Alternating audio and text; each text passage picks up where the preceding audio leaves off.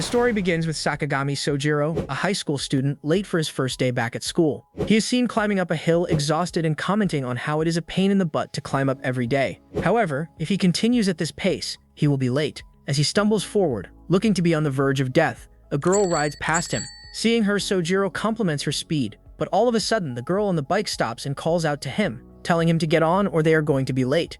And without a moment of hesitation, Sojiro pounces on the opportunity, and the duo hastily makes their way to school. There, Sojiro apologizes for bothering her and promises to repay her somehow. Nevertheless, the girl doesn't mind in the least as she proclaims she is as strong as a bear. On the other hand, Sojiro is more interested in how short her skirt is and begins gazing at the sight in front of him. But despite his efforts, they both ultimately get late. As they reach the school, Sojiro buys her a drink as a token of his appreciation. Although she apologizes that they couldn't make it in time, she accepts the drink.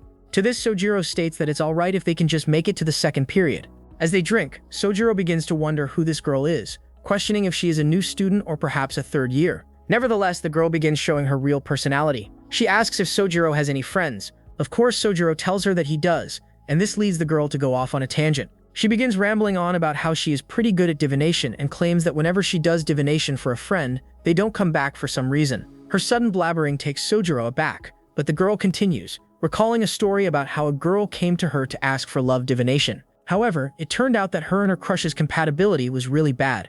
Consequently, the girl told her friend how to increase compatibility, giving her suggestions to get plastic surgery and whatnot, but she never came back to her ever since that day. Obviously, that is a natural response to hearing such words, and Sojiro points that out. However, not paying attention to his words, the girl then wants to give Sojiro a divination as thanks for the drink. To continue the banter, Sojiro jokes about how he wants an older girlfriend, but hearing this, the girl makes a god-awful face. The expression is so terrifying that he begins panicking and asks if he should stop aiming at someone older. As a result, the girl asks for his hand and begins examining it carefully. While she does so, Sojiro relaxes, thinking he didn't actually make a mistake or anything. Also, he notices how open her chest area is and glances discreetly. Soon enough, the girl releases Sojiro's hand and proclaims that he is destined to be with someone younger, that too in the near future. Anyway, with this they both part ways, and the girl tells Sojiro to come to the divination club if something comes up. And so the two head back to their classes. There, the girl enters and makes up an excuse about her bike getting a flat tire on the way over. All the while, she ponders over her conversation with Sojiro, kind of upset that he wants an older girlfriend. As it turns out, this chick is Mizuki Asuka, a first-year student who is really bothered by Sojiro's words. Later that day, Sojiro decides to go over to the divination club, but is skeptical. After seeing the club room only has a piece of paper hanging on top to inform others of its presence. He wonders if this club is even an official club, but regardless, enters inside to find Asuka eating lunch alone. As he walks in, he asks his senpai if he can have lunch with her. However, Asuka doesn't even remember who this guy is. Of course, she doesn't have dementia and is just joking, claiming that she has been waiting for him. Anyway, Sojiro asks if she eats lunch here alone every day, and she confirms this, explaining that she doesn't have any friends. Consequently, Sojiro pulls up a chair and plops it next to her. Seeing this, she asks why he is sitting so close, but Sojiro just asks if it's wrong to want to eat together with his precious senpai. Hearing these words, Asuka begins smiling, calling him a playboy. Well, she's cute, so that much is expected, at least in her mind. And he comments on how it's quite something to be saying stuff like that about themselves. However, Asuka contests this and questions what's wrong with calling yourself cute. Eventually, Sojiro also backs down, stating that she isn't wrong since she really is cute. But getting complimented suddenly makes Asuka a bit embarrassed. And to cover up her shyness, she pulls out a crystal ball, proclaiming it's time for her special divination. But that plan also ends up backfiring when she accidentally drops the ball, and it shatters on the ground.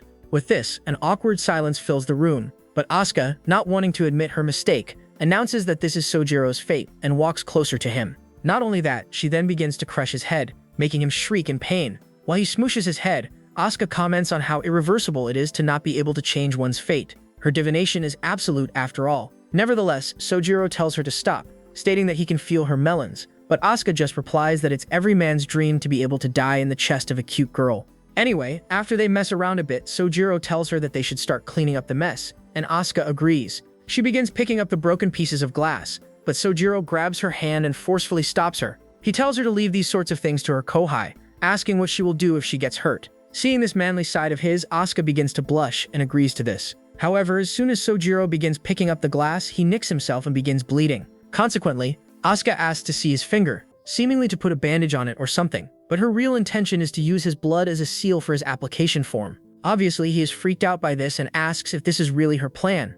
Hearing this, Asuka seems a bit disappointed, asking if Sojiro hates these kinds of clubs, but not wanting to see her sad, he claims this is not the case, prompting Asuka to stamp his bloody finger on the form and finalize his application. Not only that, to stop the bleeding, she even licks his wounds and then scurries off to submit the form, leaving Sojiro in a daze, questioning himself if he will be fine in a club like this. On the other hand, Asuka begins smiling, delighted to no end that she got Sojiro to join. But of course, the blood-sealed club application was denied by the club advisor. One morning, Sojiro is getting ready for school while watching the news. As he dresses himself, he recalls how he still hasn't gotten Asuka's name yet. However, all of a sudden, his little sister comes barging in from behind, scolding him for not putting away his dirty clothes properly. As he and his sister begin bickering and arguing, the news channel begins its horoscope, revealing that Sagittarius, aka Sojiro's sign, the lucky item today will be an umbrella, which will help them get closer to someone who's on their mind. Regardless, once he gets to school and meets up with his supposed senpai, he brings up the topic of her name, wanting to learn more about her. However, Asuka begins joking around, asking if he wants to know her shoe size or something. However, Sojiro is more interested in the size of something else. Suddenly, he notices her slippers have the same color as the ones the first year's use. Hearing this, Asuka freaks out and drops a box she was putting away. Not only that, she stalls for a minute and begins talking about nonsense. But despite this, Sojiro stays on the topic and presses her. Seeing a supposed third-year student wear the slippers of a first year is too confusing for Sojiro. But Asuka comes in close. She manages to make up a story that she had repeated a year in high school, and the fourth-year students and first-year students have the same color slippers. Sojiro actually buys this excuse, immediately apologizing for asking and saying something so rude, and that is why Asuka doesn't have any friends, at least to him. She backs this up by claiming she repeated a year and now has no friends, not that it can be helped. Nonetheless, Sojiro once again gets back on the topic of Asuka's name, but she refuses to tell him anything about herself, neither her name nor her race. Anyway, she also manages to avoid the topic by pressuring Sojiro to join the club and pulls out a form. Ultimately, he agrees, and just as he comes closer to grab the form, Asuka notices something. She interlinks her fingers with Sojiro's and ominously asks if he has brought an umbrella today. Now, that is what you call foreshadowing. Hearing this, he replies that he hasn't, especially since the news said it was going to be sunny today. As a result, Asuka tells him to wait for her by the shoe racks after school, and so he does, learning that it's raining. As they meet up, she reveals that she has an umbrella they can both use, and they both begin heading towards the bus station together. Having suddenly been placed with this beauty in such a tight space, Sojiro begins having weird thoughts and tries to switch the atmosphere. There, he recalls how Asuka usually bikes to school and asks her, stumbling mid-sentence, but all this does is make her burst out laughing as she mocks his stutter. Regardless, they both reach the bus station and Asuka drops him off and begins walking away. As she walks off, she tells Sojiro not to catch a cold. This leaves him feeling lost as a man, but what can you do? On the other hand, Asuka is contemplating why she is going so far to cover up her lie. In the first place, how did Sojiro even believe that story in the first place? However, in her mind, there is nothing she can do since he told her he likes older girls. Nevertheless, she gets to spend so much time with him all day, eating lunch and sharing umbrellas, and so she decides to keep being his senpai for now.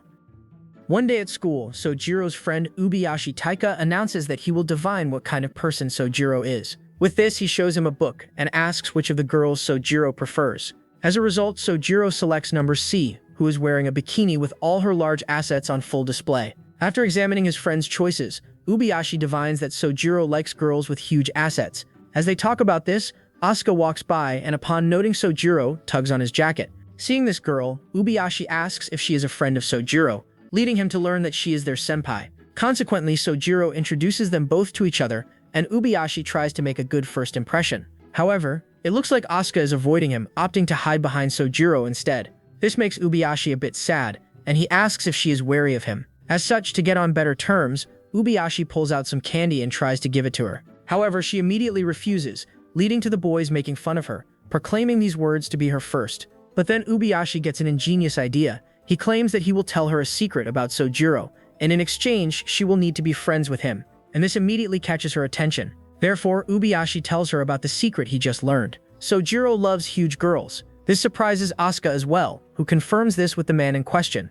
And of course, Sojiro does so. Hence, Asuka begins rambling about her knockers and how they are quite huge as well, and Sojiro announces that he loves her mommy milkers as well. Hearing this, Asuka calls Ubiyashi a great guy. Anyway, as they chat, Sojiro tells his friend that Asuka is a fortune teller and is usually correct on these matters. However, as he says this, he recalls how all her divinations come after some sort of inappropriate things. Nevertheless, Asuka decides to give Ubiyashi a demonstration of her skills and tells him to show her his hand. Hearing this, Sojiro feels conflicted and tries to intervene, but Asuka has already seen what she wants to see, announcing that Ubiyashi doesn't have much long to live, and tells him to carve out his lifeline with a chisel or something. This makes Sojiro crack up, whereas Ubiyashi is left devastated by the news of his approaching end. Soon, as the laughter dies, Asuka asks what Sojiro was saying when he tried to interrupt her fortune. But Sojiro, embarrassed that he doesn't want Asuka engaging in inappropriate hand-holding with others, tries to dodge the question. But that doesn't end up well. While trying to make up excuses, he accidentally begins talking about how Asuka has her chest area not as open as she usually does. Of course, as soon as he says this, he understands he is showing himself in a tight spot, but, much to his surprise, Asuka comes closer to him and whispers in his ear, telling him that she only does that when alone in the clubroom with Sojiro. Of course, this leaves them both embarrassed, but then the bell rings and they both part ways. As she leaves, Asuka tells Sojiro to come by the clubroom later. On the other hand, Ubiyashi is still perplexed about how he is going to kick the bucket soon. However, as it turns out, it wasn't Ubiyashi's life Asuka was talking about. Rather, it was his grade, which would die since Ubiyashi had forgotten to complete his English assignment, which was due today. Later on, Sojiro heads to the clubroom, and Asuka is seen teaching him about palm reading and stuff. There, she shows him his lifeline, revealing that this lifeline means Sojiro is alive and breathing. Of course, this information is useless to Sojiro, who already knows he is alive and kicking. He already knew Asuka's divination has been pretty inconsistent, whereas she continues about her lifeline and how it tells her Sojiro has a heart and stuff. Anyway, he then wants to try reading Asuka's palm and sees she has many sixth sense lines. Hearing this, Asuka is surprised that Sojiro already knows a lot about palm reading, but he reveals he just looked up stuff. Nonetheless, he begins boasting of his skill, proclaiming he will be an even better fortune teller than Asuka soon enough. But this doesn't sit well with her, who decides to play a simple betting game to see who is really better. Later that night at the Sakagami household, Sakagami Rin, Sojiro's little sister, comes back home from school late at night. As she enters, she sees a mountain of bread on the table and asks her mother what's up. The mother explains that Sojiro bought all this. Moreover, he has allowed Rin and her mother to take as much as they want, and so night turns into day, and morning soon arrives. Early in the morning, Sojiro is left shocked to see that his mountain of bread is nowhere to be seen. Hearing her brother scream aloud, Rin wakes up and is asked if she knows where the bread went, but she tries to deny any knowledge. Not only that, she begins talking frankly, asking why Sojiro cares for bread so much, and he explains that this is because of Asuka's divination. Apparently, they decided to play a divination game yesterday. Asuka suggested that they bet on something that would happen yesterday, and the loser will have to do anything the winner says. Anything. In addition, she even let Sojiro decide on what they will be betting on, and Sojiro happily agreed. He even announced that they will bet on what he brings to school for lunch tomorrow, commenting on how he usually makes them himself, and without a moment of hesitation, Asuka agrees, proclaiming that her victory is assured. She claims Sojiro will bring rice tomorrow, and so he bought so much bread yesterday to win the bet. Seeing her brother freak out, Rin tries to calm him down somehow and tells him he doesn't need to worry since they have rice they can prepare. But that would just prove Asuka as superior. While Sojiro cries about this, Rin again tries to comfort her older brother, suggesting he washes back tonight when he gets back home. But seeing her acting so considerate, he realizes that Rin is the one responsible for the missing bread. Nevertheless, seeing her apologetic, he decides to forgive her and pats her on the head, though she just calls him a creep for doing so. And just like that, Asuka has won the bet. At school, she announces Sojiro can no longer stay smug since he is better at fortune-telling. And now it is time for the awarded punishment. But all Asuka wants is for Sojiro to join the club officially, and he doesn't really mind. Moreover, she asks what he was planning to make her do if he won, and Sojiro reveals he just wanted to know his senpai's real name. And so she plops his head onto her mommy milkers and tells him that her name is Mizuki Asuka. However, when Sojiro tries to call her Mizuki, she tries to get him to call her Asuka. This starts a small bickering session, but Asuka accepts defeat and walks off. But this is all part of his plan. As she walks away, he calls her Asuka Kaka all of a sudden, making her turn red as a beet. Seeing the cute, flustered expression on her face, even Sojiro gets a bit excited and ends up falling from his chair, causing him to get a nosebleed. After filling out his application form, Sojiro heads to the teacher's lounge to submit it. Accordingly, Tsukimi-sensei, the club's advisor, is called out. However, she turns out to be quite a character herself. After being called out, she learns that Sojiro is here to join the club, and consequently, she takes him outside to have a small talk. However, as they step out, Tsukimi begins showing her true personality. She asks why Sojiro wants to join the club, implying that it must be because of Asuka and her huge melons. In her mind, no normal high school student would want to join a club like that, except for when they have ulterior motives, and Sojiro backs that up, remarking at how even he was put off by all this divination stuff. But now he has so much fun hanging around in the club, so much so that he states he would join even if Asuka was a guy.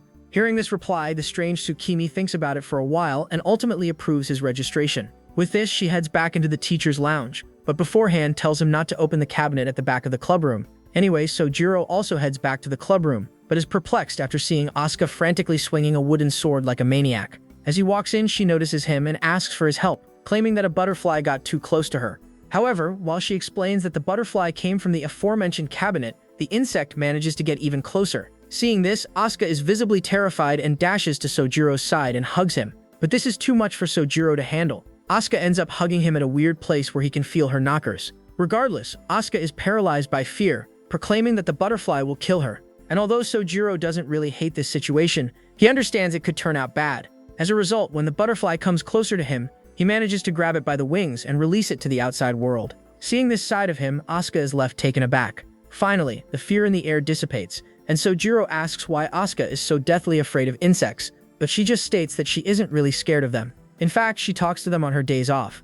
All of a sudden, Tsukimi shows up behind them. She places her hand on Asuka's head and ominously asks if she was messing around with the cabinet, which is specifically off limits. Of course, Asuka tries to lie her way out, but Tsukimi recognizes the wooden swords which were inside the cabinet. Anyway, she asks the students to set up the chair and the desk, and they begin doing so, but then another butterfly appears out of nowhere. Seeing this, Asuka throws the chair in her hand up in the air and tries to evade the insect, causing her to stumble and fall. Seeing this, Sojiro jumps in to break her fall and in the nick of time catches her, commenting on how her talk with Mr. Butterfly must not have gone well. His manly side captivates Asuka, who timidly tells him to shut up and asks him to let go of her. Nonetheless, Tsukimi chimes in, disturbing this wholesome moment, and asks if any one of them has gotten bitten. As fate would have it, Sojiro actually has been. Seeing this mark, both Tsukimi and Asuka run away from him. With a desperate look on her face, Tsukimi claims that there is nothing wrong and it'll be fine as long as he sleeps it off. Probably. Obviously, this scary statement makes Sojiro terrified, but then Asuka tries comforting him, telling him he looked very cool back there and thanking him.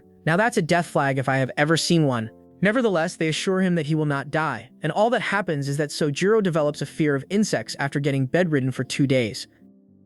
One morning, the news informs Sojiro that his day will be filled with misfortune. Well, there's nothing he can do about that, and so he heads out for school like normal. However, as soon as he heads out, the misfortunes begin taking effect. He immediately stumbles and falls on his face. Not only that, a juice box also falls on his head right outside his house, and a crow comes to sit on top of him.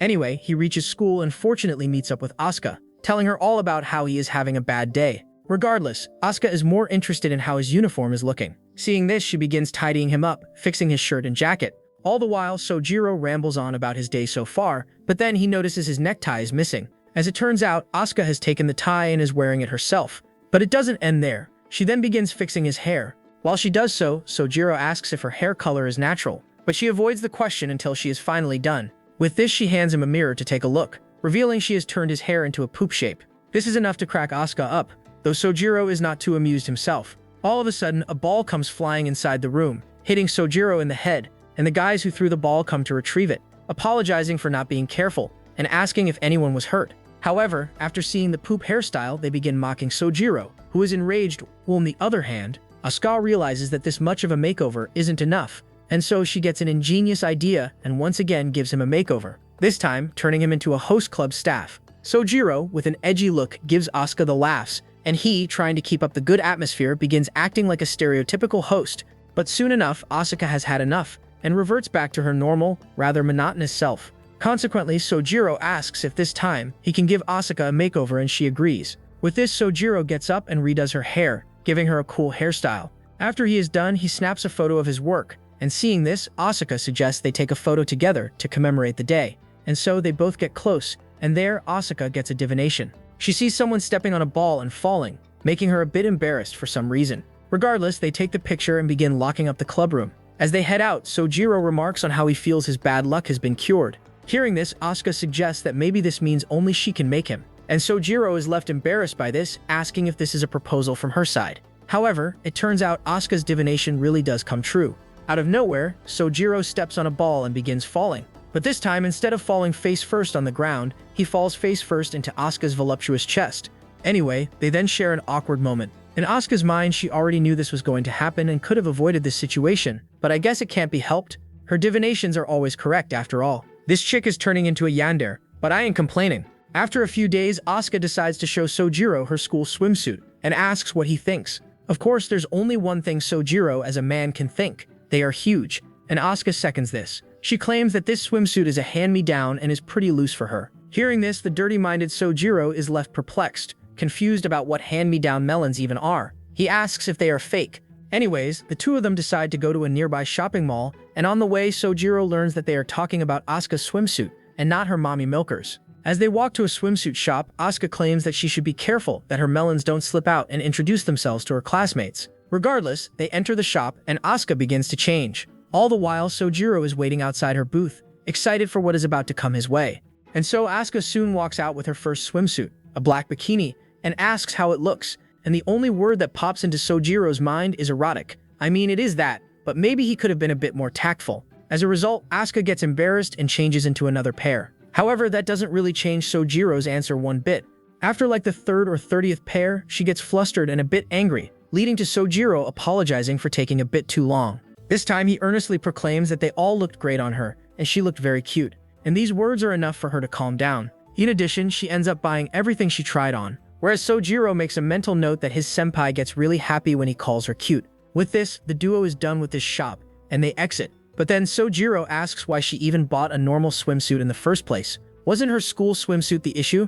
But then Asuka begins recalling how she has never gone to the beach in her life. She simply had no one to go with her. But now she has Sojiro, and summer feels a little bit more exciting to her. With this, she then asks if he minds accompanying her a little while more, and he gladly accepts. As a result, the duo goes around the mall, enjoying themselves by eating and shopping. They even get commemorative photos, and soon their time comes to an end. Asuka remarks at how fun today was and thanks Sojiro for accompanying her. On the other hand, Sojiro is still left taken aback by just how much this resembles a date. To him, they must have looked like a couple that has been dating for 3 months, but Asuka doesn't really see anything wrong with that. However, Sojiro is on cooking duty today, so he has to go home soon. However, to keep him from doing so, Asuka begins making up excuses, claiming that her arms are already sore from carrying these bags all day. But Sojiro doesn't really take the bait. As such, she then instead tries to take another approach, stating that she has a cockroach infestation and asks him to come and kill them. Hearing this, Sojiro realizes that she just wants to invite him back home, but to him, this isn't really a good idea. This could lead to all sorts of wrong things in all sorts of ways. But trying to play dumb, Asuka asks what is wrong with inviting him over. Cautiously, he hesitantly accepts her offer, leading to her giving him a rather seductive look. This makes Sojiro's gaze turn towards her rather open melons, but he slaps some sense into himself, screaming positive affirmations to hold back his dirty thoughts. As a result, Rin gets a call from her older brother, informing her that he is going to be late. In the Sakagami household, their mother decides to put her trust in her son that he will not do anything bad, especially now that he is in high school. On the other hand, the son in question is at Asuka's apartment, sitting alone in the living room. As he sits there in silence while Asuka heads to the bathroom to take a shower, he comments on how this apartment looks almost brand new. In the first place, he was only supposed to bring her bags to her home and then leave. But for now, he decides to just put the groceries inside the refrigerator. However, as he opens the fridge, he finds it oddly empty. But he doesn't pay too much attention to this. He is putting in groceries they just bought, so maybe she just ran out. There, we learn that Asuka lives by herself. On the way to her apartment, she begins boasting about how she was trying to live on her own. This leads to Sojiro claiming it must be a pain to do all the chores by herself, like cooking and whatnot. But that isn't really too troublesome for Asuka, who claims that she cooks up a feast for herself every day, though Sojiro understands this is mostly just bullcrap. Anyways, they eventually reach her apartment and she welcomes him inside, telling him to make himself feel at home while she goes to freshen up. Back in the room, he sits there, contemplating about his conversation when, suddenly, Asuka walks into the room, barely dressed. She just has a towel covering her assets, forcing Sojiro to avert his gaze. Obviously, he begins freaking out, seeing a half-naked girl right in front of him, but Asuka just tells him to chill. She has supposedly forgotten her clothes and has just come to retrieve them, and this is what she does. But as she finds her clothes, the perverted Sojiro decides to take a peek and immediately begins shrieking like a girl, claiming he can see Asuka's butt. Nevertheless, he decides to get something productive done. While she changes, Sojiro decides to cook up a meal. Seeing this, Asuka comments on how he can be pretty assertive sometimes and claims he is trying to show off. Anyways, while Sojiro cooks, Asuka acts like a small child, constantly asking him what he is cooking and pestering him. Accordingly, he pats her on the head, pretending to be her dad or something, but all this does is make Asuka mad. As such, he asks to go and cut the tofu, but she sees that her knife handling is pretty scary, fearing that she might chop a finger off or something. He decides to teach her the proper method of holding a knife, but all this does is lead them into a situation where they are too close to each other. Once again, Asuka begins mocking him, and Sojiro apologizes, stating that he was just trying to keep his senpai safe. Soon, even the rice is done cooking, and the two eventually set up the table and begin eating. As she takes her first bite, Asuka immediately calls his cooking delicious, and her face reveals that she truly means what she is saying. Regardless, after their meal, Sojiro decides to go back home. He has already overstayed his welcome, but Asuka doesn't think so. She suggests he stay over for the night, but Sojiro adamantly refuses. Hearing this, Asuka recalls that she doesn't have any umbrellas she can offer to Sojiro, but he doesn't even know why he would need them. But as soon as he opens the door, he learns that it is a downright torrential downpour outside. There, Asuka, with a scary yet appealing expression, claims that Sojiro cannot go home in such rain tonight, and so he closes the door, swaying ruefully and wondering about what will come his way. Although he reluctantly goes inside for the time being, he isn't really comfortable being stuck in this apartment with a rather lewd senior. As a result, he asks if she can lend him an umbrella, but she exclaims that an umbrella will not even last for a minute in rain such as this. So Sojiro suggests that he call for his father to come and pick him up, but Asuka explains that his father will not be coming home from work today as well. This makes Sojiro desperate, and he now goes on to his final plan. He will just book it back and not fear getting wet. However, in response to this, Asuka reveals that this has been the first time in a while that she has eaten dinner with someone else. With a lonesome look on her face, she asks if he can just stay with her for a little while longer, and not being able to refuse her, he ultimately does so. And so the duo then puts on a movie and watches it together. But it looks like instead of sitting beside Sojiro, Asuka is actually sitting in his lap. This situation just leaves him with one question: does this girl like me? But almost instantaneously, he refuses. He knows how weird and peculiar Asuka can be and how she has a distorted sense of personal space. Accordingly, he explains to her that seeing as they are a boy and girl of marriageable age, they should maintain some physical distance between themselves. But, like the airhead she is, Asuka mistakes this for the plot of the movie, commenting on how the main heroine, despite having a boyfriend, likes to draw others for comfort. She even calls women who pounce on other men without a care in the world pretty bad, leading to Sojiro questioning if she has even looked in the mirror recently. Nevertheless, Asuka just dismisses this, explaining that a cute girl stares back at her whenever she does. This makes Sojiro truly understand how dense Asuka is. However, seeing her behavior, he once again questions if Asuka does indeed like him. All of a sudden, she begins talking about how it is quite fun to spend some time like this with someone. The atmosphere begins taking a turn toward the steamy side of things, and Sojiro gets an urge to embrace his senpai, and that is what he is about to do, after being taken on by the mood, but he manages to fight off his desire. Suddenly, Asuka claims it already took him, and out of nowhere lightning strikes and a blackout occurs. And using this as her chance, Asuka tightly hugs Sojiro, stating that he is scared. But of course, this is a dangerous situation for reasons one can easily imagine. Sojiro immediately tries to get her off of him, but Asuka refuses to release him, announcing that he is scared to death. Not really though, but he tries to confront her, claiming she already knew this was going to happen. Regardless, Asuka claims that even if that is the case, she can't help the fact she is scared. As they toss and bicker, things lead to them stumbling over and accidentally ending on top of each other. In this pitch darkness and a rather compromising situation, Sojiro asks just how far in the future Asuka really can see, and she replies that she knows everything. Although she tries to stay away from not looking at her own future that much, she only knew that the lights were going to go off. Consequently, he questions why she would go so far for him, but all she says is that she will do whatever she deems fit.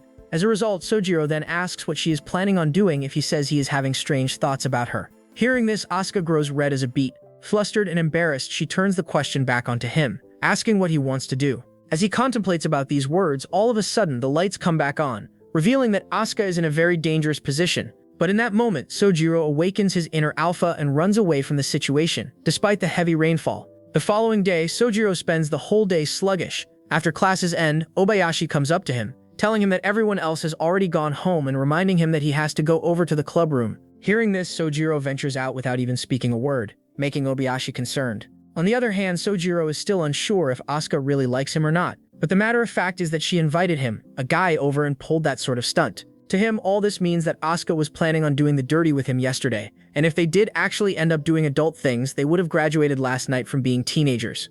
Although this sort of stuff is not too uncommon in this day and age, Sojiro is an old-school guy who isn't ready for that sort of stuff yet. Eventually, he enters the club room and immediately Asuka pounces on him. However, after seeing it as Sojiro, she lets him go, explaining that she thought it was a client. Regardless, she claims she forgot something at his house last night and begins to take off his jacket. But seeing her strip, Sojiro shrieks, recalling the events that transpired yesterday. Even though he ran away last time, he is still a man and as a result isn't too sure if he could do the same if put into that situation again. Seeing him visibly shaken up, Asuka apologizes for yesterday, claiming that she went too far and took advantage of Sojiro's kindness. Nevertheless, she claims that it was necessary. Hearing this, Sojiro thinks that it was his feelings that were a mess and tries to clear this to his senpai, but Asuka just tells him to stay in the locker for today and shoves him inside. Obviously, this leaves Sojiro perplexed. In a moment, she was just acting all serious a moment ago and then suddenly did a 180. But soon enough, someone comes to the club room. That someone is Obayashi himself, who claims he heard that this club could be used to ask for advice. Once there, Obayashi talks about how Sojiro has been acting weird today. He also hints at the fact he knows Asuka's secret, the fact she is actually younger than them both. In addition, she announces that even though Sojiro has his shortcomings, he is still his friend and he will not forgive Asuka if she was the one who did something to him to make him act this way. Hearing this, Asuka bursts into laughter, commenting on how Sojiro has such a good friend. Nonetheless, she tells Obayashi to not worry. Despite her being a bit inconsiderate of him at times, Sojiro is still a member of her club and as a result she would do nothing to deceive or hurt him, and Obayashi decides to believe her, and begins to take his leave. As he walks out, Asuka tells him a bit of the future as well, informing him that just like Sojiro, he is destined to be with someone younger. Anyways, with this, Obayashi takes his leave, and Sojiro comes out of the locker. There, Asuka once again tells him that he has a great friend, and Sojiro comments on how he doesn't deserve a friend like that. There, Sojiro then takes a seat and asks Asuka if they have ever met before, and asks if she likes him. But to this, Asuka answers cryptically, claiming that, as she told him before, Sojiro is fated to be with someone younger. Hearing this, he decides to tell her all the flaws in her way of acting toward the opposite gender, adding that he enjoys the club activities and spending time with her. Anyway, he ends up patting her head, making her happy. All the while, he thinks to himself, even if Asuka really does like him, he cannot accept all her feelings right then and there, even though he really wants to. Not only that, he wants to protect the current relationship they have, and hence, if he does ever fall in love with her, he plans to tell her properly, though it would be the biggest joke of the century if he is just imagining things. Suddenly, Sojiro then questions what Obayashi and Asuka were talking about, revealing that he can only hear chunks of the conversation. But Asuka claims that it's a secret, making Sojiro's chest feel heavy a bit. On the flip side, in Rin's class one day, the students are getting paired up for the art class. The pairs have to draw each other's portraits, and everyone must submit their work at the end of the class. There, Rin's friends, Nagi and Moe, come up to her to chat. All of a sudden, Mizuki Asuka, who is revealed to be in their class as well, sneaks up behind Rin, telling her to partner up with her. Her sudden appearance freaks Rin out, whereas it looks like Nagi already knows Asuka. As it turns out, Nagi is friends with Uta, the girl who got her divination from Asuka and never came back to her. Anyway, Rin doesn't seem amused with the whole idea and tells Asuka to get off her. Seeing this, Moe asks if they both know each other, and Rin refutes this. However, Asuka then whispers in her ear about Sojiro and how she is well acquainted with him. This obviously piques Rin's curiosity, and she ultimately decides to pair with Asuka after all. As such, she sends her friends away, and the two of them get onto the task at hand while chatting with each other. Rin questions how she knows her brother and what sort of relationship they have, but Asuka just claims he helped her out with some stuff. Moreover, she is more interested in how Sojiro is as a brother, and Rin just states that he is okay. Hearing this, Asuka tries to poke further, talking about how he is a good cook. This leads to Rin explaining that they usually divide the housework, and cooking just comes in as his share of chores. Consequently, Asuka then asks what Rin's share is, but Rin seems confused as to when they both got on first-name terms. With this, Asuka begins teasing her, telling her that she can call her Wani-chan, but this just pisses Rin off, who tells her to quiet down and sit to draw, but Asuka reveals she is already done and shows her portrait to Rin. Seeing the drawing, she is left surprised at how good it really is. However, there seems to be something off in it. Not only is Rin wearing an apron instead of a uniform, but her shoulder mole is also showing. This leaves her confused as well as embarrassed as she questions how Asuka knows about her mole. She deems this portrait wrong for many reasons, especially since she drew it for class. Hearing this, Asuka decides to just toss it in that case, seeing as it is of no use. But this makes Rin a bit sad, and she mumbles that Asuka could have just given it to her instead. Hearing these words, Asuka once again begins teasing Rin, telling her not to feel shy in front of her older sister. She even hugs Rin, causing her discomfort. But that isn't because of any reason you might think. Rather, she is discomforted by the giant knockers Asuka has. Angrily, she squeezes one of them, realizing that her brother must have been enchanted by Asuka's mommy milkers. However, Asuka claims that there is nothing she needs to worry about. Sojiro has a good awareness of his limits, and he's always kind. All the while, Rin begins staring at her hand, which has a burn scar on it. This makes her recall how once in their youth she tried to cook for the family. Their mother was constantly involved with work and chores, and for once Rin wanted to help out. However, this caused her to burn her hand, and Sojiro, who was a child at that time as well, took her to the hospital and comforted her. Ever since then, Sojiro has been in charge of cooking as a way to protect her little sister. Anyway, Asuka just tells Rin to keep her real identity a secret from Sojiro, and soon the class ends. Once Asuka leaves, Moe and Nagi come up to Rin, asking how it all went, but she just calls her a weird girl, though she's not a bad person in her eyes. Later that night, Sojiro comes back home, There, Rin mistakenly tries asking if he knows Mizuki but remembers her promise to keep her identity a secret. Nevertheless, she just tells her brother to avoid big melon women. On the other hand, Sojiro explains to her that if he has a girlfriend, he would prefer one with a good rack. One day, Asuka decides to cosplay as Kokuri-san, a Japanese fox goddess. Apparently, she borrowed this cosplay set from the club advisor Tsukimi, and she hoped someone would try it with her. However, Sojiro immediately refuses. Although Asuka glances over at him, he still stays adamant, revealing that he isn't really good with scary stuff. But Asuka isn't taking no for an answer. As a result, since there is no one to play with, she blackmails Sojiro that he is then going to take off her cosplay in that case. Hearing this to not end up in jail, Sojiro accepts, and the two quickly get to play. They chant out the song and summon Kokuri-san, and as they do so, the coin they are using as a marker begins to move. This creeps Sojiro out, whereas Asuka remarks that just a low-class spirit has arrived. Nevertheless, she suggests he try asking the spirit some questions, and hence, Sojiro asks the most important thing one can ask. What did Asuka have for dinner last night? And lo and behold, the coin begins spelling out something. Diet supplement. Because as we all know, Asuka sucks at cooking. Hearing this, she gets pissed off and looking for revenge, tries to embarrass Sojiro. She asks the spirit about Sojiro's first love. As a result, Ria is spelled out. Asuka tries to use this as mocking material, but Sojiro explains that Ria was his kindergarten teacher, asking if she is curious about her. However, Asuka refuses, though Sojiro isn't buying it. So he then asks the spirit if Asuka is interested in Ri-sensei, but the spirit refuses, crushing all the enthusiasm he had. As such, Asuka reveals that she doesn't really care about what happened in the past. With this, they both end with stuff they want to ask. And so, Asuka decides to ask the last question, how to get rid of Kokuri-san. Hearing these words, Sojiro loses his mind, announcing that she should stop before they get cursed. But it looks like it's already too late. All of a sudden, they feel a shock throughout their body. Although Asuka just claims it must be static, Sojiro is left paralyzed with fear, already coming to terms with his unfortunate passing. Of course, Asuka isn't really that scared and just tells him to relax, stating that these phenomena only happen when one assumes they are real. But then she notices the board get ripped apart right in front of her. This is enough to send a shiver down her spine, and she too realizes they have messed up. There, Sojiro asks what happens when one gets cursed, and she explains that obviously you die. Not only that, Tsukimi then will get mad at them for tearing the board. All of a sudden, there is a loud bang on the clubroom door. This scares the duo even more, but in the blink of an eye, the door is blown off its hinges. From the other side, Tsukimi walks in, asking what they were doing, hinting they were up to no good. Seeing her come, Asuka is relieved, so much so that she rushes over to her side and hugs her tightly. On the other hand, Sojiro is already out cold from fear. Seeing him collapse on the ground, Asuka decides to give him a lap pillow until he wakes up. At that time, she reveals that she lied about something. While playing the game, she lied about not being interested in Rie. Although she is uninterested in the past, this was a one-time exception. Suddenly, she gets an ingenious idea and asks Tsukimi if she has a marker, and the wacky teacher coincidentally does have one in her back pocket, and she hands it to her. With this, Asuka then begins writing on his face, and Tsukimi wants to chime in. However, Asuka refuses, claiming that she has already reserved him for herself. There, on Sojiro's face, Asuka has written her name, as if marking her territory. Randomly, one day Sojiro asks if Asuka has made any friends yet, and her response is a resounding no. In turn, he then asks why not, suggesting that the reason might be that her face is pretty terrifying. Obviously, Asuka, whose only good trait is her looks, takes offense to this, but that's not what he meant. He explains that when a cute girl looks at someone with a serious look on her face, it makes her look somewhat scary, and hence he claims she should try to change her expression a bit. But Asuka states that it's not her fault, she was born beautiful. Now that's suffering from success if I have ever seen one.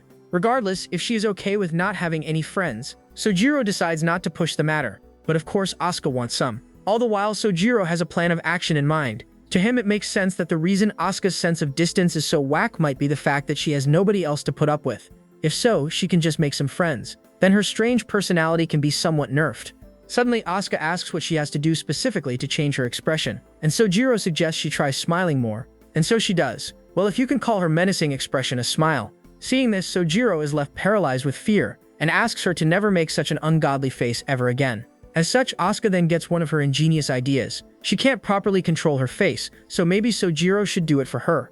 Although a bit hesitant at first, he also agrees to this and tries to make her face put up a natural-looking smile. But even then, the outcome is terrible. With this, he begins roughly shaping her head, telling her to at least give him something to work with. But this makes Asuka burst into laughter, and she begins to laugh, claiming that her face is this, and this is the money shot we have all been waiting for. The bright smile on her face strikes Sojiro right in the feels, and he announces that if she can deliberately smile like that, she will become a living goddess. However, that isn't really what she wants. She wants friends, not worshippers. Regardless, seeing his expression, Asuka asks if he likes her expression, but for him, that is irrelevant. This is just training for Asuka to make friends. However, it makes her wonder that rather than having many friends, she would be better off with someone who is oh so fond of her, referring to Sojiro. Consequently, she asks him what version of her he likes, and Sojiro explains that he likes her the way she is right now, making her blush. Anyway, Asuka then states that she will try and be less scary from now on, and Sojiro gives her positive encouragement. Later that day, she is seen in class when suddenly, Moshi comes up to her. Moe is here to collect the Japanese history notebooks, and Asuka hands it to her. There she recalls her conversation with Sojiro, and in an attempt to give a good impression, smiles at Moe, thanking her for all her efforts. This sudden change in atmosphere leaves Moe's heart skipping a beat, and she scurries off, whereas Asuka thinks her plan ended up in a bust. Little does she know she hit the bullseye. On the other hand, a short-haired, rather gloomy-looking girl is seen on the other side of the classroom, staring at Asuka while clenching her skirt. One day, Sojiro and Obayashi are on cleaning duty. After sweeping up the area, Sojiro heads to dispose of the trash, yelling for Obayashi to put in a new one. As a result, he heads to the trash disposal where he happens upon a rather lonesome-looking girl. At first, he tries to just ignore her and head back to class, but upon hearing her sob, he doesn't feel comfortable leaving her alone. As a result, he goes over to her and offers her his handkerchief, asking if she is alright. He claims if she is feeling ill, he can help her to the infirmary. There, the girl is revealed to be the same girl we saw previously. Seeing this random man come up to her, she asks if he is hitting on her, but obviously that's not what is going on here. Anyway, he sits down next to her, providing her some comfort. While they sit, the girl comments on how it's pretty unusual for a guy to use something like this. However, Sojiro doesn't think so. In fact, in his case, he has a rather troublesome senpai who has a tendency to get into dangerous situations, so he has to have one on hand at all times. Suddenly, the girl notices Namazu on the handkerchief, a fortune-telling mascot that came up on the news. But the girl immediately shows her distaste towards fortune-telling. She deems them as low-lifes who take advantage of one's fears and spout sugar-coated words with no basis whatsoever. Her harsh words make Sojiro wonder if maybe someone got her to buy one of the magical vases, but apparently not. Regardless, Sojiro states that they aren't so bad. In his opinion, it's alright to be happy about a good fortune. But then the girl asks what if the fortune is a bad one? Slowly but surely, Sojiro begins joining the dots and realizes that this girl is not really sick. She is just heartbroken. His deductive skills creep the girl out, making her question if he is a stalker or something. Nonetheless, with this, she then begins talking about her story. Apparently, she had a boy who she really liked. This guy was a bit brash, but was still very kind. They have always treated each other like family, and the boy's mother would ask her to look out for him. She thought she would once again be in the same school as him, but when she got here, she learned he already had someone else in his life. However, it doesn't look like Sojiro zoned out and wasn't paying any attention. Nevertheless, Sojiro then finally introduces himself, and the girl recognizes his family name. Not only that, Sojiro exclaims that if she is looking for advice, there is a club on the second floor where she can get some good one. And so Sojiro then returns back to his class, leaving the handkerchief with her. Consequently, the girl heads back to her own class, where she meets up with Rin, immediately recognizing that the guy she met earlier was her brother. Moreover, the girl is finally revealed to be named Uta, the same girl Asuka gave a fortune to. As a result, Uta then heads to the divination club, where she is not amused by the fact she came here. Regardless, she is just there to return the handkerchief, and so she ventures inside. There, she finds two people arguing over sumo, and how you are not supposed to pee on your opponent and rather push them outside the ring. Not only that, but seeing Asuka there, Uta is left perplexed. But that is not all. Suddenly, she gets further confused when Sojiro refers to Asuka as senpai, but Asuka signals to her to stay quiet. At that moment, Uta recalls how harsh Asuka was with her divination, suggesting she get plastic surgery if she wants to have a chance with her crush. But Uta decides to keep quiet for the time being. She knows that nothing that happened was Asuka's fault, but still, she wants to get back at her. And so, to spite her, Uta begins acting all cute, thanking Sojiro for his advice. She even meekly suggests she keep getting advice from Sojiro and soon enough, scurries off. As she leaves, she teases Asuka, sticking out her tongue. All the while, Asuka is left speechless, after witnessing someone try and take over her territory. But all she can do is deem Uta's action as not right, since Sojiro isn't really sure what Uta just did. One day, Sojiro is riding the train back home. On the way, the girls sitting next to him begin discussing how it feels weird to get your boyfriend to treat you, especially if he doesn't have a part-time job. To them, it feels like they are taking from his parents. Hearing all this, Sojiro is left a bit distressed. They did explain Sojiro's situation to a T after all, and so at the club room the following day, he comes a bit earlier and is seen reading a magazine. All of a sudden, Asuka walks in, surprised to see that Sojiro has arrived here before her. To this, he explains that he had some free time since homeroom ended early. There, Asuka notices the magazine he has, asking what it is. Consequently, Sojiro explains that he is thinking of getting a part-time job. Hence, he is looking at gigs. But immediately, Asuka refuses, announcing that there are no part-time jobs allowed in her club. However, Sojiro was never informed of this rule. He knows about the three main ones that begin fawning over, spoiling, and obeying Asuka, but this one seems like an oddity. As such, Asuka then asks if there is something he wants to buy, claiming that she can buy most things for him if he needs them. But Sojiro reveals that this is not the case. Moreover, he scolds her, telling her to better manage her money since she lives alone. Hearing this, Asuka, with empty eyes, claims that money is not an issue. If she feels like it, she can get as much of it as she wants. Apparently, when she gets serious, the future becomes the present and the present becomes the past for her. All thanks to her fortune-telling powers. If there is something she wants, she can easily obtain it. But well, there are some exceptions to that, mainly Sojiro himself. Nevertheless, Sojiro still refuses, claiming that he wants to earn the things he wants with his own efforts, and Asuka feels the same way. She states that most of what she just said was just a joke. However, she then gets one of her ingenious ideas. She suggests Sojiro just help out at her home, and she will pay him whatever rate he asks for. But he looks more concerned over what she will be doing. Anyway, he explains why he wants to get a job, revealing he wants to earn and save up for the upcoming summer so they can go out together and have fun. As a man, he wants to be able to pay for Asuka's share as well. Hearing these words, she becomes flustered and turns red. This makes her very happy as she tells him that only Tsukimi and he would do something like that for her. In turn, Sojiro announces that she can expect more in the future. With this, she finally agrees to let him work, though it is sad that he won't have much time for club activities now. But that is not an issue. Sojiro explains that he can just work on the weekends, but then he will be left without any days off. Consequently, Asuka once again suggests that Sojiro just come to work for her. She tells him he will not have to do anything weird, he just has to share a meal with her for 30,000 yen. But all this does is make him feel like he isn't all that reliable. As a result, he begins sulking, triggering Asuka's sadistic tendencies. All of a sudden, out of nowhere, she grabs her head using her thighs and squeezes it, telling him that there is no need to be depressed. After all, she can make a man out of him. And this confirms in Sojiro's mind that she is going to make him do lewd things. In response, he comments on how Asuka's sense of chastity is dead. But upon hearing this, she kicks him, announcing that it isn't. It's not like she is going to do stuff like this with everyone. But Sojiro is no longer in this world. He suffers a concussion and passes on to the afterlife. On the flip side, Rin is seen hanging out with her homegirls at a karaoke spot. There, Mo is trying to separate the drinks Nagi mixed at the drinks since she can't really handle fizzy stuff. Seeing this, Nagi asks if Mo has superpowers, and she sarcastically replies that she is an Esper. This makes Espers the topic of conversation, and they begin talking about how there was an Esper around their age who recently showed up on TV, though they can't remember his name. All of a sudden, Uta chimes into the conversation, asking why she is the only one who is singing.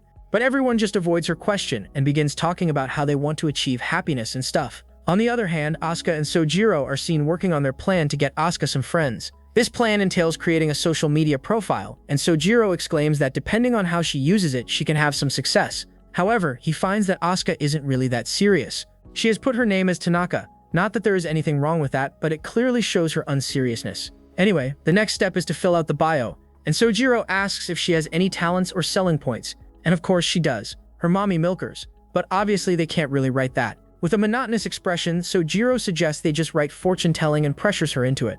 However, Asuka accidentally ends up writing that she can do melon divinations, whatever that means. With this, they edit the bio, and then it is time to set an icon. And Asuka has the perfect thing in mind. However, Sojiro reminds her that it cannot entail her knockers, and she denies that she was ever going to use them, despite her body language clearly revealing she was lying.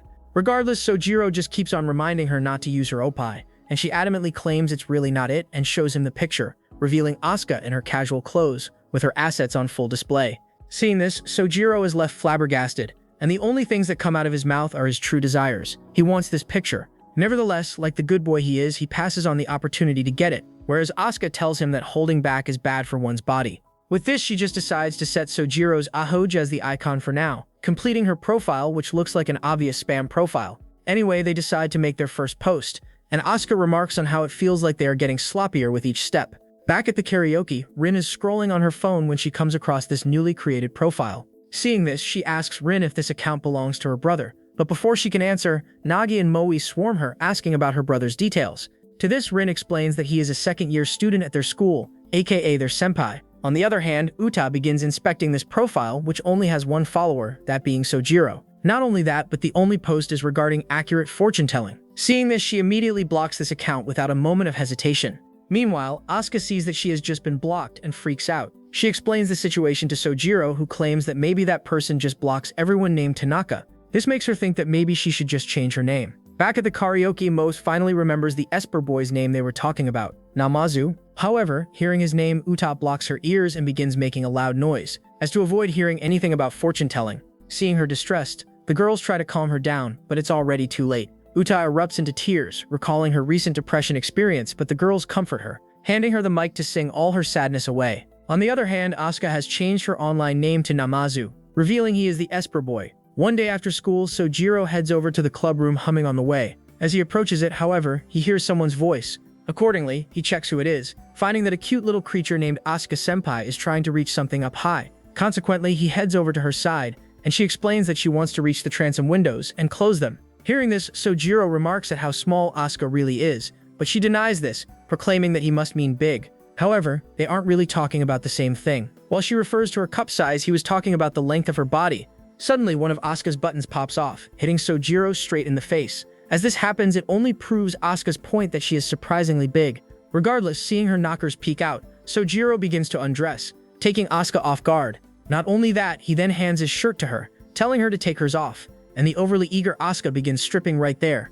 Obviously, Sojiro stops her midway and tells her to go inside the club room and wear her shirt while he sews her button back on for her. He even closes the transom windows, making her cheer aloud for him. All this really reminds Sojiro how much of a child Asuka really is. Despite this, he then begins getting onto the task at hand. From his bag, he pulls out his sewing kit, which is just enough thread to get the job done, and so he gets right onto it, and soon enough he is done.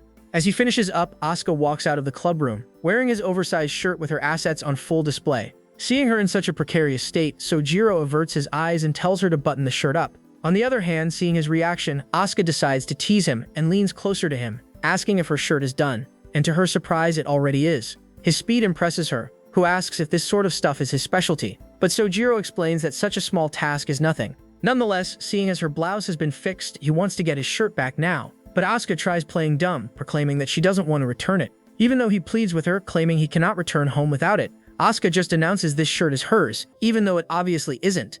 Not only that, she announces that if Sojiro wants it, he will have to take it off her by force, something he would very much like to do if he could. But of course, Asuka isn't satisfied with that and continues her playful annoyance. Eventually, Sojiro gives up on winning right here. He allows Asuka to take the shirt home with her, stating that he will put the shirt to good use after he returns it. But she still doesn't stop, deeming the shirt to be hers once again. Moreover, she suggests that if Sojiro really wants to wear a shirt, he can wear hers instead. And even though that's not the issue, she manages to force Sojiro to wear it. As a result, he wears this extremely tightly fit blouse and the fabric immediately stretches. Not only that, in the blink of an eye, all the buttons also pop out. Seeing this all unfold, Asuka bursts into laughter, claiming that Sojiro can definitely not wear this blouse back home now. All this teasing has left him a shell of the man he used to be, and despondent he falls to his knees. Accordingly, Asuka comes close to him and plops down, announcing that he will never be able to win against her. A few days later, at lunchtime, Sojiro notices that he has accidentally brought Rin's lunchbox. However, much to Obayashi's surprise, the bento is unbelievably huge. Nevertheless, like the good brother he is, Sojiro explains that they both have to rush to school today, so they probably got it mixed up. With this, he gets up to go and exchange the box, leaving Obayashi to contemplate the fact that Rin's lunchbox is about 4 times the size of his. On the other hand, Rin is eating lunch with her homegirls in class when Yuta tells her that her brother has come to the classroom door to see her. Seeing him there, Rin becomes embarrassed and asks why he is here, but Sojiro just starts making jokes. Anyway, he hands over her lunchbox to her, telling her to return his in exchange. But Rin is confused as to why he would have her brother's lunch, making Sojiro think that she must have eaten it already. But still, Rin still has more than enough space to eat this gigantic box as well, leaving Sojiro to wonder what on earth he will eat then. Not that it is any of Rin's concern. As they bicker, Moa and Uta eavesdrop on their conversation. Moa comments on how Sojiro is pretty tall, although she cannot clearly see his face, whereas Uta suddenly gets up. She then heads over to the brother-sister duo and there, offers her bento to Sojiro. Hearing this, Rin asks if she knows his brother, and she confirms this, although they aren't really introduced to each other. Nevertheless, Uta explains that they had home economics for their 4th period, so she isn't really hungry. But if this is the case, what does that make Rin's stomach? Nonetheless, Uta hands over her lunch, stating that it is a handkerchief for his hand. Hearing this, he ultimately decides to accept it. All the while, Rin is watching the chemistry between these two and gets a funny idea. On the other hand, Sojiro has a genius idea. He suggests that they both share the bento in the club room. He claims that Asuka will be there as well, and it would make for some good conversation. Obviously, Uta tries to back out of this, but Rin chimes in, adamantly telling her to go with Sojiro. And so they both leave for the divination club. Back to Rin, who returns to her seat, thinking that if she is going to have a big sister, she would much prefer it to be Uta than Asuka. Anyways, the duo reaches the club room and begins splitting the lunchbox between themselves. All the while, Asuka is sitting there increasingly getting jealous of the chemistry between them two. Furiously, she asks what they are doing, and Sojiro explains that he is sharing this bento with Uta since her sister swiped his. In addition, he thought that they could do some club activities while eating. And Uta jumps into the conversation, proclaiming that she has heard Asuka can foresee someone's destined partner. As a result, she asks if Asuka can do it for her as well, and she agrees. But suddenly, after having a bite of the food, Sojiro is left impressed by the taste. He asks if Uta made this herself, and she confirms it, telling him that she has good practice with cooking. Seeing the atmosphere between them both get even better, Asuka begins getting pouty and refuses to read Uta's fortune anymore. She even scolds Sojiro for only paying attention to Uta, but he states that this is basic decency since she is their guest. And after realizing this, Asuka returns back to her normal self and agrees to give her the fortune. However, she has some qualms about the distance between Sojiro and Uta, and consequently forces them to sit apart from each other. But Uta ultimately ends up refusing the offer. Talishi hearing all this, Sojiro begins to wonder if these two girls have bad chemistry, and here he was thinking they would be able to get along. All of a sudden, Uta asks if Sojiro knows his destined partner, learning that Asuka has fated him to be with someone younger. To this, Uta asks if Sojiro prefers younger girls, but that is not the case. To him, he already has Rin, so a younger girl would just end up feeling like her sister. Hearing these words, Uta begins silently mocking Asuka, but she announces that their fortunes are absolute. With this, Asuka also grows a bit agitated, but Sojiro steps in at the right time and begins massaging her head, telling her to calm down. He even reminds her that he is talking to someone 3 years her junior, but this is news to Uta. She explains that Asuka isn't even pretending to be a 3rd year, rather she is acting like a 4th year, someone almost old enough to drink. With this, she begins laughing at Asuka, but then Sojiro comes over to her and starts massaging Uta's head, telling her that it takes 2 to start a fight. However, his weird reaction leaves Uta wondering if he is maybe a weirdo, something even Asuka can agree with. One afternoon, Sojiro walks into the club room only to see Asuka fondling Moe, who is unconscious at the moment. As he walks in, he gives off a rather uncomfortable laugh and asks what the heck she is doing. But Asuka, just playing dumb, claims that this girl came up to her suddenly, started talking to her and then collapsed on the ground. As a result, she is currently stripping this innocent girl. But Sojiro has no idea what on earth his senpai is talking about. What connection does this girl falling unconscious and getting stripped have? Nevertheless, disregarding his concerns, Asuka begins rambling about how she has been interested in girls' undergarments and pulls out Mugi's bra.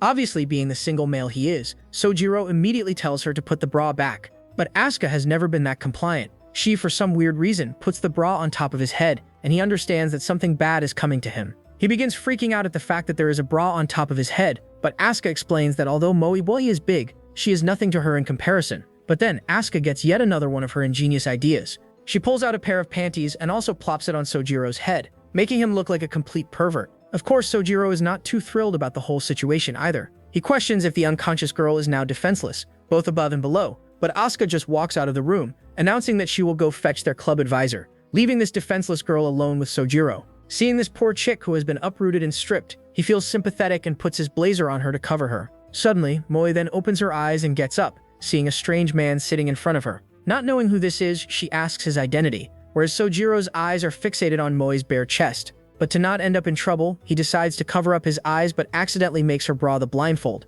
Seeing this peculiar choice for a blindfold, Moe is left confused, but after taking a closer notice of her appearance, she begins getting fearful and disgusted, asking if Sojiro is a pervert. She even questions what on earth he did to her in her sleep, but he denies any allegations, claiming that there is an explanation for all this. But then Moe notices his head also has a pair of panties stuck on top of it, making her extremely embarrassed. So much so that she covers up her entire region out of embarrassment. Soon after, Sojiro hears the clubroom door open and Asuka walks in, revealing that Tsukimi wasn't available. However, she then feigns ignorance of the situation and condemns Sojiro as a pervert, leaving him to wonder why she too has forsaken him. On the other hand, Moe is surprised to see Asuka there, but Asuka tells her to keep her real identity under wraps. Anyway, the misunderstanding slowly gets cleared up, and Moe asks to return her underwear, and he willingly does so. However, when she hears the panties, Moe reveals she is wearing hers, leaving Sojiro to realize that this pair just then belonged to Asuka. However, Asuka doesn't give him any confirmation, instead telling him to come find out for himself.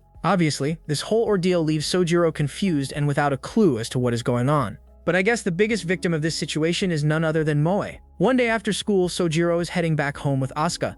As they walk to the school gate, he accidentally drops his stuff, and a bunch of fireworks come spilling out. Seeing this, Asuka questions where he got these, and Sojiro explains that Obayashi handed them to him. However, this just makes Asuka scared, thinking why Obayashi is always handing out stuff kids would like. Anyway, Sojiro asks if she likes fireworks, and she replies that she hates them. Nevertheless, he claims that since they already have them, they should at least try them out. But where, Asuka states that the nearby riverbank isn't the sort of area that allows things like this. And as such, Sojiro gets an ingenious idea in his head. Why don't they set them off at his place? This suggestion leaves Asuka wide-eyed and speechless. Nonetheless, they reach the Sakagami household. As he enters, he tells Asuka to wait a bit at the front door. There, Rin welcomes her big brother and tells him to be careful, since Uta is here. Accordingly, he goes to the bathroom to change his clothes. However, despite Rin's warning, he stumbles upon the exposed Uta, who has just gotten out of the bath. Seeing this, Sojiro is surprised that stuff like this happens in real life too, and almost immediately closes the door, almost as if he is trying to unsee Uta's forbidden Neverland. And so while Asuka sits outside, Rin chews Sojiro out for walking in on Uta, who is embarrassed as can be but still tries to defend Sojiro, claiming he didn't know. On the other hand, Sojiro bows down to Uta, stating that he has no defense for his crime, but as a token of apology, he also invites them both to the fireworks display as well, and they agree. With this, Asuka is also let in, and all four of them head into the backyard to check out the stock. There, Asuka is left confused as to why Uta is here. To this, Rin explains that a bunch of stuff happened, and she lent their bat to her and questions why Asuka is here. However, being the cheeky, non-compliant girl she is, Asuka just claims that this is her house, though Rin denies this instantly. As they sit on the porch, they begin chatting, and Rin asks if Asuka likes her brother, but Asuka is not too sure. In the first place, she doesn't really care how others define emotions. Hearing this, Rin gets a bit annoyed at her way of looking at the world. However, Asuka keeps on talking, claiming that when she sometimes looks at Sojiro, she gets excited or something like that. Obviously, Rin is enraged at this statement, announcing that's just lust, but Asuka reclaims it as a more pure kind of excitement. This starts a commotion between the two, and hearing this, Sojiro walks over to them, handing some of the fireworks to Asuka. Seeing this, she asks if they aren't lighting them up at night, but Sojiro refuses, stating that it will be dangerous for the girl to go home at night alone. But she didn't really think she was going home tonight, worrying Sojiro and making Rin even madder. Rin then tells Asuka to go home right now, also revealing that Uta will be staying over. Of course, even Uta isn't aware of this. Nevertheless, the Sakagami mom gives Rin the permission to do so. Accordingly, out of spite, Asuka also asks for the Sakagami mom's permission, and she allows her to. I guess anyone goes. All these side plans take Sojiro by surprise. However, he is in no position to disallow any of Rin's friends to stay over. Regardless, in his mind, everything will be fine as long as he is careful in not seeing them exposed and letting them inside his room. But this is all futile. Almost immediately, Asuka heads into his room and begins searching for the adult magazines. On the other hand, Uta comments on how his room smells like him, whereas Rin claims it stinks, just like her brother. As such, she takes Uta to her room, leaving Sojiro incredibly hurt. To seek comfort, he turns to Asuka, asking if she thinks his room smells. However, he finds that she has already fallen asleep in his bed. Moreover, when he goes to check on her, he is left shell-shocked by the fact she is exposed. Thus, Sojiro has failed in both his quests to A. avoid seeing the girls exposed, and B. keeping them out of his room. And so, night approaches and everyone has dinner together. There it is seen that Rin helped out with cooking. However, she exclaims that this is the least she can do since they let her stay over. Moreover, as an insult to Asuka, she remarks that she could never sleep while the hosts prepare the food. Sakagami mom also chimes in, telling Uta how delicious her cooking is, and she becomes flustered. Seeing this, Asuka suddenly stands up, announcing that she will help with the cleanup, and along with Sojiro heads into the kitchen, where they both clean the dishes while Sakagami mom looks at them. Eventually, it becomes dark enough for them to begin their fireworks display. As they head to the porch, Sojiro refers back to how Asuka claims she hated fireworks, but despite this, she decides to join in. Suddenly, the mother calls out to her and borrows her a second to talk inside. On the other hand, Rin suggests they light up a big shell break, the ones which explode in the sky and leave behind a trail of stars. But Sojiro refuses, stating that it shouldn't really be used in any urban area. Similarly, Uta hands him a water bucket, and impressed by her thoughtfulness, he asks if Uta is an only child. However, she explains that she is an only child, but she did have a sort of older brother, who was snatched away by another woman.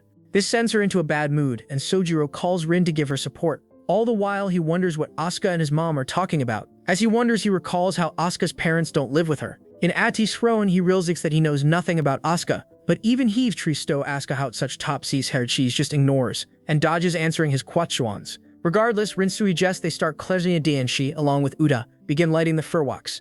Meanwhile, Sojiro sits by the Prochus and waits for Asuka to return back, which she does soon enough. As she sits down, the two of them have a small chat, where she compliments his family and talks about how kind they are. In response, Sojiro asks what her parents are like, learning that they are scumbags who left their daughter and went somewhere else, handing her enough money to live out her life. Because of this, she hasn't been close to anyone in her life, including her family, and hence she hates fireworks since they can't be enjoyed alone. However, Sojiro hones in, announcing that she now has a convenient kuhai and she is not alone anymore. This makes her heart skip a beat but doesn't stop there, claiming that now she is not alone, they should commemorate the occasion by lighting a big one. As such, he helps Asuka up, and they light up the shell break, causing a huge explosion. Seeing it, Rin comments on how it is smaller than she expected, whereas Sojiro is left surprised by how loud it really was. And it wasn't just him who thought so. Angrily, Mother Sakagami walks out, scolding him and telling him to apologize and explain himself to the neighbors. On the other hand, Asuka stays behind, staring at the sky, which is now blank. Seeing this, Uta tells her to come back, learning that Asuka is left captivated by the display and maybe also Sojiro's words earlier.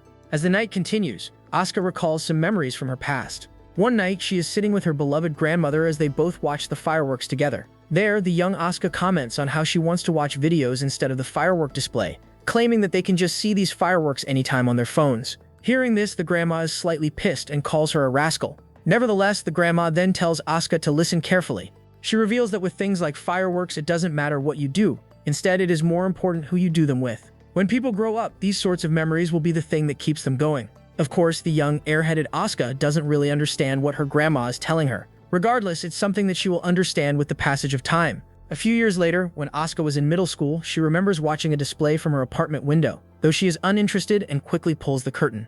Back in the present, Rin is left perplexed after hearing Asuka, who has already stolen her pajamas, wants to sleep in her room. Obviously, Asuka's first choice was Sojiro's room, but he refused. Hearing this, Rin gets pissed and tells her to go sleep in the hallway instead. All the while, Uta, who is also present, asks if she too should then go and sleep in the hallway, but like the good friend she is, Rin claims Uta can just share the bed with her. Well, of course, Asuka wants to sleep in a bed as well and lets it be known, though Rin is just more concerned about getting her pajamas back from her. As Rin tries to make Asuka relinquish her property, Uta watches them two bicker and wrestle. Noticing her intense gaze, Rin asks what is wrong, and Uta replies that she was just thinking about just how much she hates women. Should I say some women, Asuka. And taking the hint, Asuka gets all confrontational, claiming that she doesn't mind taking Uta on in a fight if she insists. While Asuka warms up by letting a few punches fly, Rin asks why on earth Asuka has a habit of wearing other people's clothes bare-bodied, learning Asuka is just following the wishes of her huge mommy milkers and letting them grow freely. On the other hand, noticing that Rin has held Asuka back, Uta decides to use this as her opportunity. She tells Rin to keep holding Asuka, announcing that victory is determined by the first strike.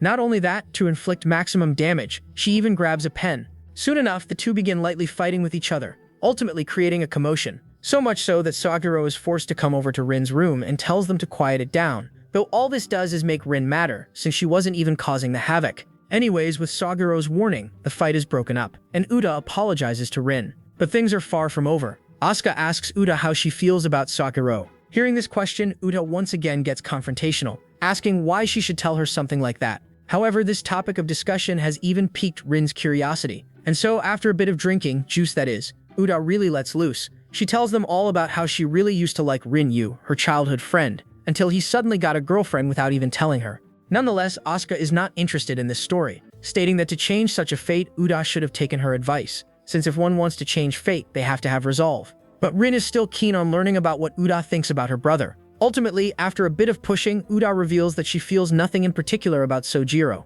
But Rin doesn't let the conversation stop there, and, in turn, asks how she felt when he accidentally saw her nude. Hearing that this event happened, Asuka is left speechless and calls Uta a thought, revealing that even she has only gone up to PG-13 things and hasn't crossed the R-rated border. Do, on the other hand, while blushing profusely, Uta claims that it didn't seem like Sojiro thought much of it, so she doesn't want to make it a big deal or anything. However, Asuka is not happy about Uta's expression and grabs her by the face.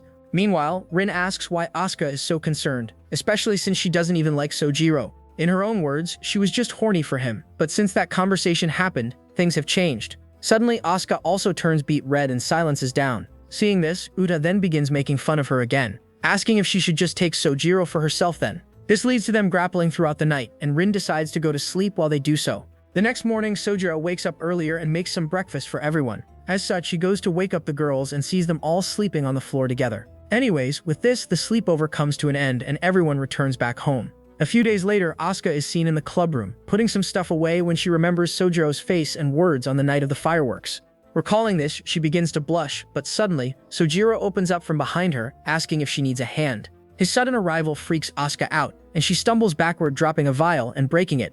Although Sojiro manages to catch Asuka before she gets hurt, the vial ends up getting broken. There, he asks how she is able to drop stuff despite the gorilla grip strength she possesses. However, it looks like Asuka is too confused by Sojiro and his closeness, telling him to let her go. Consequently, Sojiro goes over to the cleaning supplies and grabs them, all the while asking what Asuka was doing. As such, she explains that the club advisor, Tsukimi, brought some stuff here and told her to put it away in the mysterious cabinet. However, the vial is now broken. In addition, the thing inside the vial, a ball of fluff, is now laying on the ground. Seeing this, Asuka picks it up and proclaims that this is a Kesseron Passeron, a Japanese mythology yukai.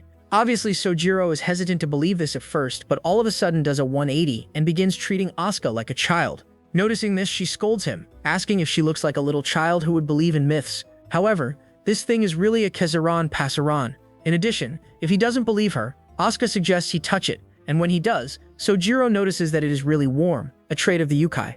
With this, they both panic a bit and come to the conclusion that this thing cannot be anything but a Kesseron Passeron. Consequently, they plop it on the table and Sojiro begins wondering what on earth this ball of fluff eats.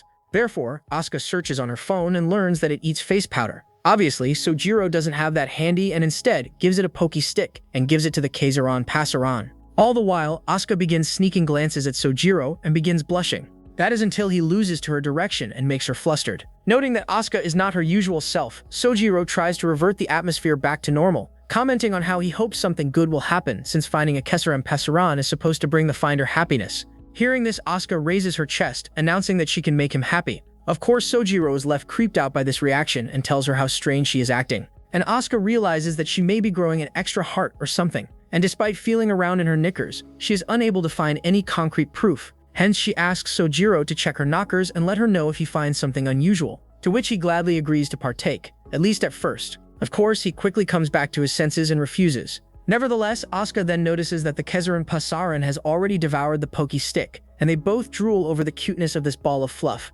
However, their delight is short-lived when Tsukimi shows up behind them. Seeing her come, Asuka vows to take responsibility for the Kesseron Passeron and claims she will raise it as her own in the clubhouse. But the advisor adamantly denies that this ball of fluff is actually a yukai. Although Sojiro tries to explain that this mere fluff actually ate a pokey stick, the advisor's weary expressions are enough to make him back off. In addition, she also reveals that it would be best for normal people to stay away if this thing actually is a passeran. Anyway, Asuka seems sad that her fluff has been taken away, and Tsukimi advises her to go play with Sojiro's hair or something, which she does. Suddenly, while Asuka roughs up Sojiro's hair, Tsukimi calls out to him and asks if he gave the fluff something to eat. And to reply, Sojiro turns back, only to accidentally push his hand into Asuka's milkers. This makes them both turn beet red. And trying to cover up her embarrassment, Asuka asks how many hearts she has, though Sojiro didn't actually notice anything except for maybe how soft the sensation he felt really was.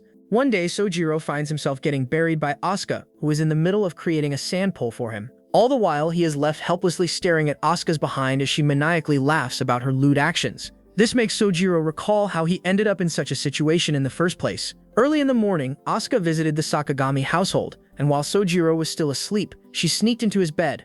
All of a sudden, Sojiro woke up, only to find a cute Asuka laying right beside him. Asuka tells him that she wants to head to the beach since it is a holiday today. However, the half-asleep Sojiro just sneaks back into his covers and dozes off into slumberland yet again, leaving Asuka feeling neglected. Nevertheless, when he wakes up for real, he is left confused and distressed to see that Asuka is still in his bed. There, he apologizes for ignoring her, claiming that he was half asleep, but Asuka, who is embarrassed, tells him that she just wanted to go to the beach. Seeing her reaction, Sojiro proclaims that he absolutely loves the beach, and they should go. And just as he says so, Rin walks into the room and chimes in, already ready to go. Moreover, she decides to call up Uta as well, since Mo and Nagi are busy today, though Asuka tries to stop her.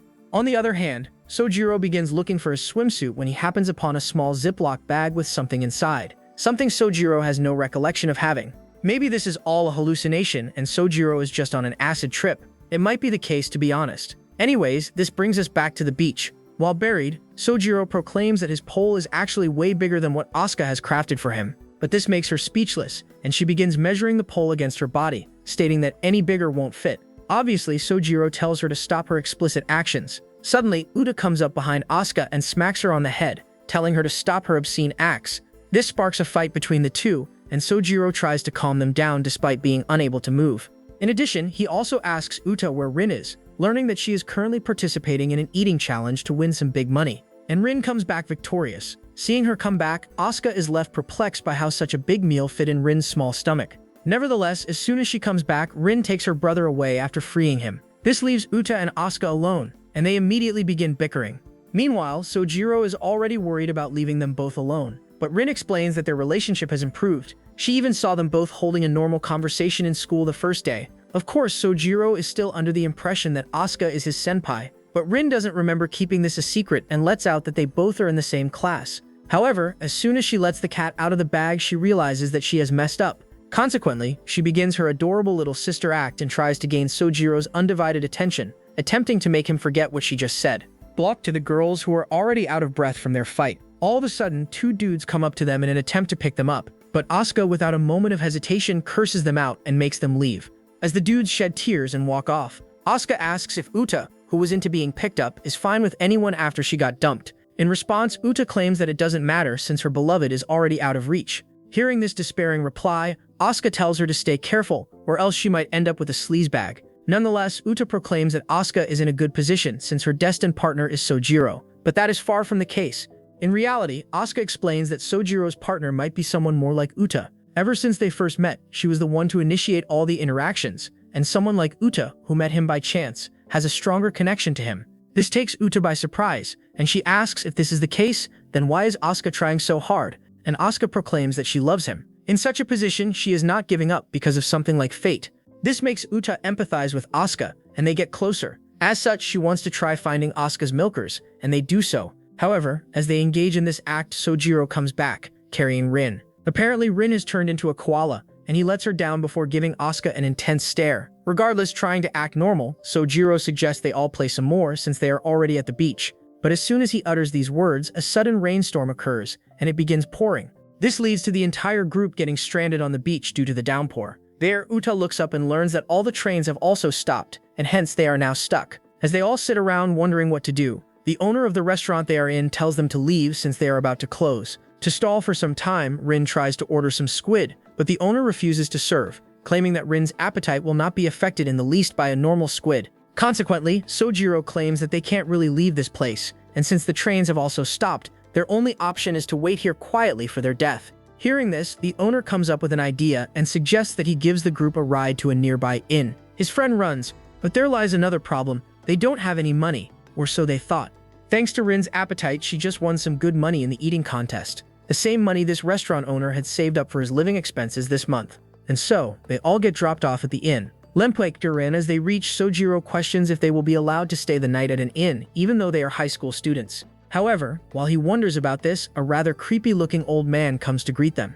Apparently, the inn is not open today, but the old man claims he can't just stay put, twiddling his thumbs when there are some people in need. As a result, he lends the group a place to stay, and they are all thankful, though it is only one room. Nevertheless, as they reach their room, Rin sees that it has an open-air bath and wants to go jump in. Of course, it's raining at the moment, and all this would do is just make her soaking wet again, as Sojiro points out. Asuka, she decides to take a regular bath and takes Uta and Asuka with her to do so. In the meantime, Sojiro stays behind and wonders about Ren's warped earlier at the beach.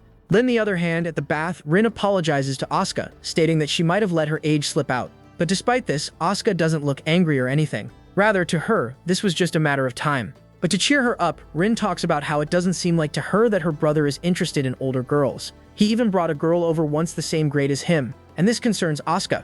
Regardless, Rin claims that Asuka should have a good shot still, and gets up to leave the bath. Following her, Uta and Asuka do so as well, and they all begin heading out. There, as Rin exits, she happens upon Sojiro, who is standing in front of her buck naked. Apparently, he too wanted to take a bath, but before he can leave or explain, Asuka and Uta also walk out of the bath bickering and happen upon Sojiro and his Excalibur. Seeing such a huge sword, the two of them are left speechless and let out a loud shriek. With this, they all return to the room, where Sojiro is flustered and embarrassed, seemingly having forgotten that he was the only male in the inn. On the other hand, the girls seem to be acting as normal, and this confuses Sojiro. But as it turns out, rather than getting embarrassed, Uta and Asuka are more in awe of Sojiro's horse, making him even more flustered. Seeing his reaction, they both begin making fun of him, or instead claiming that it doesn't seem too happy despite seeing them exposed. As such, Uta wonders if maybe it will cheer up if they show it something more. Not only that, she also begins measuring the pole's length with her body, just like Asuka did at the beach earlier. Seeing this, Sojiro is left perplexed, telling Rin to do something about her friend, but Rin just mocks him, calling him the corrupting giant PP man. This leaves Sojiro in a tough position, and to get out of it, he comes up with an ingenious idea: sleep. In the blink of an eye, he wanders into Slumberland, and according to Rin, this is the perfect opportunity. Apparently, Sojiro will not wake up from his slumber no matter what, giving Uta and Asuka the chance they need. However, they both refuse to cross the line of human ethics. And so, the night goes by. Late at night, Sojiro wakes up momentarily, confused as to where he is. Nonetheless, he soon remembers he is in the inn and takes a look at his surroundings, finding that Asuka is still up moon-gazing. There, Asuka also seems to have made up her resolve. As they both share an awkward moment, Asuka apologizes for her actions, claiming that she shouldn't have deceived Sojiro. Finally, she reveals that she is in fact Sojiro's junior. Uttering these words, Asuka is left to anticipate the worst. But much to her surprise, Sojiro acts as usual. Not only that, now that he is the senpai, he tries to get a shoulder massage from his junior, just like how Asuka did so far. As they both sit down and talk, Asuka asks what he thinks about her confession, and Sojiro claims that he already kind of knew. Moreover, he is just surprised that it took her so long to come out and say this. This results in Asuka getting mad, and she smacks him on the head out of embarrassment. In addition, she reveals that she didn't plan to tell Sojiro the truth just yet. To her, there are steps that should be followed in such circumstances, but they have skipped past some of those steps. As such, at least to Asuka, there is now no point in fighting fair anymore. Now that things have come to this, she only has one option to captivate Sojiro and obtain his heart. That is by force. Till all of a sudden the room darkens and Asuka pounces on him while making a predatory face. Not only that, she dashes closer and kisses him passionately, making Sojiro scream out of surprise. This noise is enough to wake up Uta, who sees the two of them sharing an intimate moment and begins blushing. On top of that, she even tries to wake up Rin so she too can witness the moment her brother's cherry is popped. Meanwhile, Asuka finally stops her passionate and steamy kiss, and Sojiro, still confused, tries to talk to her. However, Asuka is in no mood for listening. Want a result, Sojiro then asks her what Tsukimi will think if they cross the line, but Asuka reveals that she is just a teacher and will not interfere more than she needs to. With this, Sojiro then asks what Asuka's parents will think, making her stall for a moment. In response, she claims that she will have to tell him about her parents at some point in the future anyway, and this would be a good chance. While Asuka's body is still on top of him, Sojiro is left confused by her actions and asks why she is doing this.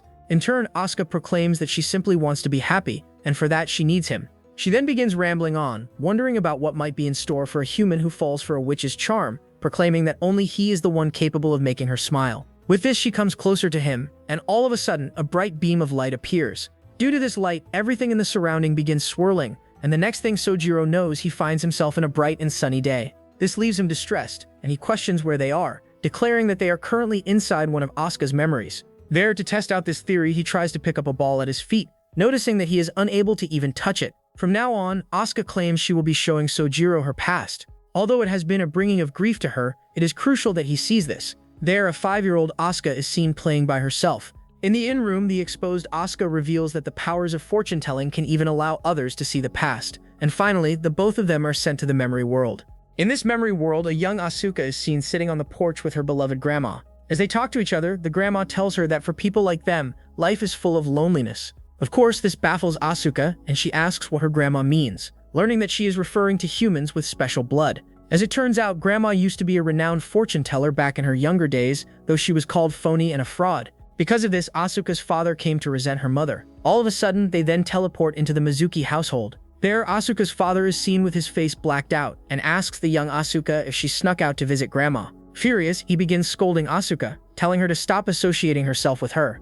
Not only that, he even goes so far as to call his mother a con artist, claiming that no good awaits anyone who associates themselves with a vulgar person who puts their soul into deceiving others. In response, the young Asuka reveals that she too possesses talent for fortune-telling. However, this drives the father over the edge. With a malicious expression, he announces that fortune-telling isn't real. Special humans aren't real, and the fact that the world didn't acknowledge her is proof of that. That woman is just a pitiful woman who deceived herself into thinking she is special, even disregarding her own son, who has now become acknowledged by society. As Sojiro and older Asuka witness this, Sojiro is left surprised by just how many issues Asuka's father has, and in turn she reiterates that her parents are weak people. Nevertheless, she decides to fast forward the memory, bringing them to a walk. Asuka, with her grandma, is seen returning from the store. As they head back, Grandma slowly gets in front of Asuka, but as she does so, Asuka gets one of her visions and pulls her grandma back, resulting in her being saved from an object dropping on her head. Sojiro notices that Asuka had her powers ever since she was little, but in her youth,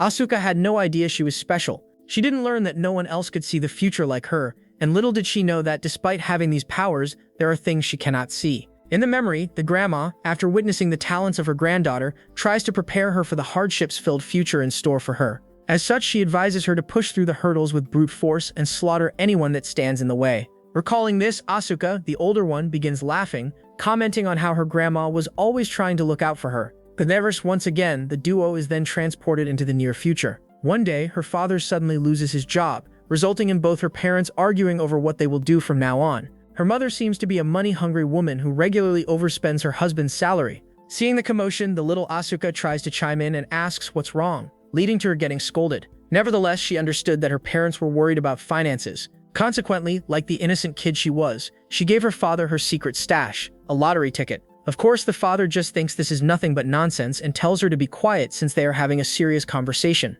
And so Asuka heads to the TV to see the result of her lottery ticket, whereas her parents sit down and discuss what to do. There, the mother suggests they get a divorce. Hearing this, the father is left distressed. He claims that just like his mother, his wife too only wants something from him. However, the mother reveals that he is the same way. All he ever wanted was a good job and a beautiful wife, announcing that a person with such shallow desires would never be accepted by anyone. All of a sudden, the child Asuka comes up to her parents and reveals that her ticket has won a whopping 1,000,000 yen. Obviously, they chalk this to be nonsense again, but after close attention, they learn that this is indeed true. The father, after rechecking the ticket, is left stunned and questions how Asuka knew she was going to win. But like the child she is, Asuka instead asks why her father didn't already know. All the while, Sojiro and adult Asuka are witnessing everything unfold from the control room. As they see these events unfold, Asuka comments on how, even though she can see the future, she still cannot see into the hearts of others, something she was unaware of at that point in time. These strikes greed into Asuka's parents' hearts, and slowly but surely, the world begins to know about this special child. She goes on to win the lottery 2 more times and even predicts the numbers on TV. Because of this, the entire world begins talking about her. However, her father seems to have malicious intentions. He wants to make powerful people become reliant on Asuka's power and manipulate them. All of a sudden, he gets a call from his mother who tries to put some sense into her idiotic child. Moreover, it looks like the grandmother is nearing her time as she coughs up blood while on the phone. Nevertheless, the father, overcome with greed, refuses to listen to her and claims he will put his skills to good use, unlike her. Not only that, Asuka's mother even pushes her to repeatedly appear on TV. Seeing all this, Asuka becomes bored and decides to fast forward to when things become more serious. Due to her abilities, she soon gets revered by many people, so much so that hordes of fans would come to the Mizuki household regularly to worship the godchild. Not wanting so much attention, the father decides to move. Of course, this would mean they get further from grandma, something Asuka is against, but her father convinces her to do so, and they move into a high-rise apartment. All the while, the ailing grandma is left watching helplessly. There, one of her apprentices, a big-bosomed girl named Sakuya, learns that she is about to die. As such, grandma decides to use Sakuya before she passes away and asks a favor of her. On the other hand, Asuka's life as a child goddess continues, and her father manages to bring many powerful people to their knees in front of her powers. However, Asuka grows tired of all this. All she wants to do is meet with her grandmother once again, but her father doesn't give her any time to do so, always putting more and more burden on her shoulders. And being the child she is forced to go along with her parents' whims, worried that something unfortunate is happening to her beloved grandma. Asuka's mother looks at her as Asuka tries to open the car door in an attempt to leave. She knows that her granny is in big trouble, but her father reminds her that the person they are about to meet is much more important than some frail old grandma. But her parents tell her to not be selfish, but Asuka crashes out. Her father argues back that she needs to put her powers to good use.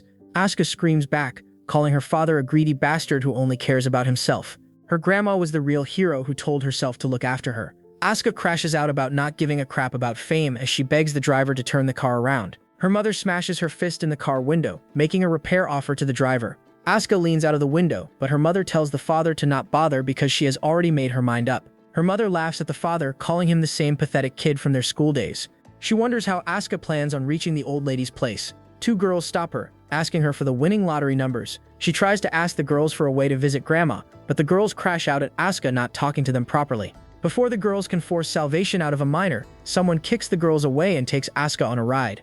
Asuka asks the badass if the women would be okay after getting kicked so brutally. The girl tells her to worry about her grandma first, then the strangers. The police starts chasing the two, but the badass uses her powers to cut off the officer's blood supply. Back in the apartment, grandma has passed out in a pool of her own blood. At the hospital, the blood-causing tumor has been removed from grandma, but she isn't waking up. The girl tells Asuka that she will take care of her from now, but Asuka blames herself for her grandma's demise.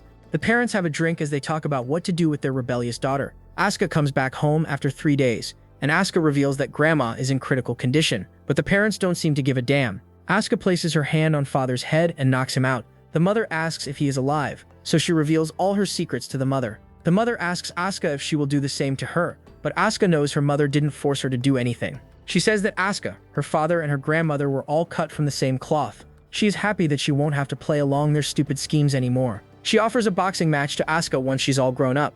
The mother leaves to get milk because Asuka is old enough to take care of herself. Back in the present, Sojiro analyzes the odd relationship Asuka has with her family. Asuka thanks Sojiro for sitting through her boring life, the only person who ever saw her as a human being.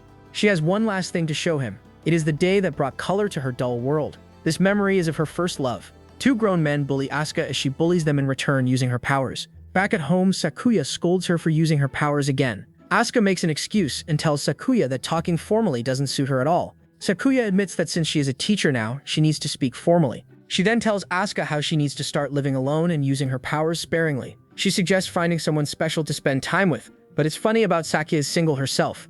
Asuka gets a well-deserved punch to the cheek as she strolls down the streets thinking about her special someone. No boy would ever be interested in a freak like her, she believes. The punks stop her again, and this time they brought their boss along. The boss confronts Asuka, who blatantly tells them that the punks were too weak. The boss smacks Asuka, but she dodges, reminiscing about how her poor grandma is dead yet stupid monkeys like these are alive and kicking. The boss makes some ugly threats to Asuka, and a boy walking nearby jumps in them. The boy glazes the men, telling them not to pick on such a small girl since they are so cool. The boss pushes the kid and the kid goes flying against the wall. The punks leave, so Asuka checks up on the bleeding kid. He admits that the blood in his mouth is from a school costume, but his head is actually bleeding. He tells Asuka that she shouldn't hand out around these parts when Asuka denies being a girl, and the guy just goes along with it.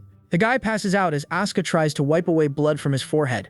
There, she sees his future, having fun with a hottie in a school uniform. The guy wakes up and Asuka starts bombarding him with questions about his bloodline. The guy admits that he is good at cooking and that he is Sakagami Sojiro. Asuka gets pissed off real bad, realizing that this normie is the guy of her dreams. Asuka tells him to mind his own business, because she could have handled the punks by herself. Sojiro confesses that he cannot understand other people's thoughts or actions. Asuka talks about some real dark stuff, but Sojiro just says that he doesn't understand all the hard stuff like feelings. Asuka assumes that he was rejected by a girl, so she laughs at him. Sojiro goes along with her assumption, still sulking about his matter. Asuka offers him one wish as a thank you for saving her, which brings them both to the arcade. Sojiro's sister wants a plushie he is trying to win. There is no way he can win with his sore loser charm, so he needs Asuka to win it for him. Sojiro finally wins the plushie, and Asuka is drained from all the mechanics of the game. Sojiro offers her the plushie and explains how it can absorb all her bad luck, which Asuka clearly doesn't need, but still decides to gift to Sakuya as a good luck charm for her dying love life. Sojiro says that Asuka sucks at video games. She claps back but then realizes she is being very chummy with him. Sojiro challenges her to a competition, but Asuka wonders why he wants to hang around her. Sojiro calls them friends and then wonders if she is afraid of losing. Asuka gets rage-baited into accepting his invite, but she feels happy over this small moment. But Asuka announces that it is time for Sojiro's penalty. Behind her, a machine shows a ridiculous 550k gorilla number, and Sojiro immediately says that cannot be real. She says it does not matter because Sojiro only managed 6 kilos anyway. Sojiro tries to bring up the tunneling effect, but Asuka cuts him off. She leans in with a smug smile as Sojiro asks what kind of penalty a man of his word should receive. They move to a prize machine. Asuka says he will get her a present, but it has to be from the arcade. She points toward the prize machines and says this should be easy for him. He steps up to the claw machine and starts playing. The claw drops, grabs nothing useful, and the prize slips away. He tries again. The machine whirs. The claw drops again. Still nothing. After several failures, she says she will cover the cost. He says if she is paying for it, there is no point in him winning the prize as a penalty. He takes over the machine and starts lining up the claw. Sojiro adjusts carefully. He focuses hard, his hand on the controls, while she leans in. The claw drops. The machine makes its little noise, and Sojiro stares in shock when his money disappears after the play. He calls the machine unreliable. Asuka says that is enough. Since Sojiro made an effort, she will consider his penalty paid. But then Sojiro reminds her that they did promise there would be a penalty. Asuka quietly says she does not really believe in promises anyway. To her, promises are just empty words in the end. Sojiro then points toward another arcade machine and says they should gamble on it. Since she said anything in the arcade was fine, he chooses a capsule machine. They stand in front of the gachapon. Asuka points out that he only has 200 yen. Sojiro says gachapon is basically a familiar kind of gambling, a test of luck, a fitting way to end the night. Then Sojiro explains what he really means. He says promises are like gambles too. Instead of money, people put in their time and trust, then bet on a possible future. Asuka listens quietly. He looks at the capsule machine and admits that they mostly just spent the day fooling around. But even so, he wants Asuka to bet her time and her heart on him. Asuka remembers that promises can be broken when they become inconvenient. They are just empty words if someone is not strong enough to keep them. Still, he reaches for the machine and turns the handle. A capsule drops. Sojiro opens it, and inside are small earrings. He notices they are a girly design and apologizes for that. Asuka tells him not to be sorry. Then she holds one of the earrings up with a soft smile and says she loves them. Sojiro blushes and says that is great. He thanks her for today and says maybe they will meet again around the arcade. Asuka admits she does not actually live around there. Asuka says she does not have a cell phone yet, so they might not be able to meet again. She was only visiting someone, and since she is changing schools, today is her last day in the area. The mood gets quiet. Then Asuka suddenly offers him one of the earrings. She tells him to take it. If both of them hold on to one, they will surely meet again. Sojiro accepts it. She warns him not to lose it. He agrees. They hook their pinkies together and make a promise. Asuka smiles at him while holding his hand. For the first time, the promise does not feel like empty words. Then the scene shifts. Sojiro wakes up. Startled, Asuka is sitting near him, dressed loosely, with long light hair falling around her face. She looks at him and says he is the young man from that night. Sojiro stares at her, confused and tense. Asuka brushes her hair back and says she has been waiting ever since then, waiting for the day she would meet him again. Sojiro is lying on the futon, completely frozen, while Asuka is above him in a loose yukata. The room is dim, the mood is tense, and Sojiro looks like his soul just left his body for safety reasons.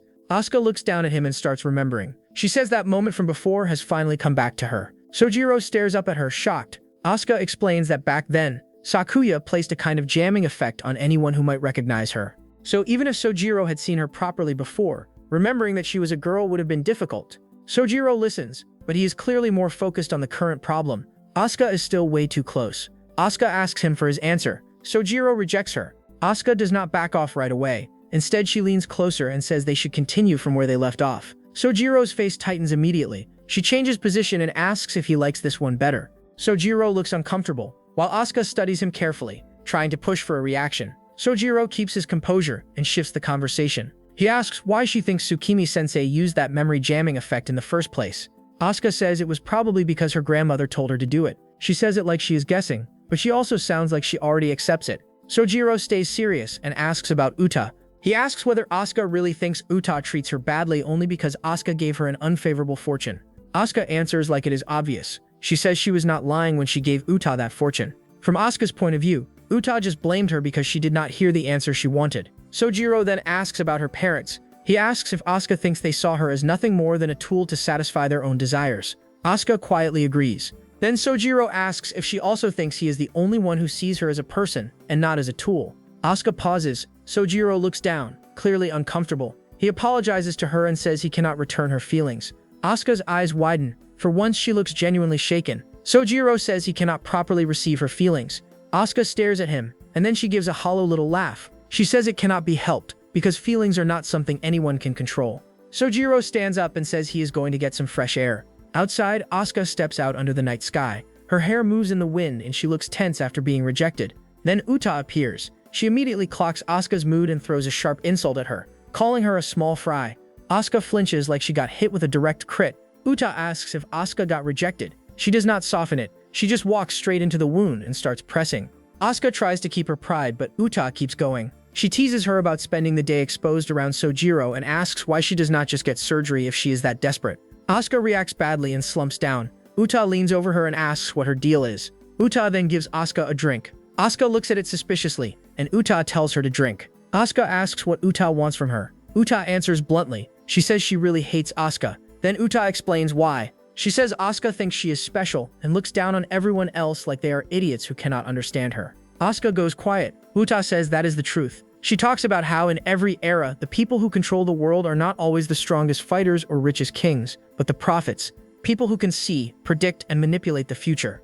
She points out that if Asuka wanted to, she could probably ruin the human race if the situation suited her. Asuka tries to push back, but Uta keeps the pressure on. She says Asuka was rejected anyway, so right now she is just a pitiful woman. Sortoi's Oka looks hurt and confused. Uta tells her that even if she has money, power, and everything in the world, she is still lonely if nobody wants to come near her. Asuka snaps back, saying she already knows that. She says everyone just wants the same thing from her. They want to use her, so she wants to use them too. Uta immediately asks if that means Asuka would be using Sojiro too. That lands. Asuka freezes. Uta moves closer and pushes the drink toward Asuka again. Asuka resists at first, but Uta gets firm and tells her to drink. Asuka finally drinks it, then realizes the label says it is fizzy wheat juice suitable for all ages. She stares at it like she just got tricked by the world's dumbest loophole. Uta tells her that no matter what other people say, nobody but Asuka can understand Asuka's own feelings.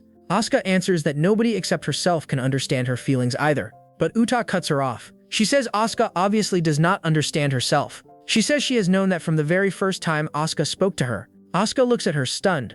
Uta leans forward. Asuka asks what is wrong as Uta's body starts sagging. Exhaustion is catching up with her. Uta mutters that from the first time she spoke to Asuka, she already thought Asuka was a problem. Then Uta suddenly leans in and blurts out kiss.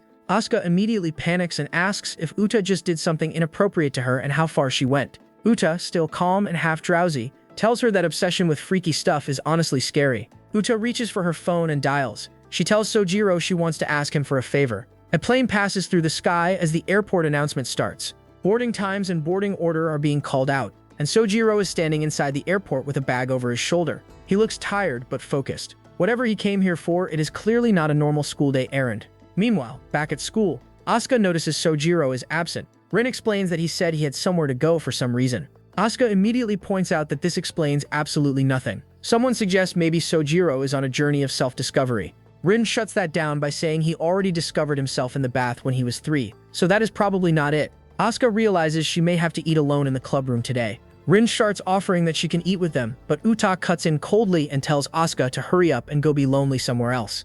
Asuka walks away and one of the girls immediately asks why Uta had to say it like that. Uta does not soften up. She is still acting annoyed, but the mood underneath is not simple. Emitsuchi admits that whenever she gets close to Mizuki, she feels lightheaded. She wonders if that means love, but she panics and denies it. Uta stays blunt and possessive, declaring that Mappi is hers. Later, Uta looks at Asuka's back and thinks Asuka needs to fix everything she ran away from, starting from square one. Then she quietly admits that this applies to herself too. Rin gets asked how old she was when she stopped taking baths with Sojiro. Rin answers that she was 10. The room goes awkwardly quiet for a second, because that answer came out way too calmly. Then Amatsuchi notices something. She says Uta does not seem very surprised by Sojiro's weirdness. Uta looks at her and realizes Amatsuchi might be useful. Amatsuchi turns to her, and Sakuya says there is something she wants to ask. The scene shifts to Asuka alone in the clubroom. She eats quietly by herself. There is no Sojiro, no chaos, no loud reactions, just Asuka sitting at the desk, looking down. She holds her food, but the room feels empty. The chair across from her is open. The silence makes everything heavier. Asuka looks around the room and then stands up. She leaves the classroom and heads outside. She walks to the bike area, where her bicycle is parked among the others. She stands there for a moment, looking drained, then takes her bike and leaves. After that, she reaches an apartment building. She stands outside a door, quiet and tired. Then she enters. Inside, she lies down on the bed. Her body relaxes, but her face still looks worn out. She stares ahead, then slowly lifts an arm to cover her face. The day passes. At school, Uta notices that Asuka is absent too.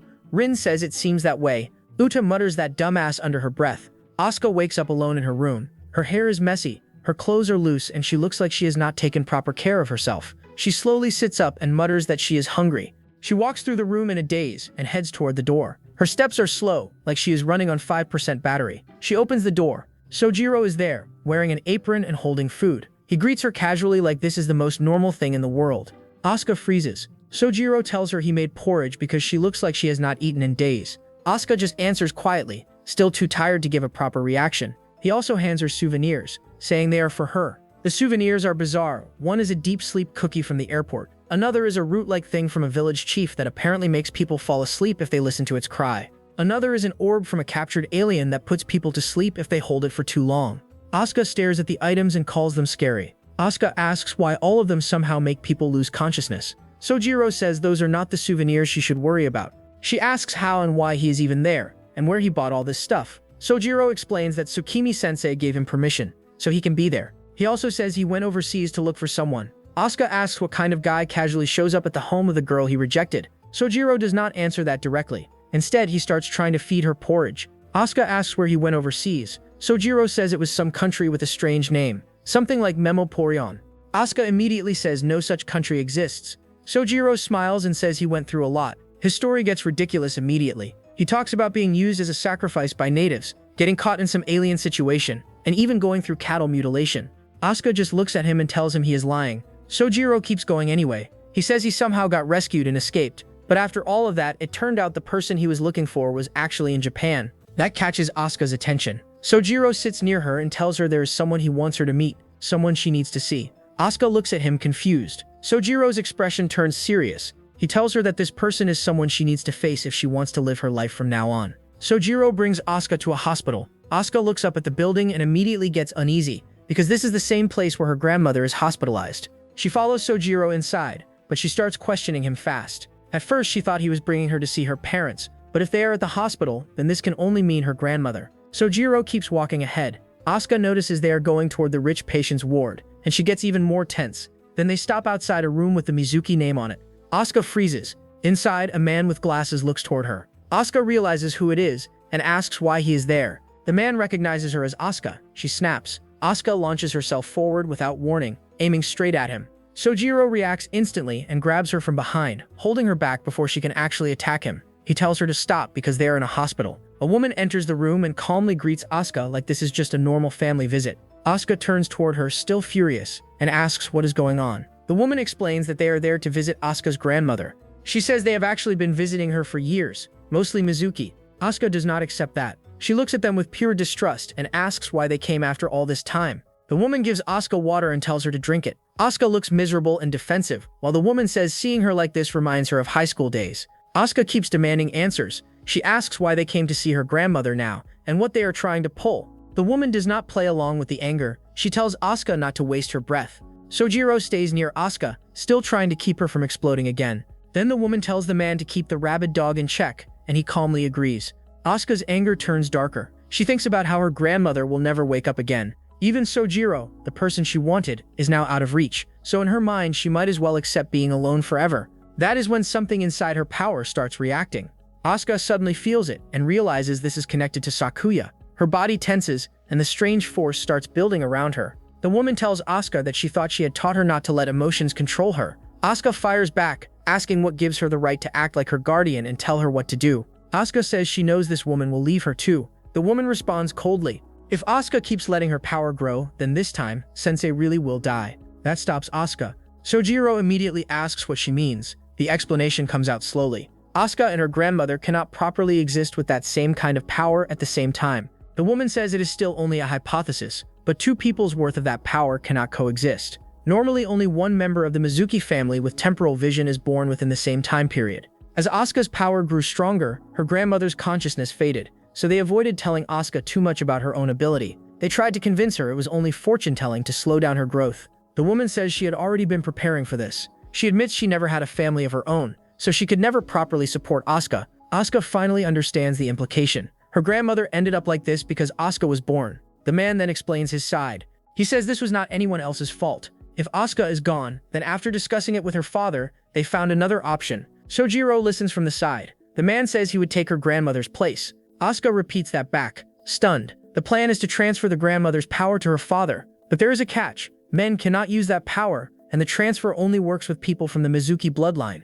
So after the transfer, her grandmother should recover, but her father would basically take the burden instead. Asuka explodes again, telling them that is the same as saying her father should die in her grandmother's place. The man does not deny the weight of it. He explains that Asuka may have loved her grandmother, but to him that woman was not a good mother. He talks about how their household was poor, even though she had that power. She refused to use her ability for money and scraped by with fortune-telling. Even when her power got exposed and drew attention, she still refused to use it for profit. He asks Asuka if she understands what it means to have no money, to be weak, vulnerable, and unable to push back against people who harm you. Asuka listens, shaken.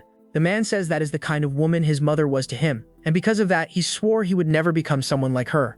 Asuka asks why, if he hates her so much, he would take her place. The man answers that he does not care what happens to that woman. He just does not want to become a pathetic person who cannot keep his promise.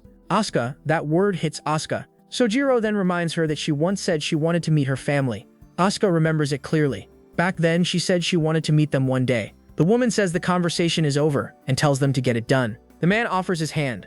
Asuka looks at him, still conflicted, while Sojiro asks if he is really okay with this. The man says that if this continues, Asuka will separate from her father without ever properly talking to him. Asuka starts panicking. She asks Sojiro what he wants her to do. Then her own buried feelings come out. Deep down, she knew she had been taking things out on her father.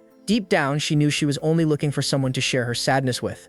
She knew that when she heard her grandmother collapsed, she just did not want to be left alone. She remembers how everyone leaves her. She remembers being told someone would only look after her until she graduates. And finally, Asuka breaks. She cries out that she does not want to be alone. Sojiro smiles too. Sojiro steps in and pats Asuka on the head. He tells her to leave it to him. The woman immediately tries to stop him, but Sojiro says the necessary pieces have already fallen into place. Then he brings up the insanity he went through to get here. He was taken hostage by aliens, used as a sacrifice by natives, and dragged through enough nonsense to make this situation possible. He explains that the one who actually has the method and can carry it out is Tsukimi-sensei. But there is one more option where nobody has to be sacrificed. Asuka looks at him. Sojiro turns serious and asks if she is prepared to live as a normal person from now on, without any knowledge of the future. Sojiro asks Asuka if losing her power means she will never see the future again. The mother explains it clearly. Even when Asuka is not actively using her power, she has always been sensing danger ahead without realizing it. For her, losing that ability would feel like a normal person losing one of their senses. Asuka listens quietly. The mother says that until now, Asuka probably never even thought about crossing a red light, because her body always knew if danger was coming. But from now on, even crossing at a green light would take real caution. Then, she asks the hard question. Even knowing that, would Asuka still choose the life of the father she hates so much? Asuka goes silent. She remembers the ugly things she said before. She remembers pushing him away. She remembers calling him selfish. She remembers saying she did not need him in her life anymore. Her father steps in and says Asuka does not need to carry any risk. Someone else starts to speak, but he stops them and says he has always wondered what Asuka really wanted to do. He points out that Asuka gathered all that money, but only used it when they had to move house for security. He also says that even though she hated her grandmother so much, Asuka still lived close enough that even a child could walk over. Then he asks whether it was really just a coincidence that Sakuya happened to be there that final night.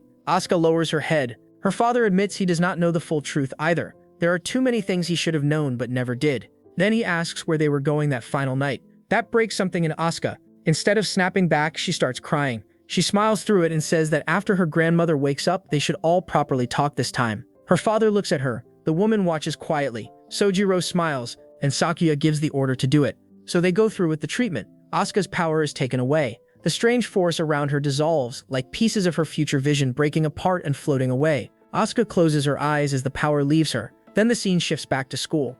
Rin is in the classroom yelling for food because she forgot to buy a bento. Someone tells her that even if she goes to the store now, there will only be scraps left. Rin looks miserable. The girls decide to go out together. Uta mentions a nearby place, and someone says they forgot to reserve a spot. Asuka watches from the side, nervous. She quietly asks if it would be okay for her to eat with them too. The girls pause, then they welcome her. Asuka looks surprised, like she genuinely did not expect that answer. Then she smiles and joins them. They all leave the classroom together. Uta, Rin, and the others walk down the hallway, chatting normally, while Asuka follows beside them. Sojiro sees them through the window and notices Asuka smiling. He asks what they mean by a breakout, but Asuka just smiles back. The treatment itself seems to have gone smoothly. Sakuya apparently explained the theory beforehand, but even the people listening barely understood half of it. Asuka's grandmother still needs more treatment, but she should wake up soon. Asuka has lost the ability to see the future, but she looks calm. She even smiles and says she is now one of the commoners, but there is still one thing left. Sojiro stands outside the clubroom, holding something and looking serious. Inside the room, the sign has been changed. It now says something like the totally inaccurate fortune-telling club. Asuka looks up at it, quietly taking in what that means. Her fortune-telling power is gone now. The club itself feels different. Then Sojiro comes in. Asuka screams. She jumps and clutches herself in shock because she did not sense him coming at all. Sojiro asks if she is not going inside, and Asuka is still panicking because he completely took her by surprise. Asuka says she wonders why her grandmother did fortune-telling in the first place. Sojiro says they can just ask her after she wakes up. Asuka agrees, then says club activities are cancelled today because she wants to visit the hospital. Sojiro says he will come too. On the way, Asuka keeps getting startled by everything. She screams over and over, turning at random sounds and reacting like ninjas are about to drop from the ceiling. Sojiro tries to calm her down and says there are definitely no ninjas around. Then Moho shows up and calls out to them. Asuka reacts again and Sojiro realizes she is jumpy because she can no longer predict who is approaching. Moho looks exhausted and says Tsukimi-sensei showed her a world she never knew about. Sojiro asks what happened because Moho looks terrible. Moi says she is so worn out that she is even hallucinating a creep with grass on his head. Sojiro, standing right there, gets reduced to hallucination status. Asuka asks if Sakuya did this. Moi says Sakuya told her something about Asuka's grandmother, and Asuka realizes Mo was with Sakuya. Mo also mentions that being near Tsukimi-sensei is still too much for her senses, and it makes her nauseous. Then she suddenly reacts, and Asuka realizes this might be connected to the last piece Sakuya needed to complete the treatment. Asuka's senses are still unstable. She cannot see the future anymore, so every sound and movement hits her raw. She starts panicking again. Sojiro moves closer and tells her to calm down. He tells her to take deep breaths. There is no need to rush. Her grandmother is not going anywhere. Asuka nods and slowly steadies herself. Then they reach the hospital room. Asuka stands outside the door, tense. Her hand is near her chest, and she looks nervous in a way she almost never lets people see. She opens the door. Inside, her grandmother is awake, sitting up in the hospital bed. Asuka freezes. Her grandmother turns toward her and calls her name. For a second, Asuka just stares. Her eyes go wide and her whole face breaks. She looks like she wants to cry, scream, and laugh all at once. Then she asks what kind of face her grandmother is making. And immediately after that, Asuka throws herself forward. She launches across the room toward her grandmother, arms out, crying hard as she rushes at her. After everything, her grandmother is finally awake. Asuka gave up the future to get this moment back. And now, for the first time in a long time, she does not need a fortune to know what matters. A church bell hangs outside a chapel. Inside, a bride's dress trails across the floor as she walks forward. At the altar, a groom stands with the priest behind him. He turns back with a calm smile while the bride stands facing him in her veil. The bride is shown from the front, holding her bouquet. Before anything else happens, a phone starts ringing. The sound cuts into the moment again and again. The phone keeps buzzing beside the bed with the number 7 on the screen. Asuka is asleep under the covers. The ringing finally wakes her up, and she slowly opens one eye. She pushes herself up from the bed, still half asleep, and says it has been years since she had a dream. She gets out of bed, and the moment changes to outside the school. Uta is standing near a vending machine with Ryu. He looks down at her gently while she stands in front of him, nervous and blushing. Ryu smiles at her. Uta looks flustered, clearly struggling to even look at him properly. Ryu reaches out and pats Uta on the head. Uta freezes in place. He then turns away and walks off, leaving her standing there by herself. Uta stays there holding her bag tightly. Her face is lowered and she does not move. Back in the present, Uta is sitting outside near the wall. She has her knees pulled up and her face hidden. Asuka stands nearby and asks if that is the person Uta likes. Uta stays curled up against the end and asks why she is there. Asuka answers that she only came to buy something to drink. Uta asks if Sojiro is not usually the one who comes at times like this. Asuka says she thought Uta was crying. Uta keeps her head down and says she is not crying because she already cried as much as she wanted before. Uta sits there quietly beside her, looking tired. Asuka then asks why Uta decided to confess now. Uta stays silent for a moment. Asuka waits. Uta finally says she also wonders that herself. Uta admits that when she sees Asuka, she tells herself not to run away. She says she feels like she should also try her best. Asuka listens without cutting her off. Asuka quietly looks at Uta. Uta lowers her head again, embarrassed after saying all that out loud. Then Asuka comes back with a drink and holds it out to her. Uta looks at the can and asks if carbonated barley juice for all ages is really something their school sells. Asuka sits beside her and says there is such a thing. Uta starts remembering her first conversation with Asuka. She says she remembers it clearly. The first time they talked, Asuka was already acting like Asuka. In the memory, Uta seems to recognize Asuka and asks if she has seen Mizuki somewhere before. She asks if Asuka's house is near that area.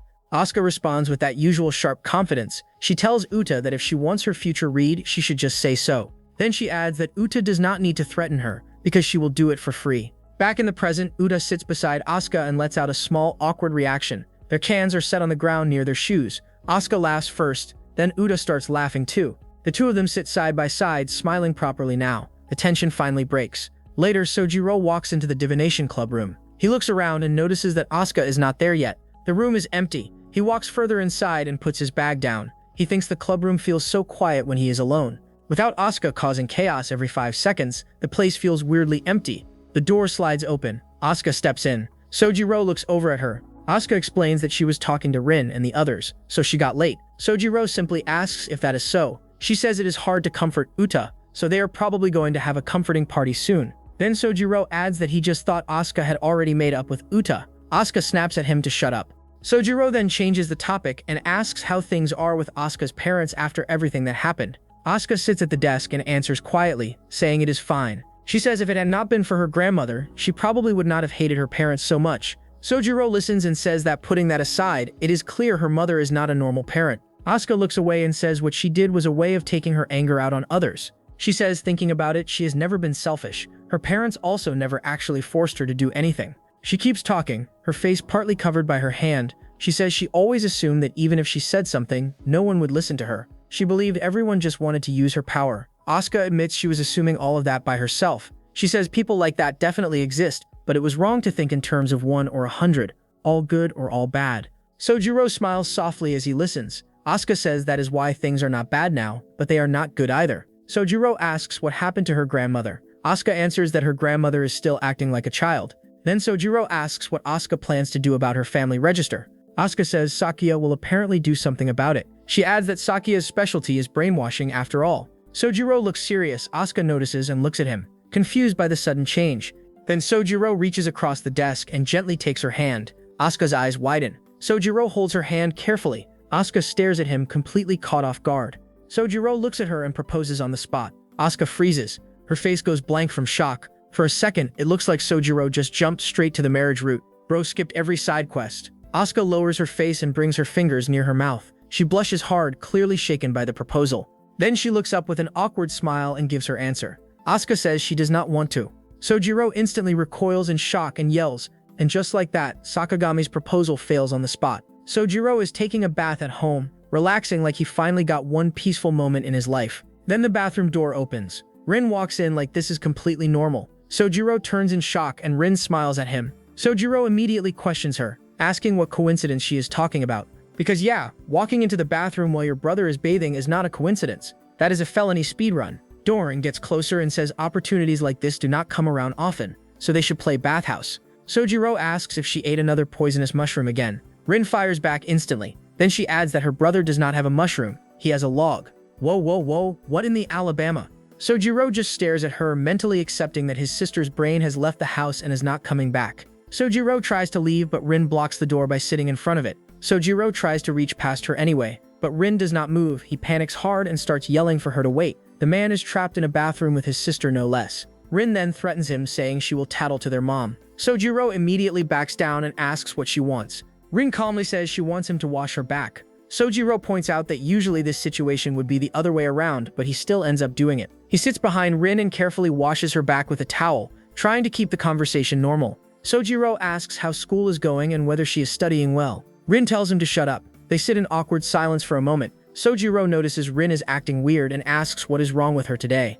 Rin suddenly looks back over her shoulder and says that she got a boyfriend. Sojiro freezes. His hands stop. His entire system crashes. The next second, he slips and falls backward in the bathroom, yelling in pain. He knocks things over while Rin calmly stays seated in front of him. Bro gets a premium view for free. Rin looks down at him and asks what he is doing. Sojiro is lying on his back, completely stunned. He repeats boyfriend like his brain is trying to process a forbidden file format. Sojiro, still on the floor, asks if his sister's boyfriend's human rights are not recognized by the Constitution. Rin asks what if that is the case. Then he tells her to bring the guy home once. Rin immediately says no, because if she does that, he will kill him like any normal older brother. After the bath, Sojiro sits there looking defeated. He says Rin, who used to be so small, already has a boyfriend. Rin asks if he will be lonely if she gets a boyfriend. Sojiro says he will be lonely, but once he kills the guy, he will celebrate. Lenin gets annoyed and flicks him in the face. Sojiro reacts and Rin stares at him with a deadpan look. Then Rin smiles smugly and calls him a siscon. Then she grabs him by the hair or face and pulls hard, making him groan. Sojiro immediately clarifies that it was a joke, calling her an idiot. Rin watches him leave the bathroom and thinks to herself that he is a bizarre creature. She has a point. Later, Sojiro is in the living room, sitting on the couch with a fan. He complains that it is already summer. He leans back and thinks about Rin again, wondering what kind of poisonous mushroom she ate this time. Sojiro is using his phone and laughing to himself. Rin, from the other side of the room, asks if he is talking about her with his wife. Sojiro reacts instantly and turns around, asking how she knew. Rin is by the kitchen counter, looking at him like she already has the full case file. Rin says he proposed even though he and Asuka were not even dating, and then he got rejected. She casually adds that this is a turnoff. He panics and says he was told it was okay to date. Rin keeps going, saying that normally if he got a girlfriend it would be okay to give his sister a brief report. Sojiro yells that this is annoying. Rin walks away and says that is how it is with her sister's friend, and that it is normal.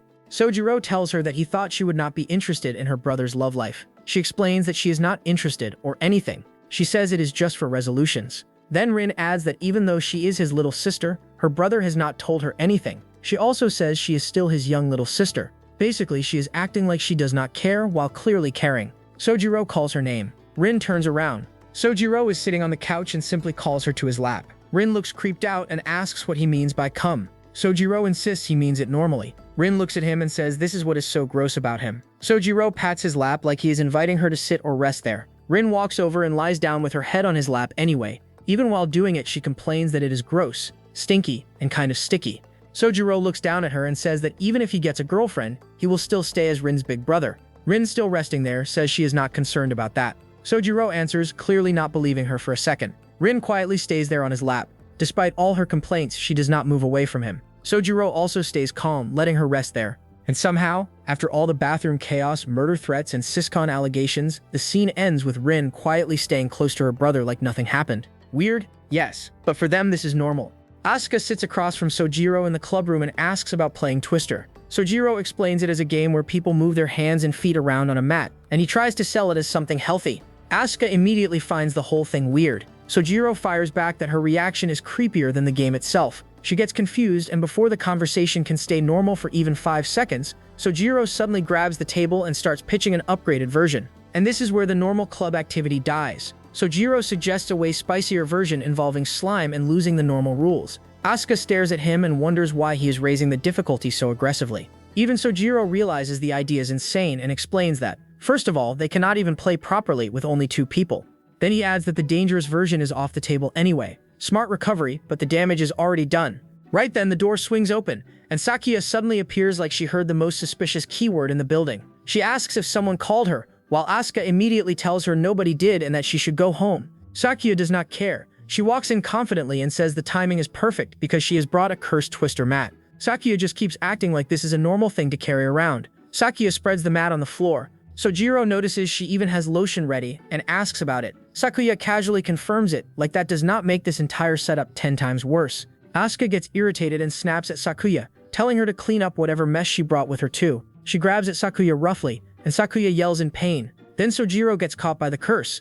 He ends up sprawled across the mat with his body moving strangely, looking less like a Twister player and more like someone got possessed by a low-budget cat demon. Sakuya explains that the curse is probably creating a stage for spicy accidents. Sojiro panics and asks what he is supposed to do. Sakuya suggests that Asuka should just flirt with him like usual and make him blush a little. Asuka refuses immediately. She is not trying to speedrun a scandal today. Sakuya pushes her again, and Asuka hesitates. She looks flustered but also pressured. Then the curse makes its move. Sojiro suddenly climbs over Asuka in a cat-like pose. His body moves on its own, and he ends up pinning her down on the mat. Asuka is lying underneath him while he leans over her, completely controlled by the curse. Sojiro makes a cat-like sound, and Asuka freezes. The whole situation instantly goes from club activity to fan service emergency. Someone call a referee, or a lawyer. Sojiro says he cannot move his body freely anymore and points out that this has nothing to do with Twister. He is right. Twister left the building 3 minutes ago. Sakuya, instead of helping, starts feeding more energy into the curse. Asuka notices and asks what she is doing. Sakuya explains that she is refueling it like this cursed disaster is a dying phone battery. Asuka wonders if she should leave the slimy grudge alone, while Sojiro apologizes because he still cannot control himself. The curse keeps pulling the 2 of them into worse positions, and Asuka gets yanked around by the slime. Then Asuka ends up leaning over Sojiro. Her expression changes, and she starts looking way too amused by the chaos. She says she understands why this is fun now. For the first time, Asuka realizes what it feels like to be the one getting manipulated. Usually Asuka is the one making him lose composure, but now the mat has turned the tables. Sojiro thinks that he cannot help it because his hands are moving on their own. Her body keeps shifting because of the slime, and she struggles to focus. The situation keeps getting messier, and she gets stuck again. She calls out to Sakuya for help, but Sakuya is already stuck across the room, floating awkwardly like the curse caught her in 4K too. Asuka calls her unfair because apparently even the cursed object has favorites. Asuka keeps struggling, blushing harder as the slime traps her movement. Asuka watches the whole thing getting worse and realizes they are crossing the line again. Sojiro's hand slips somewhere private as Asuka looks to Sakuya for help. Asuka asks Sojiro what is poking her stomach, but Sojiro makes an excuse. Asuka wonders how huge Sojiro is, thinking that he will clearly split her into 2 if he uses his sword. Tsukimi-sensei arrives and sees the disaster. Sojiro over Asuka, both trapped in slime, Sakuya stuck nearby, and the cursed Twister mat doing whatever unholy side quest it was programmed for. Tsukimi-sensei asks what they are doing, and Sojiro immediately tries to explain that the situation is not what it looks like, which is rough because it absolutely looks like what it looks like. Tsukimi-sensei turns her attention to Sakuya. Asuka keeps asking for help, but Tsukimi-sensei first assumes this is another one of Sakuya's pranks. Then Tsukimi-sensei moves closer and starts eating the slime. Asuka watches her carefully, wondering what she is doing. Asuka is free, so she decides to help Sakuya down. The rescue attempt gets awkward fast because instead of fixing everything smoothly, they only manage to pull out one embarrassing piece of clothing from the mess. Asuka then looks at Sojiro and suggests he try using that weird extra thing with Sakyua. Sojiro immediately rejects the idea because that has zero ethics. Sakyua is finally free. Asuka, still caught up in the mess, gives a strange excuse involving a hair growth period, making Sojiro question what that even means. Sakyua gets embarrassed and yells at them to stop being indecent. Asuka starts panicking because she thinks blood or brain juice is coming out. Sojiro looks at her and calmly explains that her brain is not leaking. Asuka, meanwhile, starts getting a headache. She asks if her own brain is sticking out now. Sojiro tells her it is not. At this point, everyone's brain is probably fried anyway. Sojiro says her head hurts and decides she is going home. She wants to take a bath, and honestly, that is the first normal decision anyone has made all the time she has been here. She leaves, but Sojiro notices the most awkward detail. Someone went home without wearing their underwear. After all of that, Sojiro and Asuka are left standing in the club room staring at the aftermath. The twister mat is still lying on the floor, completely covered in slime. Asuka turns to Sojiro and teasingly calls him her boyfriend while asking what they should do about the disaster. Sojiro looks completely drained. He asks if he should wipe her body first and then clean up the mat, still playing along with the boyfriend-girlfriend bit. Asuka gives a weak reaction, clearly exhausted too. Sojiro spots a small black shape near the fence and immediately gets curious. At first he thinks it is a cat, then he looks closer and realizes something is off.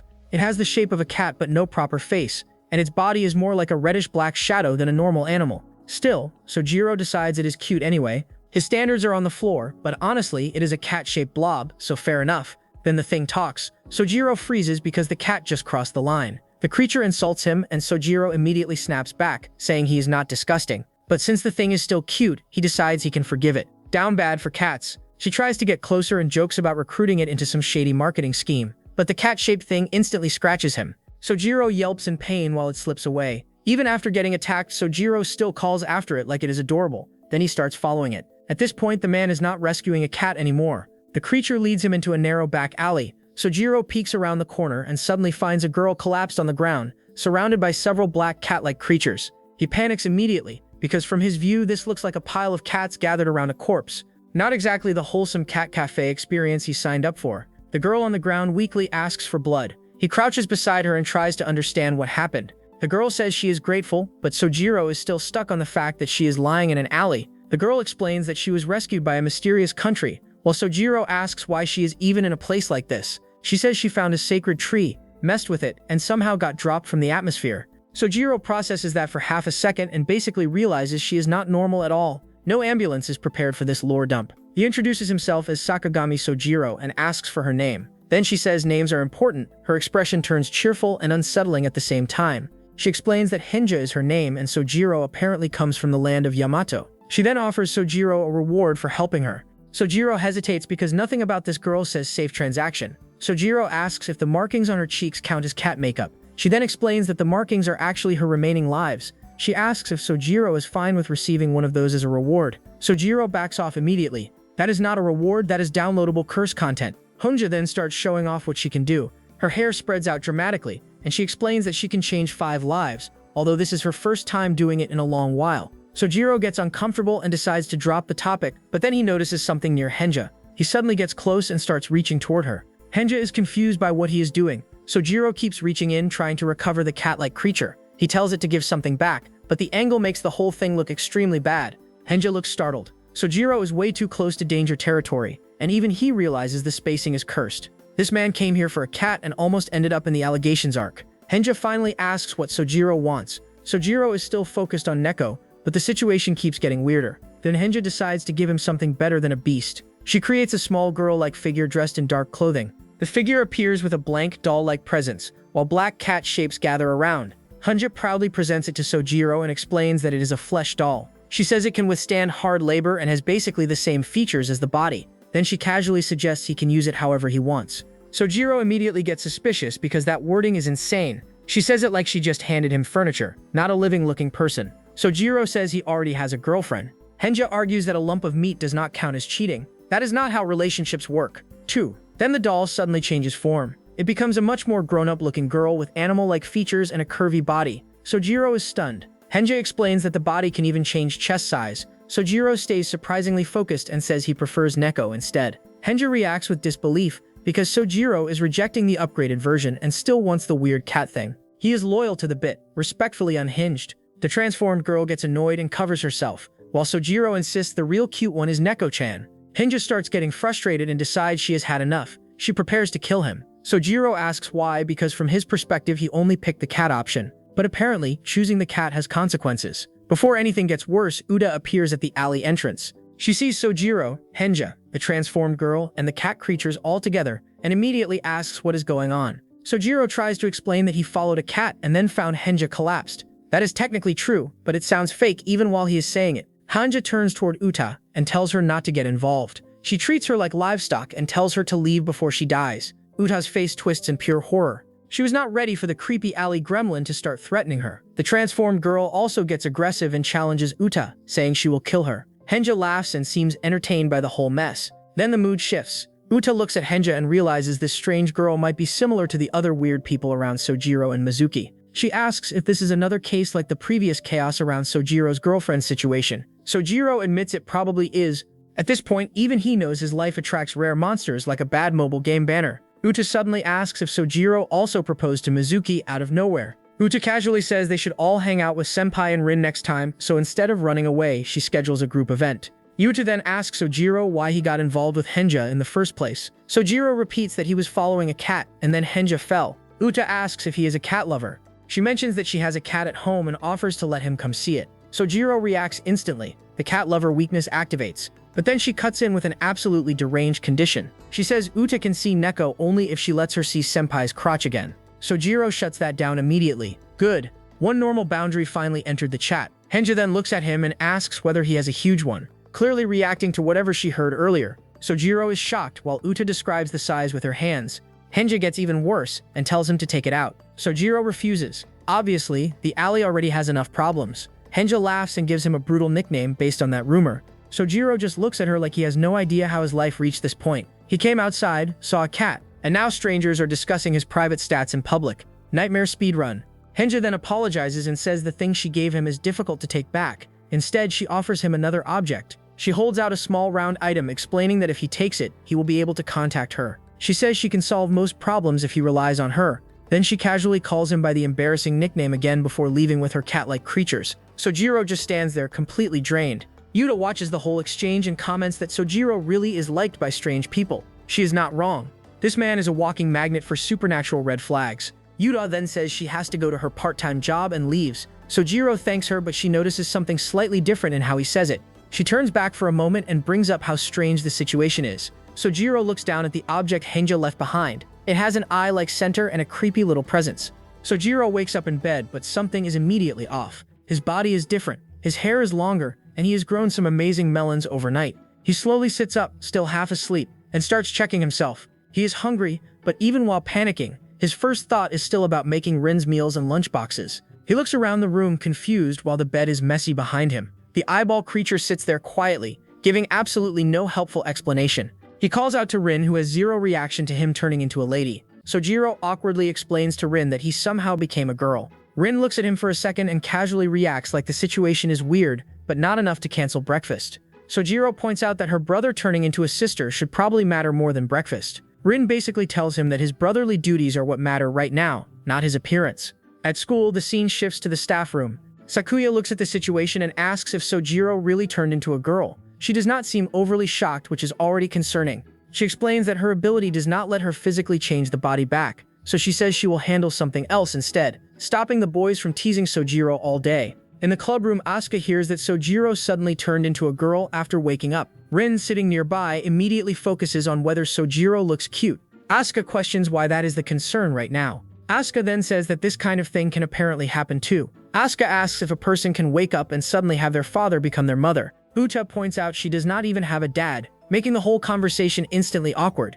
Asuka quietly admits that maybe the idea is true, but then realizes the emotional landmine she stepped on and apologizes. Then the girls notice something strange coming from the second-year classroom. They decide to check it out because apparently when reality breaks, the solution is to walk directly toward the problem. Inside the classroom, Sojiro is already surrounded by classmates. Since he is now a girl, several boys and weird-looking students crowd around him, treating him like a new attraction. One of them tries to feed him, telling him to open his mouth. Sojiro looks uncomfortable while Uta and Asuka watch from nearby, immediately realizing this situation is not normal. Another classmate even asks Sojiro to give them some attention too. Sojiro admits he cannot really do anything about it. The man got turned into a girl and instantly unlocked harem mode against his will. Asuka watches the boys fussing over him and comments that it feels strange to call it cheating. She says the issue is not that Sojiro is surrounded by men, she calls Sojiro a catfish. She then questions whether they are okay with this former guy. One of the creatures says there is nothing to be ashamed of, but then everyone is clearly hiding their faces. Sojiro notices the contradiction immediately. Asuka decides this is bad and grabs Sojiro to leave. She tells him they are not safe there. Sojiro is pulled away while the strange classroom crowd continues acting way too interested. She then warns everyone not to touch this person too casually from now on, because this person is her man. The mood immediately shifts. Sojiro gets embarrassed and his eyes light up when she hears himself being called that. The strange creature warns that if Sojiro turns back into a man, it will kill him. The others agree way too calmly. The teacher says there is nothing she can do about Sojiro's condition and that he will probably return to normal by tomorrow anyway. Asuka adds that if the situation continues, her boyfriend could be in danger. Sakuya suggests that if they cannot fix it right away, they might as well let Sojiro enjoy being a woman until tomorrow. Then the group shifts into inspection mode. Uta, Asuka and Rin gather around Sojiro's female body. Sojiro gets nervous as they start discussing how to examine what changed. One of them points out that Sojiro's chest is bigger than expected. Yuta immediately tells them to stop with the harassment. Sojiro looks embarrassed, shrinking into himself. The teacher casually suggests examining every corner of the body while focusing on the changed parts. Sojiro's face goes blank because that suggestion is insane. Sojiro stands there embarrassed, unsure what to do.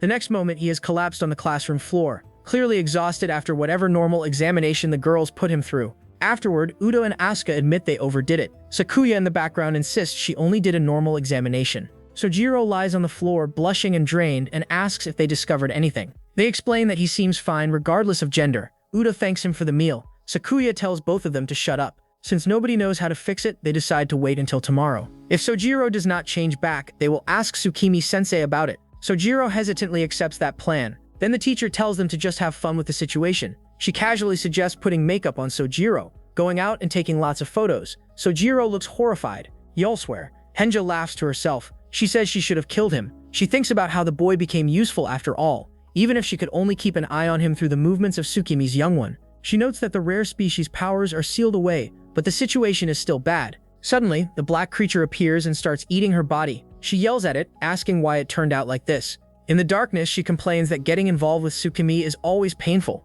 The creature keeps bothering her and she yells at it not to eat her body. By the next day, Sakagami's body has returned to normal, but he admits it was fun being a girl for a day. Sojiro and Asuka are in the classroom, talking by the window. Sojiro casually points out that, in the end, good weather is still good weather. Asuka looks back at him and admits she did not know that.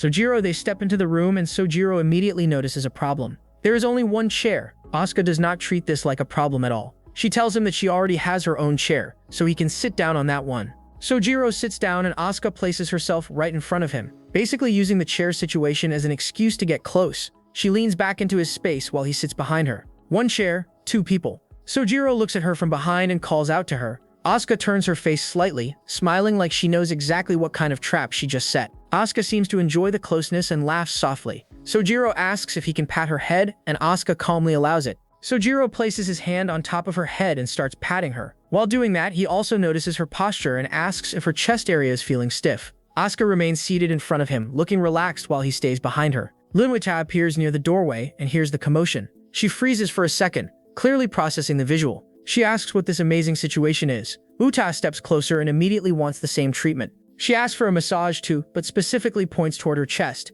making the mood instantly awkward. Asuka blocks that request by saying this course is only available to gold members. Uta gets offended and accuses them of discrimination. Sojiro quickly denies that this is what is happening. Uta then spots Tajima outside and calls him over. Sojiro watches from inside while Uta moves to the window and calls out to him. Tajima notices her and asks what is wrong. Atira asks him for the same kind of chest massage. Tajima immediately shuts it down, saying he is not ready for that. Tarjiro looks at Utira and points out that even if she looks at him with that face, it is not going to work. Utira gets insecure and asks if she is simply not attractive. Asuka answers way too honestly, pointing out Utira's gloomy vibe, bad personality, and even taking a shot at her hair accessories. Sojiro cuts in and explains that charm is different for each person. Uta and Asuka both look at him as he sits there with a confident smile, acting like he just dropped ancient wisdom. Uta questions why he sounds so proud. Sojiro says that once someone realizes charm, they cannot really hide it anymore. Uta immediately tells him not to take this topic too seriously. Sojiro still continues, saying there are disadvantages in life, but there are also people who find that sort of thing attractive. He is either being deep or coping at professional level. Asuka starts demonstrating what she means by charm having different aspects depending on who is looking at it. She focuses on herself, and the conversation gets weirdly physical again. Then something strange happens. Sojiro's charm somehow becomes too strong, and Asuka gets launched into the wall. Her upper body disappears inside it, leaving her lower half sticking out of the classroom wall. Sojiro panics immediately and calls out to her. Uta stands nearby, watching the disaster unfold with a blank face. Sojiro runs toward the wall and asks how this even happened. Uta calmly assumes his charm was simply too strong. Asuka is still stuck inside the wall, describes the feeling from inside like she is trapped somewhere warm and enclosed. Sojiro does not know what to do, so he grabs her legs and starts trying to pull her out. He pulls hard and even starts yelling encouragement, treating it like some kind of emergency delivery. Yuta watches in silence as Sojiro tries to drag Asuka back into the room. Sojiro keeps pulling, but Asuka does not come out. Yuta watches him getting more and more desperate and points out that he is getting stupid because all the blood is rushing to the wrong place. Sojiro suddenly gets an idea. He turns to Yuto and says they should call someone for help. Yuto agrees, clearly relieved that he finally remembered normal crisis management. Sojiro tries to contact help using the strange eyeball-like thing connected to Henja, but instead of help arriving, the response he gets is basically that Henja is busy fishing. Sojiro checks the little eye on his hand and sees no useful reaction. He realizes that whatever he just tried did not work. Then the eye-like creature finally appears in his palm. Asuka manages to come out of the wall, and Sojiro asks whether she is alright. Asuka looks dazed and says she does not remember what happened. Uta guesses that since it is Asuka, even if she gets slammed into a wall, she probably heals quickly. The small eye floats nearby. Sojiro notices it and reaches toward it, but it moves away. He tries to catch it, but the eye falls near the floor. Sojiro steps toward it in a hurry and accidentally crushes it under his shoe.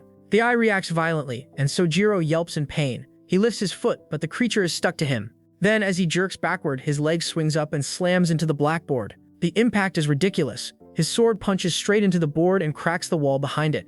Asuka and Uta stare at him in shock. Sojiro is now standing in front of the board with his private stuck in the wall. For a moment, nobody knows what to say. Asuka and Uta both look at him and react like the scene has become insanely inappropriate. Sojiro tries to explain, but there is no clean way to explain having your third leg buried in a school wall. Sojiro begs for help while the girls try to make sense of what they are looking at. Yuta tells him to shake his hips to get free. Another voice from the doorway joins in and encourages him to make it smaller, which makes the situation even more cursed. Yuri starts attracting other students. People gather outside and begin shouting wild, inappropriate rumors about what Sojiro is doing to the school. Sojiro panics harder. Asuka and Uta stand nearby, clearly realizing that letting more people see this was a terrible mistake. The crowd keeps yelling while Sojiro remains stuck in the blackboard. The fortune-telling club's reputation takes another critical hit. Finally, Sojiro realizes they made a mistake. Instead of solving the crisis quietly, they accidentally turned it into a public incident. Sojiro is walking through the school hallway while quietly repeating a strange phrase to himself. He tries to correct it, saying it is not quite right and that it sounds more like something else.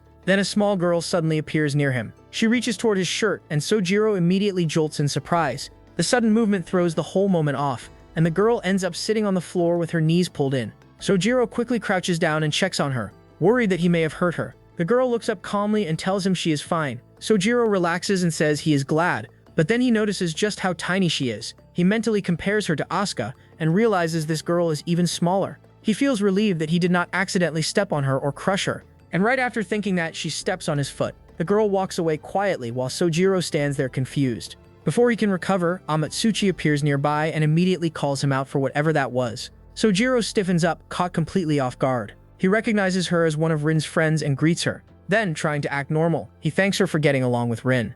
Amatsuchi politely says it is no trouble, but the air immediately turns awkward. Sojiro tries to ask about her sixth sense after whatever Tsukimi-sensei did to her. Amatsuchi says hers is not as bad as the other girls. Sojiro agrees, but neither of them knows how to keep the conversation alive. Before Sojiro can escape, the tiny girl comes back and tugs at his shirt from behind. She looks up at him with a soft smile and asks if he is Rin's older brother. Then she introduces herself as Nagi. Nagi blushes and speaks very politely while holding on to him. Amatsuchi sees this and instantly panics internally. In her mind, Nagi blushing and using polite language looks like a full-on love flag. Sojiro also notices how weirdly affectionate Nagi seems. She stays close, looking up at him, and the whole thing almost looks innocent. But there is one problem. Nagi is pinching him hard.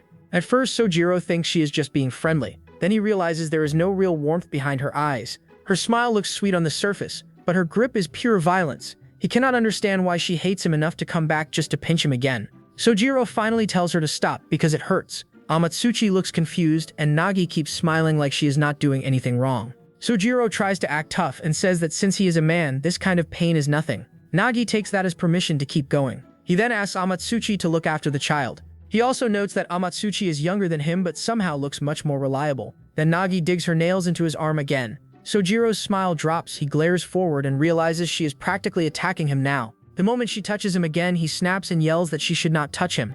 Nagi hides behind Amatsuchi immediately. Amatsuchi asks what is wrong, and Sojiro explains that the little girl pinched his arm. Nagi buries herself against Amatsuchi while wearing a smug little face. Sojiro sees that face and completely loses it. Sojiro's face twists with rage and he threatens to stomp Nagi to death. Nagi notices he is bleeding from his mouth and casually asks if he can stick his tongue out. Sojiro suddenly calms down. Nagi says she has a bandage and will put it on him. He realizes he may have misunderstood her and starts thinking she is actually a kind child. Sojiro obediently sticks out his tongue. Nagi immediately gets close to his face and the scene becomes suspicious for about 2 seconds. Amatsuchi panics from behind and warns Nagi not to kiss him, but Nagi calmly says she is not going to. Nagi keeps smiling and says she will not lose anything to a guy like him. Sojiro just stands there completely stunned while Amatsuchi apologizes on Nagi's behalf. Later, Sojiro rushes into the club room where Asuka is carefully building a card tower. She is focused, placing one more pair of cards near the top. Sojiro bursts in calling for her, and the sudden shout makes Asuka react. Her card tower collapses instantly. Sojiro runs up to her, panicking, while Asuka asks what happened. He explains that his wrist got pinched and his tongue got pulled out. Asuka takes one look at him and understands. She says he completely lost against a ferocious little brat. Sojiro admits it, looking frustrated. Asuka then asks him to show her his tongue. Sojiro hesitates, but he does it. Asuka moves close, holds his face, and inspects his tongue. Their faces get close enough, making the situation way too intimate. Sojiro freezes, clearly not prepared for this kind of treatment. Then Asuka asks to see his wrist too. Sojiro mishears the wording in the worst possible way and blurts out the wrong body part.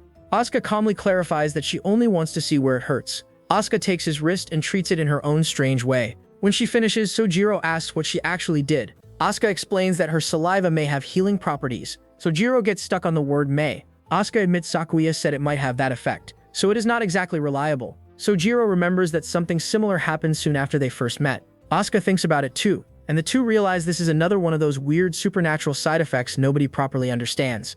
Then Sojiro suddenly reacts to his own condition and says he may have gotten pregnant from the kiss-like treatment. Asuka takes that way too seriously and immediately decides they should go get him nutrition. He even acts like a supportive wife while saying he loves his husband. Sojiro suddenly appears at Sojiro's place, soaking wet and standing right in the hallway like this is a normal visit. She casually greets him, while Sojiro immediately freezes because her clothes are drenched and clinging to her. Sakuya apologizes for showing up like that. She explains that she used his bath without permission, then says everything is Mizuki's fault. Apparently her water supply got cut off, so her options for the month were basically dirt, weeds, and suffering. Then she adds that since she cannot afford clothes either, she may have to spend the month without proper bottoms. Sojiro tries to respond calmly, but the real issue hits him. The floor is completely soaked. He panics hard. Sakuya is dripping water everywhere, and Sojiro starts imagining Rin finding out. In his head, if Rin saw this mess at home, she would absolutely destroy him. Sakuya points out one awkward technicality about Sojiro's panic, but Sojiro snaps back that he can already see enough,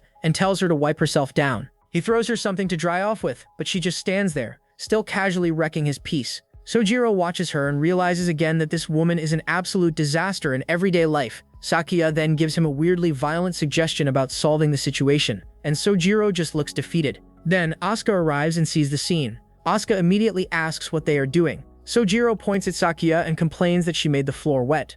Asuka notices the soaked hallway and scolds Sakuya too. But instead of simply helping, she turns the situation into another bizarre punishment idea. Sakuya is treated like some kind of river offering candidate, and the mood instantly becomes ridiculous. Sojiro and Asuka start handling the mess. Sakuya gets changed into whatever clothes are available, while Sojiro tries not to make eye contact with anything that could get him killed later. Asuka helps with the outfit situation, but she is also clearly annoyed that Sakuya's chaos got dragged into their space. Later, another strange situation starts. Asuka brings out a long dress and says she bought it on impulse, but it was too tight around her chest, so she could not wear it. She offers it to Sakuya instead. Sakuya puts it on and reacts immediately. She asks whether this is for her birthday. Sojiro and the others stand nearby while she tries to process the gift. The kids then bully Sakuya, saying that they prepared her for the river god perfectly. They then decide to buy Sakuya a birthday at the birthday store. They end up outside, apparently on February 28th. Sojiro is relieved that they could still find one in stock, while Asuka is confused because the whole thing sounds legally suspicious. Sakuya says she is looking forward to the next February 28th, which makes Sojiro remind her that she is still in danger of being sacrificed after this. She immediately rejects the sacrifice idea. She does not want to become an offering, obviously. Out of nowhere, Henja pops out, and Sakuya starts threatening her immediately. Henja thanks Sakuya for the mercy but makes her drop her sign. Then the date changes and it becomes February 29th. Sakuya offers to throw Henja to the river go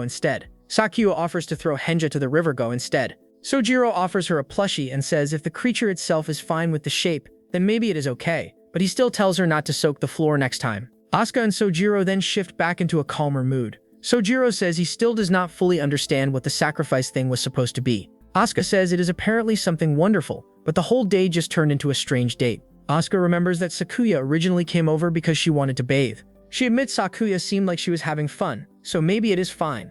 Then Asuka suggests they relax at home later. Sojiro gets nervous when she says they should do it at home and take it easy. Asuka immediately tells him not to get excited so suddenly because it is scary. Asuka then changes the topic. She reminds Sojiro that he mentioned getting a part-time job and says he can buy her a meal with his first paycheck. Sojiro asks what kind of food she likes. Asuka says she likes convenience store sandwiches. Sojiro finds that unusual, but she keeps walking beside him like it is completely normal. They return home and Asuka welcomes him back, but the peace lasts about half a second. Sakuya is there again and the floor is wet again. She says going to the river once in a while is nice, while Sojiro stares at the soaked hallway in silence. After all that effort, the floor gets flooded twice. Rin suddenly appears in front of Sojiro and holds out her phone, telling him to take it. On the screen, there is a spiral hypnosis app running. Sojiro looks at it, confused, while the little eyeball creature sits on his shoulder. Sojiro checks the app and asks what it is supposed to be. Rin explains that it does not really work. Sojiro realizes it is one of those hypnosis apps that have been getting popular recently, the kind that looks fake from the start. Sojiro, with zero shame, says that sounds like a scenario from an erotic manga and even asks to join in. Sojiro still tests the app anyway. He lets the spiral flash in front of her, then asks Rin if it worked. She says it did, so Sojiro calmly asks if she has anything to say to him now.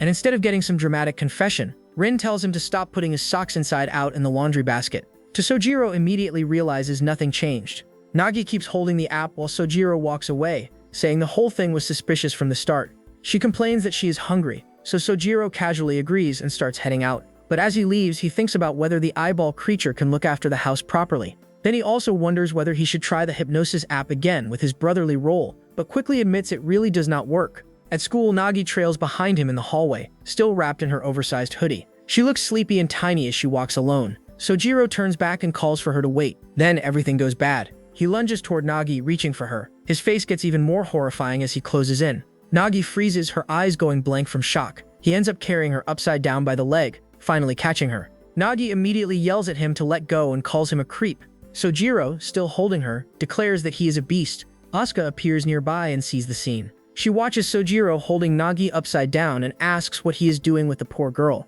From her angle, it looks beyond suspicious. Asuka decides to deal with the problem in her own way. Since Sojiro keeps saying he has been ordered to become a beast, she puts aluminum foil on his head. Asuka calmly explains that maybe the app is affecting him, so blocking it might help. Asuka admits there is a lot going on in Sojiro's life. Sojiro comes back to life and Asuka focuses on the hypnosis app. She says the influence probably built up slowly after he left home. Asuka keeps pressing the foil onto Sojiro's head, wondering if that amount is enough. Sojiro starts realizing the app might be the reason he acted weird, but Asuka clears up the misunderstanding. She reminds him that Tsukimi-sensei once did something similar. Asuka answers that they should not classify Sakuya like a normal human. She basically says Sakuya may not even belong in the same category as Homo sapiens. Sojiro asks what kind of human Sakuya even is, and Asuka responds like she genuinely doubts Sakuya even uses the bathroom. Sojiro tries to move on, but the strange beast effect still seems active. His body jolts forward and Nagi reacts instantly. She kicks him hard enough to stop him in place. Sojiro crashes down while Asuka coldly asks why Nagi would do something so stupid. Sojiro writhes on the floor, feeling the pain, and suddenly his expression shifts. That pain makes him remember something from the past. Asuka notices his face and says it looks like he is remembering a woman from before.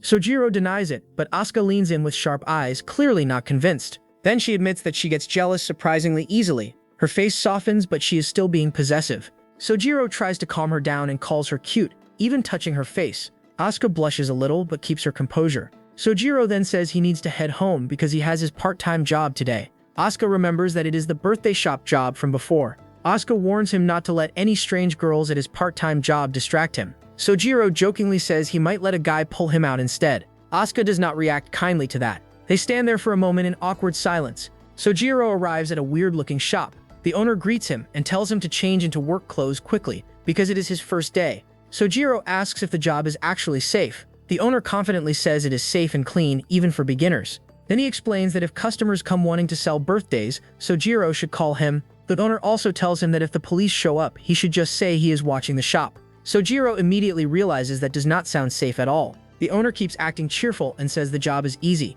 He adds that if Sojiro needs more details, he should ask his senior coworker. Daryl, in a neat work uniform, steps into view. She has long twin tails, a polished outfit, and a name tag. Sojiro does not recognize her at first, but the moment she turns toward him, the atmosphere changes. She smiles and greets him by name, saying it is a coincidence to see him there. Sojiro freezes. He looks at her carefully, completely confused. He asks who she is. The girl smiles even wider and says she is his ex-girlfriend. Sojiro explodes in panic because he has no idea what she is talking about. The owner reacts too, immediately repeating the ex-girlfriend claim like he just found premium gossip. Sojiro denies knowing her and asks if she is a scammer. The owner, completely useless as always, just tells Sochuri to get along with the new guy. Sojiro is alone in the classroom, holding a small strap that belongs to Obayashi. He is standing near the windows, quietly thinking, when a girl from his middle school suddenly calls out to him. She recognizes the strap right away and asks what he is doing with it. Sojiro plays it off, saying he might as well keep going and make the situation worse.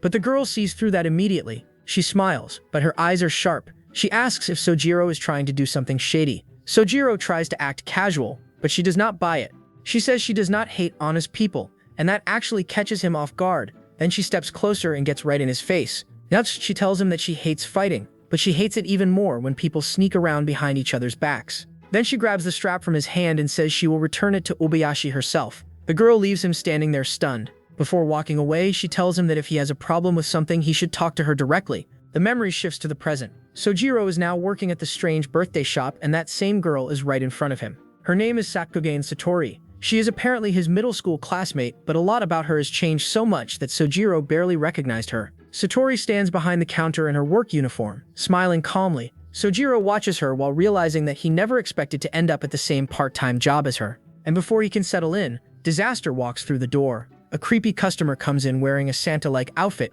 demanding a birthday that is not on Christmas. Sojiro politely explains that the store works on a reservation system, so birthdays are not something they can just hand over on the spot. The customer does not accept that. He wants his birthday recognized properly, complains that his birthday is on Christmas, and screams about wanting cake twice a year. Sojiro stays professional, but the man keeps escalating. He yells that if he cannot buy a birthday, then the store might as well disappear. Sojiro panics. On his first day at work, he is already dealing with Sojiro, a suspicious store, and now an actual birthday robbery. He immediately thinks they should call the manager or the police. Instead of arguing, Sojiro reads the man's feelings. Sojiro notices the interaction, realizing how popular Sojiro was in school as well. She understands that he worked hard, but nobody truly rewarded him for it. His anger is not really about cake, it is about never feeling recognized. Sojiro explains that this is her ability. She can completely understand other people's feelings. But it is not just normal empathy. She is like a mirror that reflects hidden emotions people do not even say out loud. She reaches the customer gently and offers to eat cake with him another time while listening to more of his story.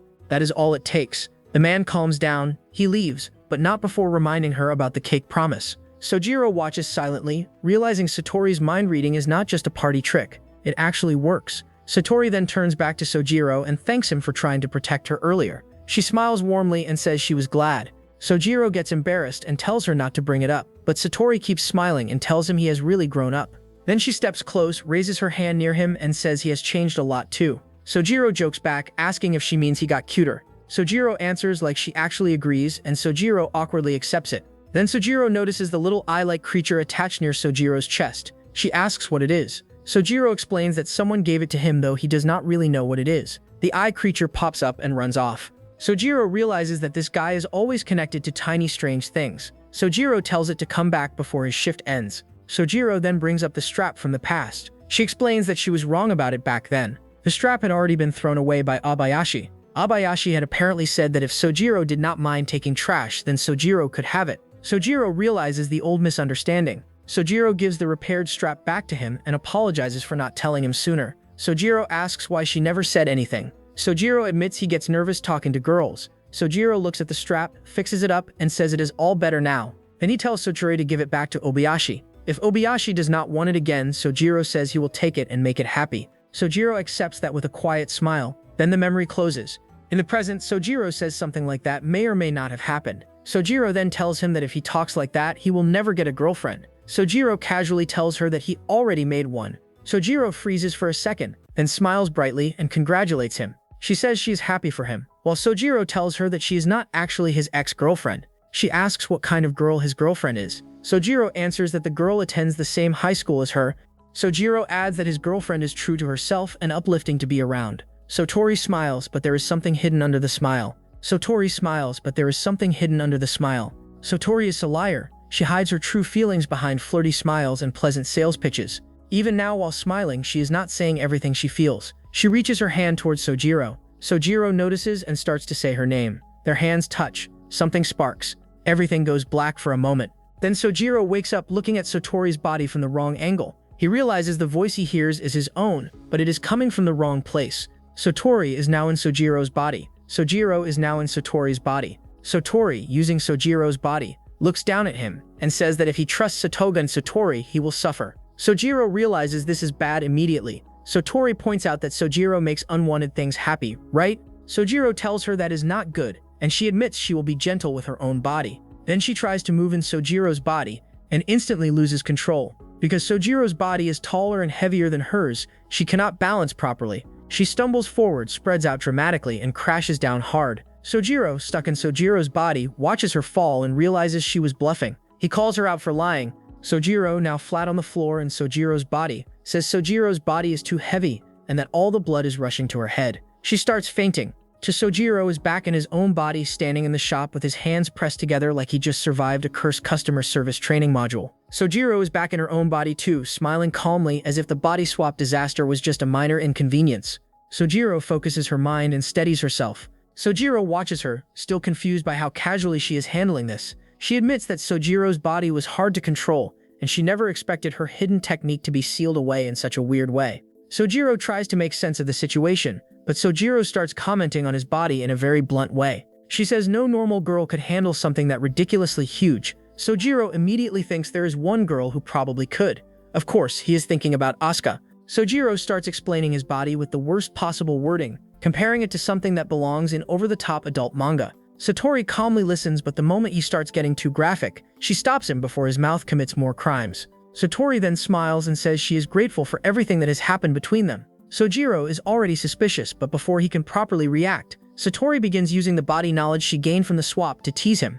She leans in close, smiling with dangerous confidence. She reveals that because she was inside Sojiro's body earlier, she knows exactly what kind of reactions his body has. Sojiro immediately panics. Sojiro keeps pushing, clearly enjoying the fact that she now has information Sojiro never wanted leaked. Sojiro yells for her to stop, but she keeps smiling like she just found the cheat code to bully him forever. Then she uses some kind of strange technique. Her underwear wraps around Sojiro's face and covers him, leaving him completely stunned. Sojiro snaps back and demands to know what Sojiro is doing. Sojiro smiles sweetly and asks him to teach her how to do her job properly. She wants him to give her something to do. She moves closer and tells him that maybe her job is to mess around with him a lot. Sojiro's survival instincts activate immediately, but it is already too late. The strange force hits him again and Sojiro screams. Sojiro reacts with a blush and shaky posture, looking like the effect also rebounds on her body. Sojiro quickly apologizes and asks if she is okay. He clearly did not mean to hurt her. Sojiro is trembling, breathing unevenly, and trying to process what just happened. Then she realizes the power involved is even stronger than her body swapping. Sojiro looks at her with concern, while Sojiro stays hunched over, still recovering. So Sojiro says something about Sojiro's dirty jokes being too intense, and warns that if he does not make them milder, people will get angry. Sojiro's mind immediately tries to downgrade the humor into harmless jokes, imagining a classroom-style gag about elephants. So Sojiro suddenly smiles again. She says talking with Sojiro is really fun. Sojiro relaxes slightly, but only slightly because this girl has already proven she can go from cute to cursed. Then Sojiro asks for her underwear back. Sojiro freezes. Apparently, during all the chaos, something flew off or got displaced. Sojiro panics, apologizing and explaining that he shouted and it flew away. Sojiro calls him out, clearly not believing everything he says. Sojiro tells her not to swap bodies as a joke, because that is way too serious. Sojiro casually says that everything she did until now was just meant as a joke. He tells her that some people around him can turn people into living meatballs, so body swapping is not exactly a harmless prank in his life. Sojiro laughs and admits she wanted to surprise him a little, but he is not as shocked as she expected. She says he must be used to weird things by now. She then says she also wants to become friends with Sojiro forever. Sojiro pauses. Her smile is cheerful, but there is something slippery behind it. He thinks Sojiro is hard to read, even when she seems honest. Then the scene shifts to school. Sojiro stands at the front of the classroom as a new transfer student. She introduces herself to everyone and says she is joining partway through the second year. Sojiro sits in class, sweating hard because this is the one thing he did not expect. One of the boys notices Sojiro looking dead inside and asks if he is alright. Sojiro internally worries that he should not let Sojiro meet Asuka. Since Satori and Asuka are in different years, they probably will not meet too often. That sounds comforting for about 2 seconds. Then Satori appears in front of Asuka anyway. She introduces herself to Asuka and immediately identifies her as Sojiro's girlfriend. Asuka smiles and confirms it, introducing herself as Mizuki Asuka. But Asuka does not just answer normally. She instantly goes on the counterattack. She pulls Sojiro close and presses into her personal space, using her body and confidence to take control of the mood. Sojiro realizes Asuka saw an opening and attacked without hesitation. Asuka's move is so bold that Sojiro has to mentally adjust her taste of the situation. Asuka asks how that was. Sojiro thinks that Asuka said nothing directly, but the move was still salty. Sojiro asks if Asuka comes from a family of thought eavesdroppers. Asuka says she does not know anything about that. Then Sojiro decides to introduce her to Sakuya, saying Sakuya is a leading expert in psychic powers and will kill anyone who loses control. Asuka reacts like that sounds impressive, but the threat part definitely lands. Sojiro and Asuka walk through the school hallway together. Sojiro asks what Asuka's relationship with Sojiro really is. Asuka explains that Sojiro is supposedly Sojiro's ex-girlfriend and currently his co-worker at his part-time job. Asuka says she has heard rumors about her for a long time. Then Satori says Asuka must be having a hard time too, because Sojiro is apparently a lot to handle. Asuka responds with a proud, almost smug expression, treating that as something on a national treasure level. Satori asks if Asuka is not worried that Sojiro might cheat or that something like this could happen again. Asuka immediately says she is not worried. Satori asks if Asuka trusts him that much. Asuka explains that she simply knows how much of a coward Sojiro is, and also how serious he is. They reach the clubroom. Asuka knocks and calls inside, expecting Tsukimi-sensei. When there is no answer, Asuka casually complains that Tsukimi is absent without notice and should be fired. Satori watches Asuka closely. Sojiro, in the background, describes Asuka as a very cheerful girl. But Satori's expression changes. She stares at Asuka and quietly raises her hand, trying to swap bodies with her. Asuka notices the movement. Asuka turns and explains that Sakuya is not there. She repeats that Sakuya is absent, while Satori looks disappointed. Satori says that is a shame. Then Satori smiles at Asuka and asks her to make Sojiro happy. Asuka goes quiet for a moment. Then she answers calmly that she will. The mood softens for a second. Asuka says she wants more friends and suggests that they should all hang out together after all. Satori agrees, saying they can do that if there is an opportunity. But as Satori walks away with that same bright smile, she makes it clear that the matter is not settled. Asuka watches her go and thinks that people who are always smiling are scary. Sojiro stands by the classroom window, looking at the cloudy sky. He thinks it might rain, then changes his mind and says it probably will not. Then he flips again and says maybe it will after all. Nagi is nearby, watching him. Sojiro keeps staring outside like the sky owes him an answer. The rain problem has no clear solution, and neither does his life. Then Nagi moves in close. Before Sojiro can react, she messes with his lower clothes. Sojiro looks down, realizes what happened, and absolutely loses it. Nagi stands there with the same blank face while Sojiro screams about gender equality from behind her. Nagi stays calm as ever. Sojiro's pants situation is already cooked, and he tells her not to take off someone's clothes. Nagi just calls him a creep. Sojiro tries to cover himself, but Nagi is not stopping. She swings his private around and the hallway turns into a full disaster. Sojiro yells at her, but she keeps moving like this is just a normal Tuesday. Then Sojiro finally snaps and grabs back at her clothes. Nagi screams, and now both of them are dragging each other into the dumbest revenge cycle possible. Sojiro ends up with Nagi's skirt in his mouth, acting completely unhinged as he says he is enjoying the taste of revenge. Nagi sits on the floor, still mostly calm, and asks what they are supposed to do now that both of their lower halves are exposed. Sojiro, still acting like a goblin, says this feeling of freedom is the best. Then he explains the situation like it makes sense. A bird took his pants and he ate the brat's skirt. Nagi finally introduces herself properly, as Sasahara Nagi. Sojiro introduces himself as Sakagami Sojiro. Nagi responds by twisting his name into something weird, calling him Soro. Sojiro tells her not to remove part of his name like that. Nagi asks if it is because he has hemorrhoids. Sojiro just goes silent. Sojiro pulls himself together and hands Nagi his shirt. He tells her to wrap it around her waist until she reaches the classroom, then change into gym clothes. Nagi refuses at first because no one can see anything anyway. Sojiro tells her to shut up and take it. She finally accepts, and Sojiro says he is fine with it, even though he knows this will probably get him in trouble. Then Sojiro calls Obayashi for help. Obayashi arrives with a fresh set of clothes, sees Sojiro missing both shirt and pants, and immediately questions what kind of ritual is happening. Sojiro says it was a battle of pride. No one can afford to lose. As they talk, Obayashi notices a girl standing near the classroom. Sojiro recognizes her as Amatsuchi. She looks embarrassed and shaken. Satori is nearby. Satori tells Sojiro that it looks like she came looking for him. Sojiro goes over to check on her.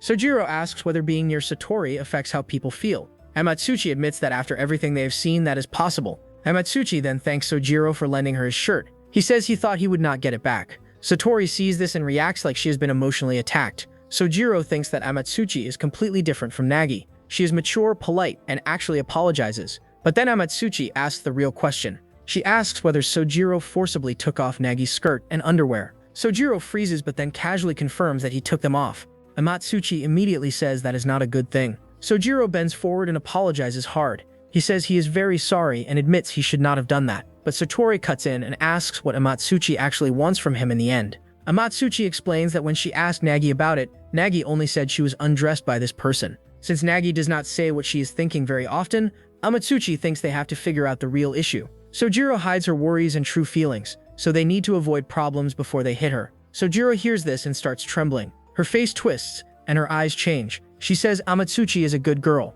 Then she says that as a human she needs to be considerate and understand people's feelings with more empathy than logic. The vibe turns dangerous fast. Sojiro calls out to Satori, realizing something is wrong. Satori says she knew this was not good at all. Then she raises her hand, her fingers spreading like she is about to use her power. She says she likes humans because people cannot fully understand each other. Satori's power activates, but something goes wrong. The connection does not hit cleanly. Instead, it crashes into Sojiro. The result is instant chaos. Sojiro starts talking nonsense about konjac, vegetables, yams, and long yams. Sojiro realizes she aimed the technique wrong and admits she mistakenly hit Sojiro, and then the fluffy person appears. A long-haired woman steps into view, immediately asking who the culprit is. Amatsuchi looks at her and realizes this is Asuka's grandmother. Granny looks at Amatsuchi and recognizes her as someone from the Amatsuchi family. Amatsuchi casually says Granny has gotten much smaller. She quickly pieces things together. She realizes that the person who caused this prank is probably the daughter of the Satagana family, based on process of elimination. Sojiro is holding Satori while all this happens. Granny looks at the situation and calls it a pity that something so strange could ever be useful. Then she grabs Sojiro and tells him to stay put. He screams nonsense about burdock not growing on tree roots, while Granny holds it like an annoying cat. Sojiro nervously greets Granny and asks how she is doing. She immediately calls him noisy and says his mood is awful. Sojiro asks why she is here and where Tsukimi-sensei is. Granny explains that Sakuya is currently in her incompetent phase. Granny then starts lecturing everyone. She says that even if humans can read minds or feel superior to others, that alone means nothing. Humans can be happy as long as they can eat and sleep, so everyone should stop playing silly pranks and study for their future. She then admits that if people cannot eat, they will die, and right now she is about to die. Sojiro turns around and sees Granny collapsing dramatically from hunger. He yells that someone should bring her food because the little old woman is starving. Someone even brings a cow-like creature into the room, offering it as food. Sojiro shouts that it is his lunch for the day. Granny collapses anyway, and Sojiro bluntly says she died. Just then Nagi arrives and asks what all the commotion is about. Then Nagi notices something even worse. Soro is wearing someone's pants. Nagi calmly asks what pants Soro is wearing. Soro screams. Nagi grabs the pants and says she will tie Sojiro's privates into a knot. Amatsuchi immediately panics and yells Nagi's name. Amatsuchi is on the floor apologizing as hard as possible. She says she will take full responsibility, check everything beforehand next time, and apologize properly for the incident later. Sojiro and Nagi look down at her. Sojiro is sweating because she is apologizing way too intensely. Then someone says it is time for a lecture but admits they do not even know where to begin. Satori comments that Nagi really is a good girl compared to Sojiro. Rain is falling outside now. Sojiro and Asuka sit across from each other at a desk, with the classroom quiet around them. Sojiro mutters that he wishes he could consult Tsukimi-sensei. Asuka looks at him with that unsettling calm smile, and asks what exactly he wants to talk about with Sakuya. Sojiro and Asuka arrive at an apartment building while the rain is pouring. They stand outside Sakuya's room and press the intercom, but nothing rings. Sojiro tries again, then knocks on the door instead. From inside, Sakuya starts saying she has no debt and that her organs are useless to humans. Sojiro just stares at the door, completely confused.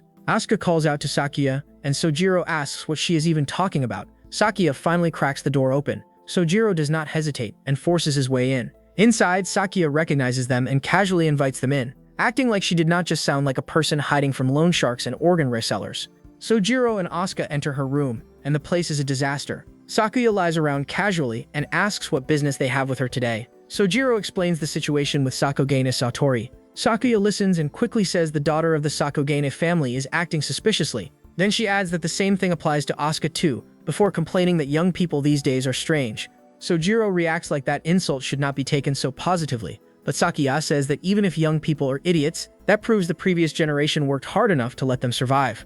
Sojiro notices something different about Sakuya's hair and asks about it. Sakuya says not to worry because she is in her incompetent period. Then the room itself starts acting up. A book bites Sakuya, papers and objects move around, and she struggles to control anything. Sakuya explains that this is exactly the time when she cannot control her dangerous abilities, so she cannot even go outside. Sakuya then explains the Satogane family. She says the three families, Satogane, Amatsuchi, and Hinomiya, had most of their powers taken away a long time ago. So from what she knew, Satogane should only be able to read minds. But Satori's body swapping makes the situation different. Sakuya says the Satogane family are basically good people. Their problem is that they cannot resist helping others. Even if helping people hurts them, they still do it. That is their mission. And it is also what makes them happy. Sojiro listens seriously for a moment.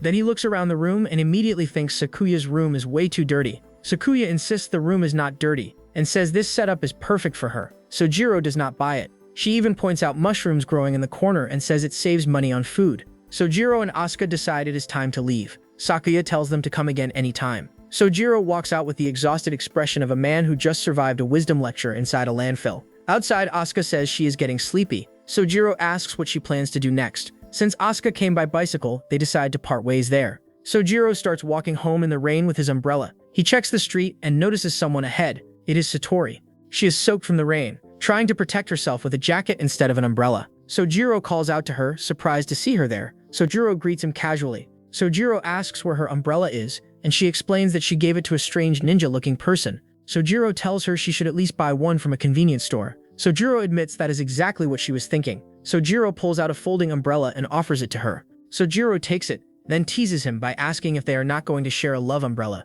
Sojiro shuts that idea down immediately. They walk together through the rain. Sojiro asks where Sojiro lives now, and she says she lives alone near Sakanoshita supermarket. Sojiro says that is close to his house and asks if she takes the bus. Sojiro says spending money on the bus is a waste, so she usually rides her bicycle. She explains that she wants to go to college using her own money, so she is working hard and saving up. Sojiro listens and realizes this is the first normal conversation they have had in a long time. Then he asks the important question. He asks if her room is clean. Sojiro gets caught off guard, then says she is not sure, but she does clean it every day. Sojiro is relieved because the conversation is still normal. Sojiro asks if Sojiro is interested in her house and whether he wants to visit. Sojiro says he cannot go, but asks if it would be okay to visit sometime. Sojiro jokes that it would be bad for her to stay alone with a guy who has a girlfriend. Sojiro takes this as proof that she has a proper sense of values. Sojiro brings up how Sojiro and Obayashi became friends. He says it is better if everyone gets along. Sojiro asks if everyone getting along is happiness. Sojiro says that is basically it. Sojiro smiles and agrees, bringing up how even Prince Shotoku said getting along is important. Then the bus arrives, Sojiro points it out, and Satori heads toward it. Before boarding, she asks if Sojiro is happy right now. Sojiro pauses, then says he probably is. He asks her the same thing. Sojiro smiles and says she is definitely happy. Then she boards the bus and casually adds that she has been into cooking lately. Sojiro says that is nice. Satori's expression suddenly changes. She goes quiet. Back at her room, Satori lies on the floor. Her clothes are still damp, her things are scattered around, and she says she needs to clean up the cardboard boxes. She thinks again about Sojiro saying he has been into cooking. Then she opens a packaged drink or meal and starts eating. She thinks about how she had no intention of ever seeing him again. But as soon as she came back, she ran into him, and from what she can tell, Sojiro has not changed at all. Her mind slips into the past. Sojiro remembers that Sojiro is a calmer person and has grown taller too. Back in the present, Sojiro sits up. She forces her fingers toward her mouth and forms a smile with her hands. She tells herself it is okay. Then her expression twists. She says she will make everyone smile so no one will ever make that kind of face again. Sojiro's preparations are already moving forward. Several devices or screens with hypnotic spiral patterns are shown. Whatever she is planning, it is not small.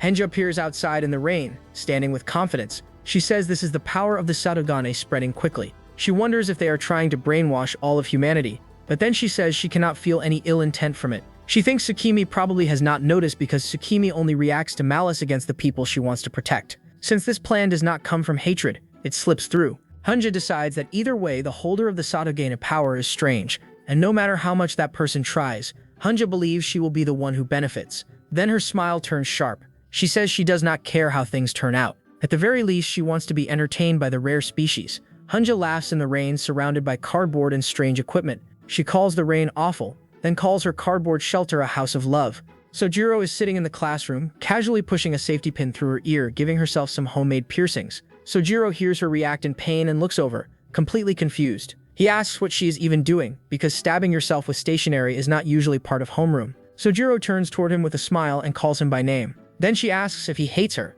Sojiro pauses. He asks if this is because they picked a fight before. Sojiro accepts that immediately, and says that is exactly why she made Sojiro her boyfriend. Sojiro snaps back that he is only playing the role of her boyfriend. Sojiro acts like that does not matter. She says she is cute, kind, and gives a good first impression, so everything should be fine. Sojiro points out that it feels like she has been talking to herself this entire time. Sojiro just keeps smiling. Then she tells him not to fall in love with her. Sojiro calls her stupid under his breath, but his face says he is already worried. Sojiro is acting too relaxed. That is never good. In the present, Sojiro looks outside and the sky looks strange. A huge circular pattern is spreading across the clouds like a UFO parked above the school. He wonders what kind of weather this even is and how much rain is going to fall. Then he notices something worse. The air smells like Sotori. Sojiro starts getting weirdly affected by it and immediately calls out for Rin. Then Rin shows up, but something is wrong with her too. She starts scolding Sojiro about taking off clothes and throwing them around over and over again like she is repeating an old complaint. Sojiro panics and keeps calling her name, trying to calm her down. But then Rin suddenly switches moods and smiles brightly. She tells him that even just being alive means he is doing great. Sojiro stares at her like his sister's brain just got replaced with a motivational calendar. Then Rin makes an extremely inappropriate comment about Sojiro's body and says she is proud of him. Sojiro immediately grabs her and asks what happened to her. He wonders if she ate another weird mushroom from the forest. Lee, who looks around the hallway and realizes the smell of Satori is still under his nose. Whatever this is, it is not just affecting him. Then Nagi appears. Sojiro sees her and immediately starts yelling for the brat to come over. He is ready for war, because after the last pants incident, this child has earned zero trust. But Nagi just stands there quietly. She smiles and greets him. Then she apologizes for the other day and says they should get along from now on. Sojiro freezes. This is not normal, Nagi. Normal Nagi is a tiny tax audit with legs. This version is polite. That is worse. Nagi asks if he is going to mess with her clothes again. Normal Nagi is a tiny tax audit with legs. This version is polite. That is worse. Nagi asks if he is going to mess with her clothes again. Sojiro calmly says he will not, because he is human after all. Sojiro does not believe this for 1 second. He lifts her up like evidence at a crime scene, and decides to show Asuka. Sojiro carries Nagi through the hallway toward the clubroom. Nagi stays limp and strangely calm in his hands. Inside, Asuka is already dealing with another weird situation. Uta is being held up by Asuka, and even she is acting strangely peaceful. Asuka says they are matching now, because this girl is also being weird. Even when Asuka says things that should normally make her hit someone, she does not react. Sojiro watches this and realizes Rin is acting strange too.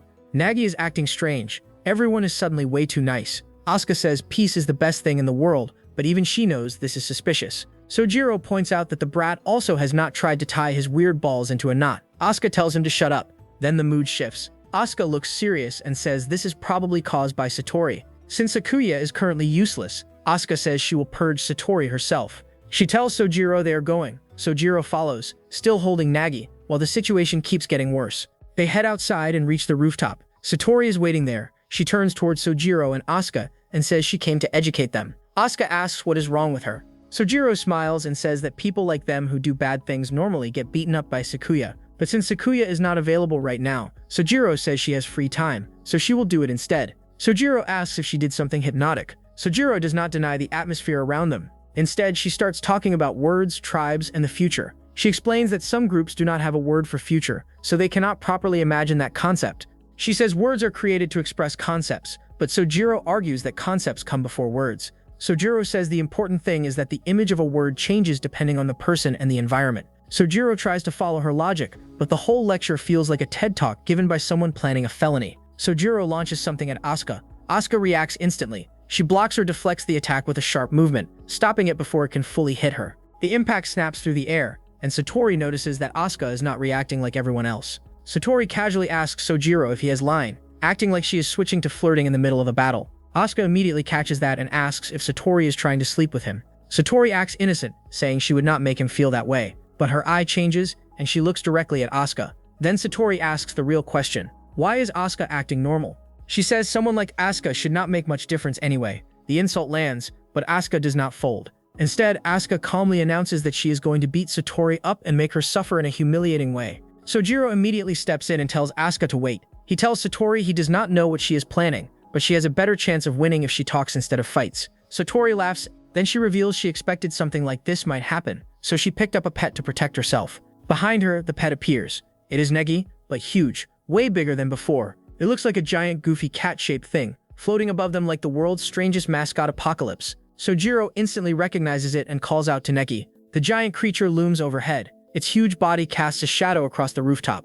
Sojiro stands below it and tells them that if they dare oppose her, she will scoop up Sojiro's giant rooster, boil it, and eat it. Sojiro freezes. Asuka holds up a snack and reminds Neki that she promised not to feed it. The giant creature reacts with a big cat-like sound. Sojiro stands there smiling, completely confident, while Neki hovers above her like an oversized bodyguard. Sojiro looks at the scene and realizes something deeply wrong. This giant supernatural creature is being treated like a pet by a high school girl, and somehow he finds that weirdly appealing. Satori is sitting by the classroom window with Sojiro, asking whether it is actually possible to treat everyone with equal kindness. Sojiro thinks about it and gives an example. He says that even if some insanely generous person gave 100 million yen to every single person on Earth, people might not feel personally loved by it. Satori asks why, and Sojiro explains that people judge value by comparison. He says if everyone gets the same happiness, it becomes less satisfying. So the simplest version of equality is not everyone being loved equally. It is more like nobody attacking anyone else. Satori thinks about it and says that might actually work better in the real world. It is less about being kind and more about not being mean. Then she says forcing everyone's mindset to change is not right either. Sojiro notices how into this topic she is and asks if this kind of thing is actually fun for her. Satori smiles and admits most people would probably call this unrealistic and switch to something more normal. Then she says Sojiro might be the only person she can talk to about it. Sojiro gets quiet and Satori leans in with a playful smile asking if he has fallen for her. Sojiro immediately shuts that down. He reminds her that they made a deal and he needs to be fair to everyone. Satori smiles brightly and accepts it. Then another girl appears in the hallway and calls Satori's name. She asks why Satori is still with that boyfriend this late. Satori looks over calmly while the girl stands there, clearly worried. The girl asks if Satori is still refusing to tell them who he is, and if everything is really okay. Satori smiles and asks if the girl was waiting for her. The girl tells Satori that she has the power to help so many people, so naturally people worry about her. Satori laughs and says the girl was worried about her, calling it sweet. Then the girl suddenly hugs Satori and says her entire being belongs to her. Satori's expression changes slightly. She tells the girl that she appreciates the concern, but there is no need to wait so late and she should tell the others too. The girl agrees instantly. Later, Sojiro notices something strange spreading through the school. More students are wearing name tags from the opposite gender. One student explains that swapping name tags with someone you like seems to be the new trend. Another student says that sounds like something that would make a teacher snap. Sojiro watches the whole thing, clearly not sold. Satori then asks Sojiro if they should swap name tags too. She says it looks fun and everyone is doing it. Sojiro refuses. He points out that if they swap, she is basically telling people she has a boyfriend, but not telling them that the boyfriend is him. Satori asks if they can swap but not wear them. Sojiro says that defeats the purpose, especially because they are not actually dating. Satori thinks for a moment and admits that makes sense. Then she shifts the topic. She tells him that what matters more is staying pure and bright. She says anyone who stirs his heart might make him lose that glow. Sojiro ends up lying down in his room staring up, thinking that he might actually like Satori. Then he realizes how wild that thought is. She gave off a terrible first impression, barely talked to him, and is still alive only because he is apparently good at making exceptions. Later, Sojiro runs into Kushiro Rona. She greets him politely and asks if she can come inside because she needs to talk. Sojiro lets her in, and the door shuts behind them. The scene jumps back to Satori, who notices Sojiro spacing out and asks if he is okay, because he has been lost in thought all day. Sojiro says he is fine. Satori suggests they go somewhere outside the classroom for a change since they are technically dating. Then Sojiro's brain immediately betrays him. He thinks he cannot win against Satori's melons. He calls himself weak and admits he went for the body closest to him instead of the one he truly likes. Satori catches the vibe and teases him, asking if he wants to get close to her chest right now. Sojiro folds instantly and says he is not qualified. Satori moves closer and whispers that maybe they should start dating for real. Sojiro freezes. Then Satori smiles and says she is joking. Sojiro stands there completely stunned, while Satori's casual little joke quietly detonates somewhere else. Rona reacts horribly. Her face twists, her eyes go wide, and she turns into full horror mode. She orders her comrades to gather immediately, saying she will eliminate the pests swarming around Satori. Rona declares that only she can make Satori happy and only she truly understands her. She calls everyone around Satori worthless trash and asks if it would have been better if she had just taken action herself. Then she starts moving. Students infected by Satori's influence gather with distorted faces, chanting and reaching out. The hallway turns into a nightmare of Satori worshippers. Satori, meanwhile, senses the hostility building and looks shaken. The collective anger rushes toward her like a wave, and for once she does not look in control. Then the scene shifts. Sojiro finds a dropped name tag on the floor. He picks it up and realizes it belongs to Satori. He looks around, and then Satori appears early in the morning. She calls out to him, surprised to see him there so early. Sojiro looks embarrassed and tells her he found her name tag. Satori sees the name tag in his hand and blushes hard. She thinks he must have been looking for it for her. Sojiro panics and says it does not mean anything. He explains that she had asked for it, so he simply returned it. Satori smiles and says she understands. Then Satori admits she misled him. She explains that the real reason she chose Sojiro was because he was the most convenient option. She says there were no special feelings involved. No promise either. Sojiro agrees that both of them are just convenient for each other in different ways. But then Satori's tone sharpens. She says breaking a promise is the lowest thing a person can do. She asks if Sojiro really thought she would ever love someone that terrible. Sojiro tells her that next time she should find a good guy other than him. Satori says he is right and apologizes. For a second it looks like the misunderstanding is over. Then Satori's followers appear again. They rush toward her, relieved that she cut Sojiro off. They tell her that if she wants, they will make sure Sojiro never comes near her again. Dealt back at the rooftop, Satori's expression darkens, turns toward them and says she is not trying to do anything bad. She says she does not even intend to stop them. Then Asuka says that thanks to Satori, the girl stopped hitting her, so now she is going to hit her instead. Dealt, Satori points out that the precision needed for this situation is impossible, so they will not be able to easily avoid mistakes. Then the battle erupts again. Asuka launches forward and attacks. Henja's power twists the scene, but Asuka breaks through and strikes anyway.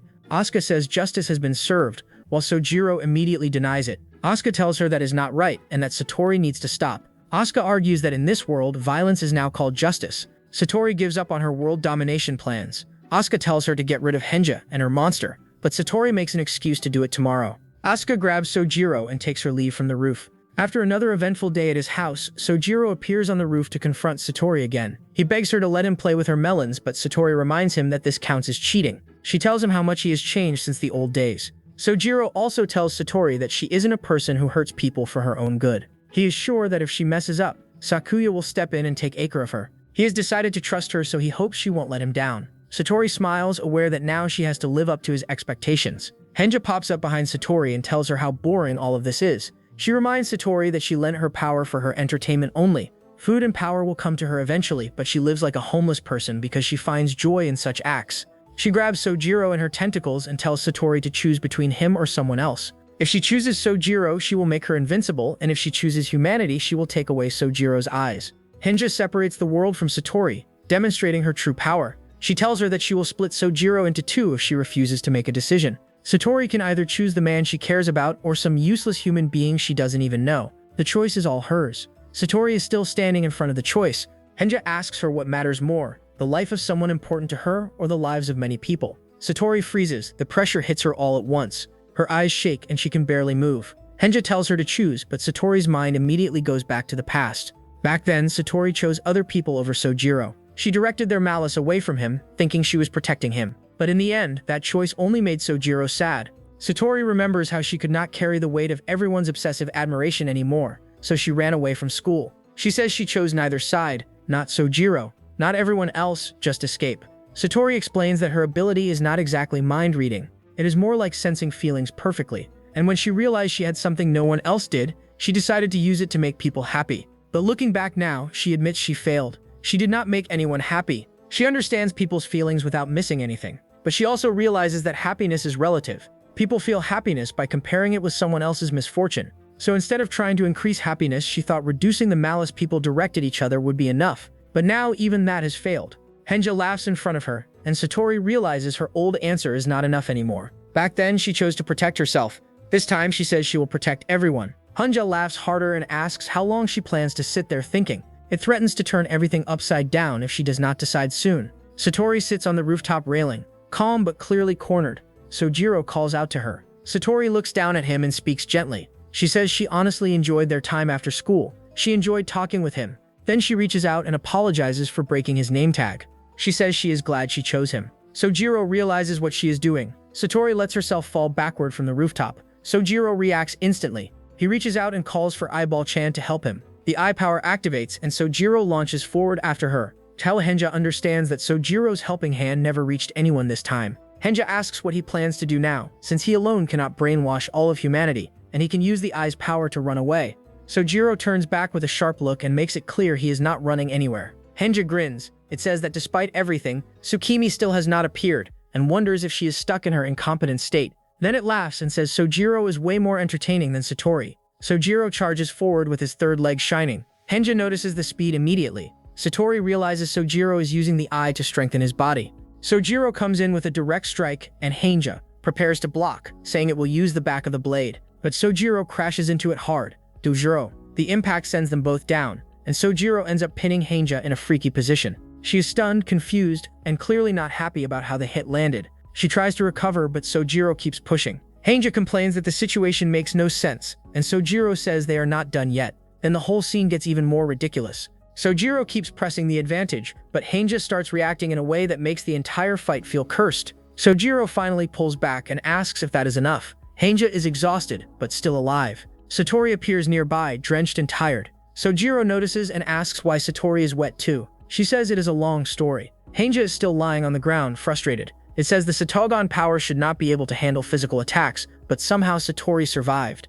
Sojiro thinks through it and guesses that Satori's power may have interacted with spatial movement, almost like karma working both ways.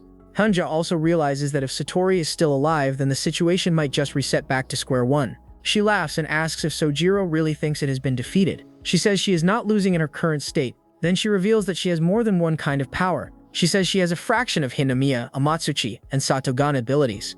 Henja then activates sensory deprivation. Sojiro and Satori immediately get caught. Their senses start failing. Dark bands wrap through the space and Henja moves in again, saying she will not let them escape. Sojiro grabs Satori and runs, but he realizes he cannot win by force anymore. His physical boost is no longer enough. Satori falls and Henja keeps advancing. Sojiro is stuck trying to protect her while also keeping himself from getting caught. Satori looks at Sojiro and apologizes. She says she still wants to believe in what he told her. She admits she cannot be the one to help herself this time, so maybe she should rely on someone else for once. Sojiro asks who she thinks could help them. Satori does not know, but she still thinks it is worth trying. So she raises her voice and screams for someone to help them. Henja smiles like that is pointless. She says it is time to move on, but then the darkness behind it changes. Something massive and black spreads across the rooftop. Henja turns and finally notices someone standing there. A long-haired figure appears from the shadows. Henja freezes. Satori turns too, confused. The figure steps forward and the creature slowly realizes who it is. She recognizes Tsukimi. Then the massive black shape behind her opens up, like something far worse is arriving through her. Henja's expression collapses as she recognizes her presence as mother. Sojiro and Satori stare as the entire situation gets hijacked. Henja, who was acting untouchable a second ago, suddenly starts panicking. Takemi's presence overwhelms the rooftop. Henja tries to explain, tries to backpedal, and says it was all its fault. Too late. Too late. Sojiro watches as Henja gets punished. Her confidence disappears instantly. She begs and screams, while Tsukimi's power crushes the whole situation without even needing a long explanation. Sojiro stands there stunned, realizing the fight was basically already over. The moment Tsukimi appeared, Satori and Sojiro are sitting by the vending machine after everything that just happened. The sky is finally clear again, and the giant weird thing that was floating above the school is gone. Satori quietly thanks Sojiro. Sojiro looks at her a little confused while holding the little penguin-looking thing in his hand. Satori asks what that thing even is. Sojiro explains that Tsukimi-sensei apparently turned Warawa-chan into furniture, then somehow into a usable resource, so it should be fine now. Satori stares at it and asks why it makes noises if it is not alive. Sojiro tells her not to ask that. Then Sojiro asks if Satori is really giving up on her global mind control plan. Satori says she chose to turn the problem into a usable resource, so everything should be alright now. Before Sojiro can relax, the penguin thing jumps out of his hand and runs away. Sojiro immediately panics and calls after it. Satori just watches as it escapes, and Sojiro questions why she handed him a living thing in the first place. Satori says it is definitely alive because it is literally running away. Sojiro looks up at the sky and realizes the giant mark has disappeared. Satori says he erased the thing in the sky. Sojiro asks again if she is seriously giving up on controlling everyone's minds. Satori calmly says she will start by finding someone to help her, because there is only so much she can do alone. Then she says she has realized that sometimes you need the option to cut off someone who tries to force irrational decisions on you. He sums it up by saying that to get your will across, violence is essential. Sojiro listens, then says that if someone is bound to stop you when you mess up, maybe that is fine too. Satori thinks about the long timeline of human history, and how people slowly move from killing enemies to eventually getting along. It is a weirdly serious thought, especially while they are sitting next to a runaway penguin resource. Then Satori calls Sojiro's name. Sojiro looks over. Satori says that if she had to choose between saving everyone and saving only Sojiro, she would probably choose everyone. Sojiro goes quiet for a second. Then Satori corrects herself. It is no longer probably. She says she would never choose Sojiro completely. Sojiro immediately asks where the penguin went. Satori tells him to find it, and Sojiro finally spots Eyeball-chan. The little thing appears again in his palm. Satori notices something growing on it, and both of them stare at it like the problem just updated itself. They sit back down on the bench. Sojiro checks himself and asks Satori what she ate for breakfast. Satori answers that she had scorched duck. Sojiro ignores that and asks about the penguin again. Satori leans closer and says Sojiro's vibe right now is intoxicating, like emotional wine. Then Satori brings up what she said earlier. She believes Asuka would choose Sojiro without even hesitating. Sojiro listens as Satori says that maybe it is for the best that she and Sojiro never got together. Sojiro looks at her and admits she is probably right. Satori stands and Sojiro gets up too. He thanks her for stepping on his name tag back then and calls her Mixed Signals Chan. Satori immediately answers by calling him Delusional Kun. Sojiro explains that to a middle schooler, paying 300 yen to reissue a name tag felt like a huge deal. Satori casually reveals that she took the tax money from the brainwashing app ads and donated everything because she did not know the users. Satori smiles and steps closer. She says she will make this her payment for the 300 yen and also treat it as an apology. She leans in, getting right into Sojiro's space. Their faces are close, and Sojiro instantly freezes. Satori teases him about whether he would prefer it on the lips. Sojiro fumbles badly and his brain throws out one of the worst possible replies about her body. Satori shuts him down, telling him he is being hella freaky, and to cut it out. Then Satori decides to push even harder. She opens her shirt slightly and offers to settle things quickly and cleanly, with no strings attached. Sojiro immediately freaks out and yells that he is not going to cheat. He jerks forward out of pure reflex and crashes into her. Satori gets knocked back and Sojiro apologizes right away. Satori says the same goes for her and admits she acted on reflex too. Sojiro decides it is time to leave. He tells Satori to reach out if anything happens. Satori calmly accepts, but before leaving, Sojiro mentions her right eye, the one damaged from using her power. He tells her to keep the penguin thing with her because it has special healing juice made by Tsukimi-sensei, so it should heal her if she uses it carefully. Satori smiles and says he is pretty observant. Sojiro starts walking away. Satori watches him from the distance. Then she quietly says she used to love him. Sojiro does not properly catch it. Satori gets annoyed and calls Sojiro seriously frustrating. As Sojiro leaves, Satori calls out to him again. She tells him to make Asuka happy. Sojiro turns back and answers with a smile. Then he keeps walking. As he leaves, Asuka appears near the hallway. She asks if he is okay now. Sojiro says there is nothing more he can do for Satori. Asuka jokes that nothing could top a no-underwear skirt flip anyway. Sojiro tries to change the subject and asks what is up with Asuka's hairstyle. Asuka immediately catches the weakness and teases him for liking that kind of thing. Then Asuka asks a serious question. If Sojiro had to choose between her and all of humanity, she asks what he would do. Sojiro starts sweating, but Asuka interrupts before he can answer. She says she would kill the person who forced that choice in the first place. Sojiro stares at her as she smiles and casually wonders which one she should pick. She raises her hand like she is ready to make a move. Then Sojiro suddenly steps in and kisses her. Asuka freezes for a moment. Sojiro pulls back, embarrassed, and Asuka looks at him with a smug little smile. She asks if he really thought she was going to kiss him first. Then she says she was just overwriting what happened earlier. Sojiro says that as punishment, Asuka has to let him choose her today. Sojiro plays along, saying to leave it to him because he is the big brother after all. Later, Sakuya is lying around and talking like she is finally getting back into good shape. She says she managed to survive her incompetent phase before kicking the bucket, which she treats like some dramatic twist. Asuka says that turning the previous garbage into furniture helped her gain enough sense to mature too. Then she looks around and asks what happened to the monster. It turns out the creature has basically been repurposed into their dinner table. Sakuya admits that after everything the monster did, turning it into furniture is almost too kind. Sakuya then explains that rare species like them sometimes appear in different ways. People who do not connect much with others still somehow keep their bloodline going because compatible people show up. The next morning, Sojiro shows up in class. Satori greets Sojiro casually, while strange little creatures stand around the classroom like this is now a normal school environment. Sojiro is shocked that Satori actually showed up. Satori says she does not remember giving off goodbye vibes, but then admits she does not plan on going anywhere for a while because there are still people in this town she needs to see. Sojiro ends up surrounded by the weird creatures again. One of them hangs him upside down. Another starts moving around the classroom like it owns the place. Satori calmly watches all of this and smiles. Sojiro is upside down, getting dragged into more pain, while the classroom looks like a zoo designed by a sleep-deprived occultist. Satori says it is a peaceful day. Sojiro is climbing the steep hill to school, already out of breath. He complains that the hill is as brutal as ever and compares it to life itself. Then he suddenly starts leaning forward, wondering if walking on two legs is even necessary anymore. He gets down into this weird crawling stance and decides this is peak human evolution.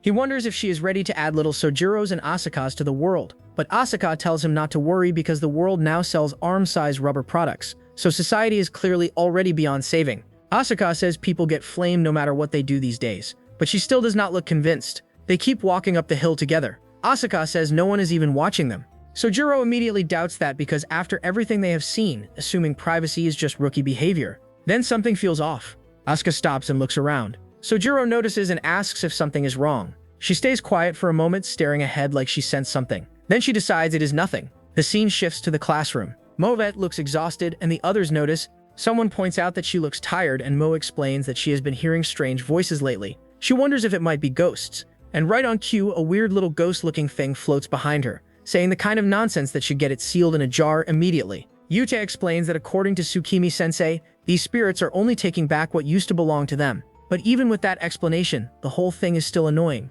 Mui starts rambling about turning the situation into content, like starting a YouTube channel as spirit mediums, then setting up a mixer with popular guys.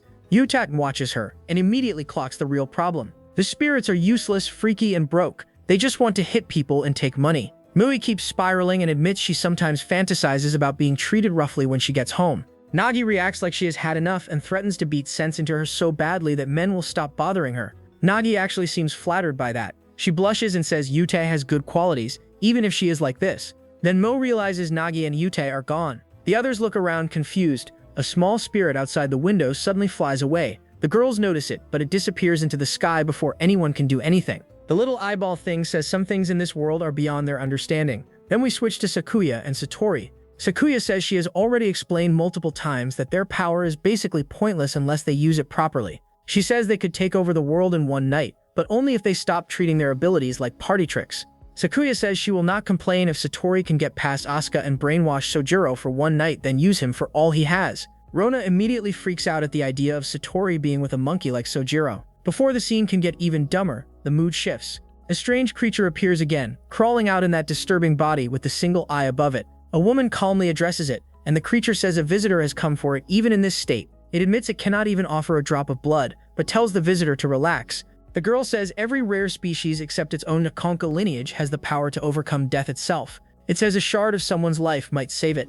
Then it talks about how pitiful its current appearance is. It remembers a time when even it was just a girl, scared of death and struggling to survive. It says it will enjoy the boredom while it lasts, but then adds that searching for Kamanagi's sacred tree is pointless if it exists in a different time-space. The scene cuts to the fortune-telling clubroom. Ahsoka stands near the door while the evening light hits the room. She asks why God created humans. Then she answers her own question. If someone is all-knowing and all-powerful, then there is no need for anyone else. Solitude should not be a burden. She says she spent 15 years of her life learning one simple truth. If someone understands that much, then there is nothing more to say. They should simply go back where they belong. A small child appears in front of Sojiro and Asuka. Sojiro sees the child and immediately treats her gently, offering candy and asking where she is headed. Sojiro tries to talk to her like a normal kid, but she is barely listening. He says her short legs will never get her anywhere, which is insane to say to a child. But this is Sojiro, so the filter broke again. Sojiro is on all fours, acting like a horse, and tells the kid to hop on. Then the child starts disappearing down the hallway.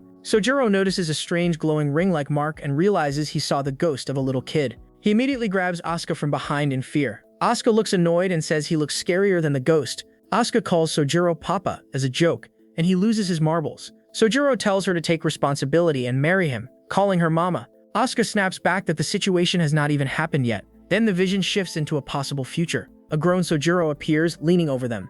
He says he has been looking for the child and notices that the child's eyes are swirling. Sojiro calls Asuka and asks if they need red rice to solve this. The grown Asuka comments that switching family names did not solve anything and that things seem worse year after year. Then we see the future Sakagami Rimi, age 10. She pops into view and insists nothing is wrong. The child explains that her mother and father know Sojiro and Asuka from school. She says they told her the two would be making a lot of noise tonight. Future Sojiro starts panicking, saying he may need to sell his kidney to buy forbidden penguin meat for their feast. Future Asuka calmly says, sometimes Papa loses his mind. The child's ability seems unstable. They explain that it is going berserk right now, but once it calms down, it will probably become simple precognition. Yutek tells Rimi not to remember what happens next and not to think too hard about whatever they do. Rimi happily agrees. The scene snaps back to present Sojiro and Asuka. They are still standing together, realizing something weird just happened. Asuka wonders if Rimi will actually see them. Sojiro says he does not know why, but he has a hunch. Then Sojiro and Asuka decide to send a message to their future daughter. Sojiro says that the past versions of her father and mother are going to deliver something important. Yet at first, it looks serious, then it gets stupid immediately. They both stand in front of the empty classroom and start making exaggerated faces and movements, like they are trying to communicate across time. Sojiro and Asuka start acting like total idiots. They laugh, make faces, and yell wild advice at Rimi, telling her not to take life so seriously and to just go with the flow. Sojiro starts talking politely, but Asuka immediately roasts him for using polite speech and asks if he wants to suck melons. Asuka asks why they said such awful things. Sojiro is just as disturbed. Rimi in the future gets scolded by her mother for going against what she was told. The final scene shows future Sojiro and Asuka smiling together with Rimi. The kid laughs and the family looks chaotic but happy, and that is where it ends.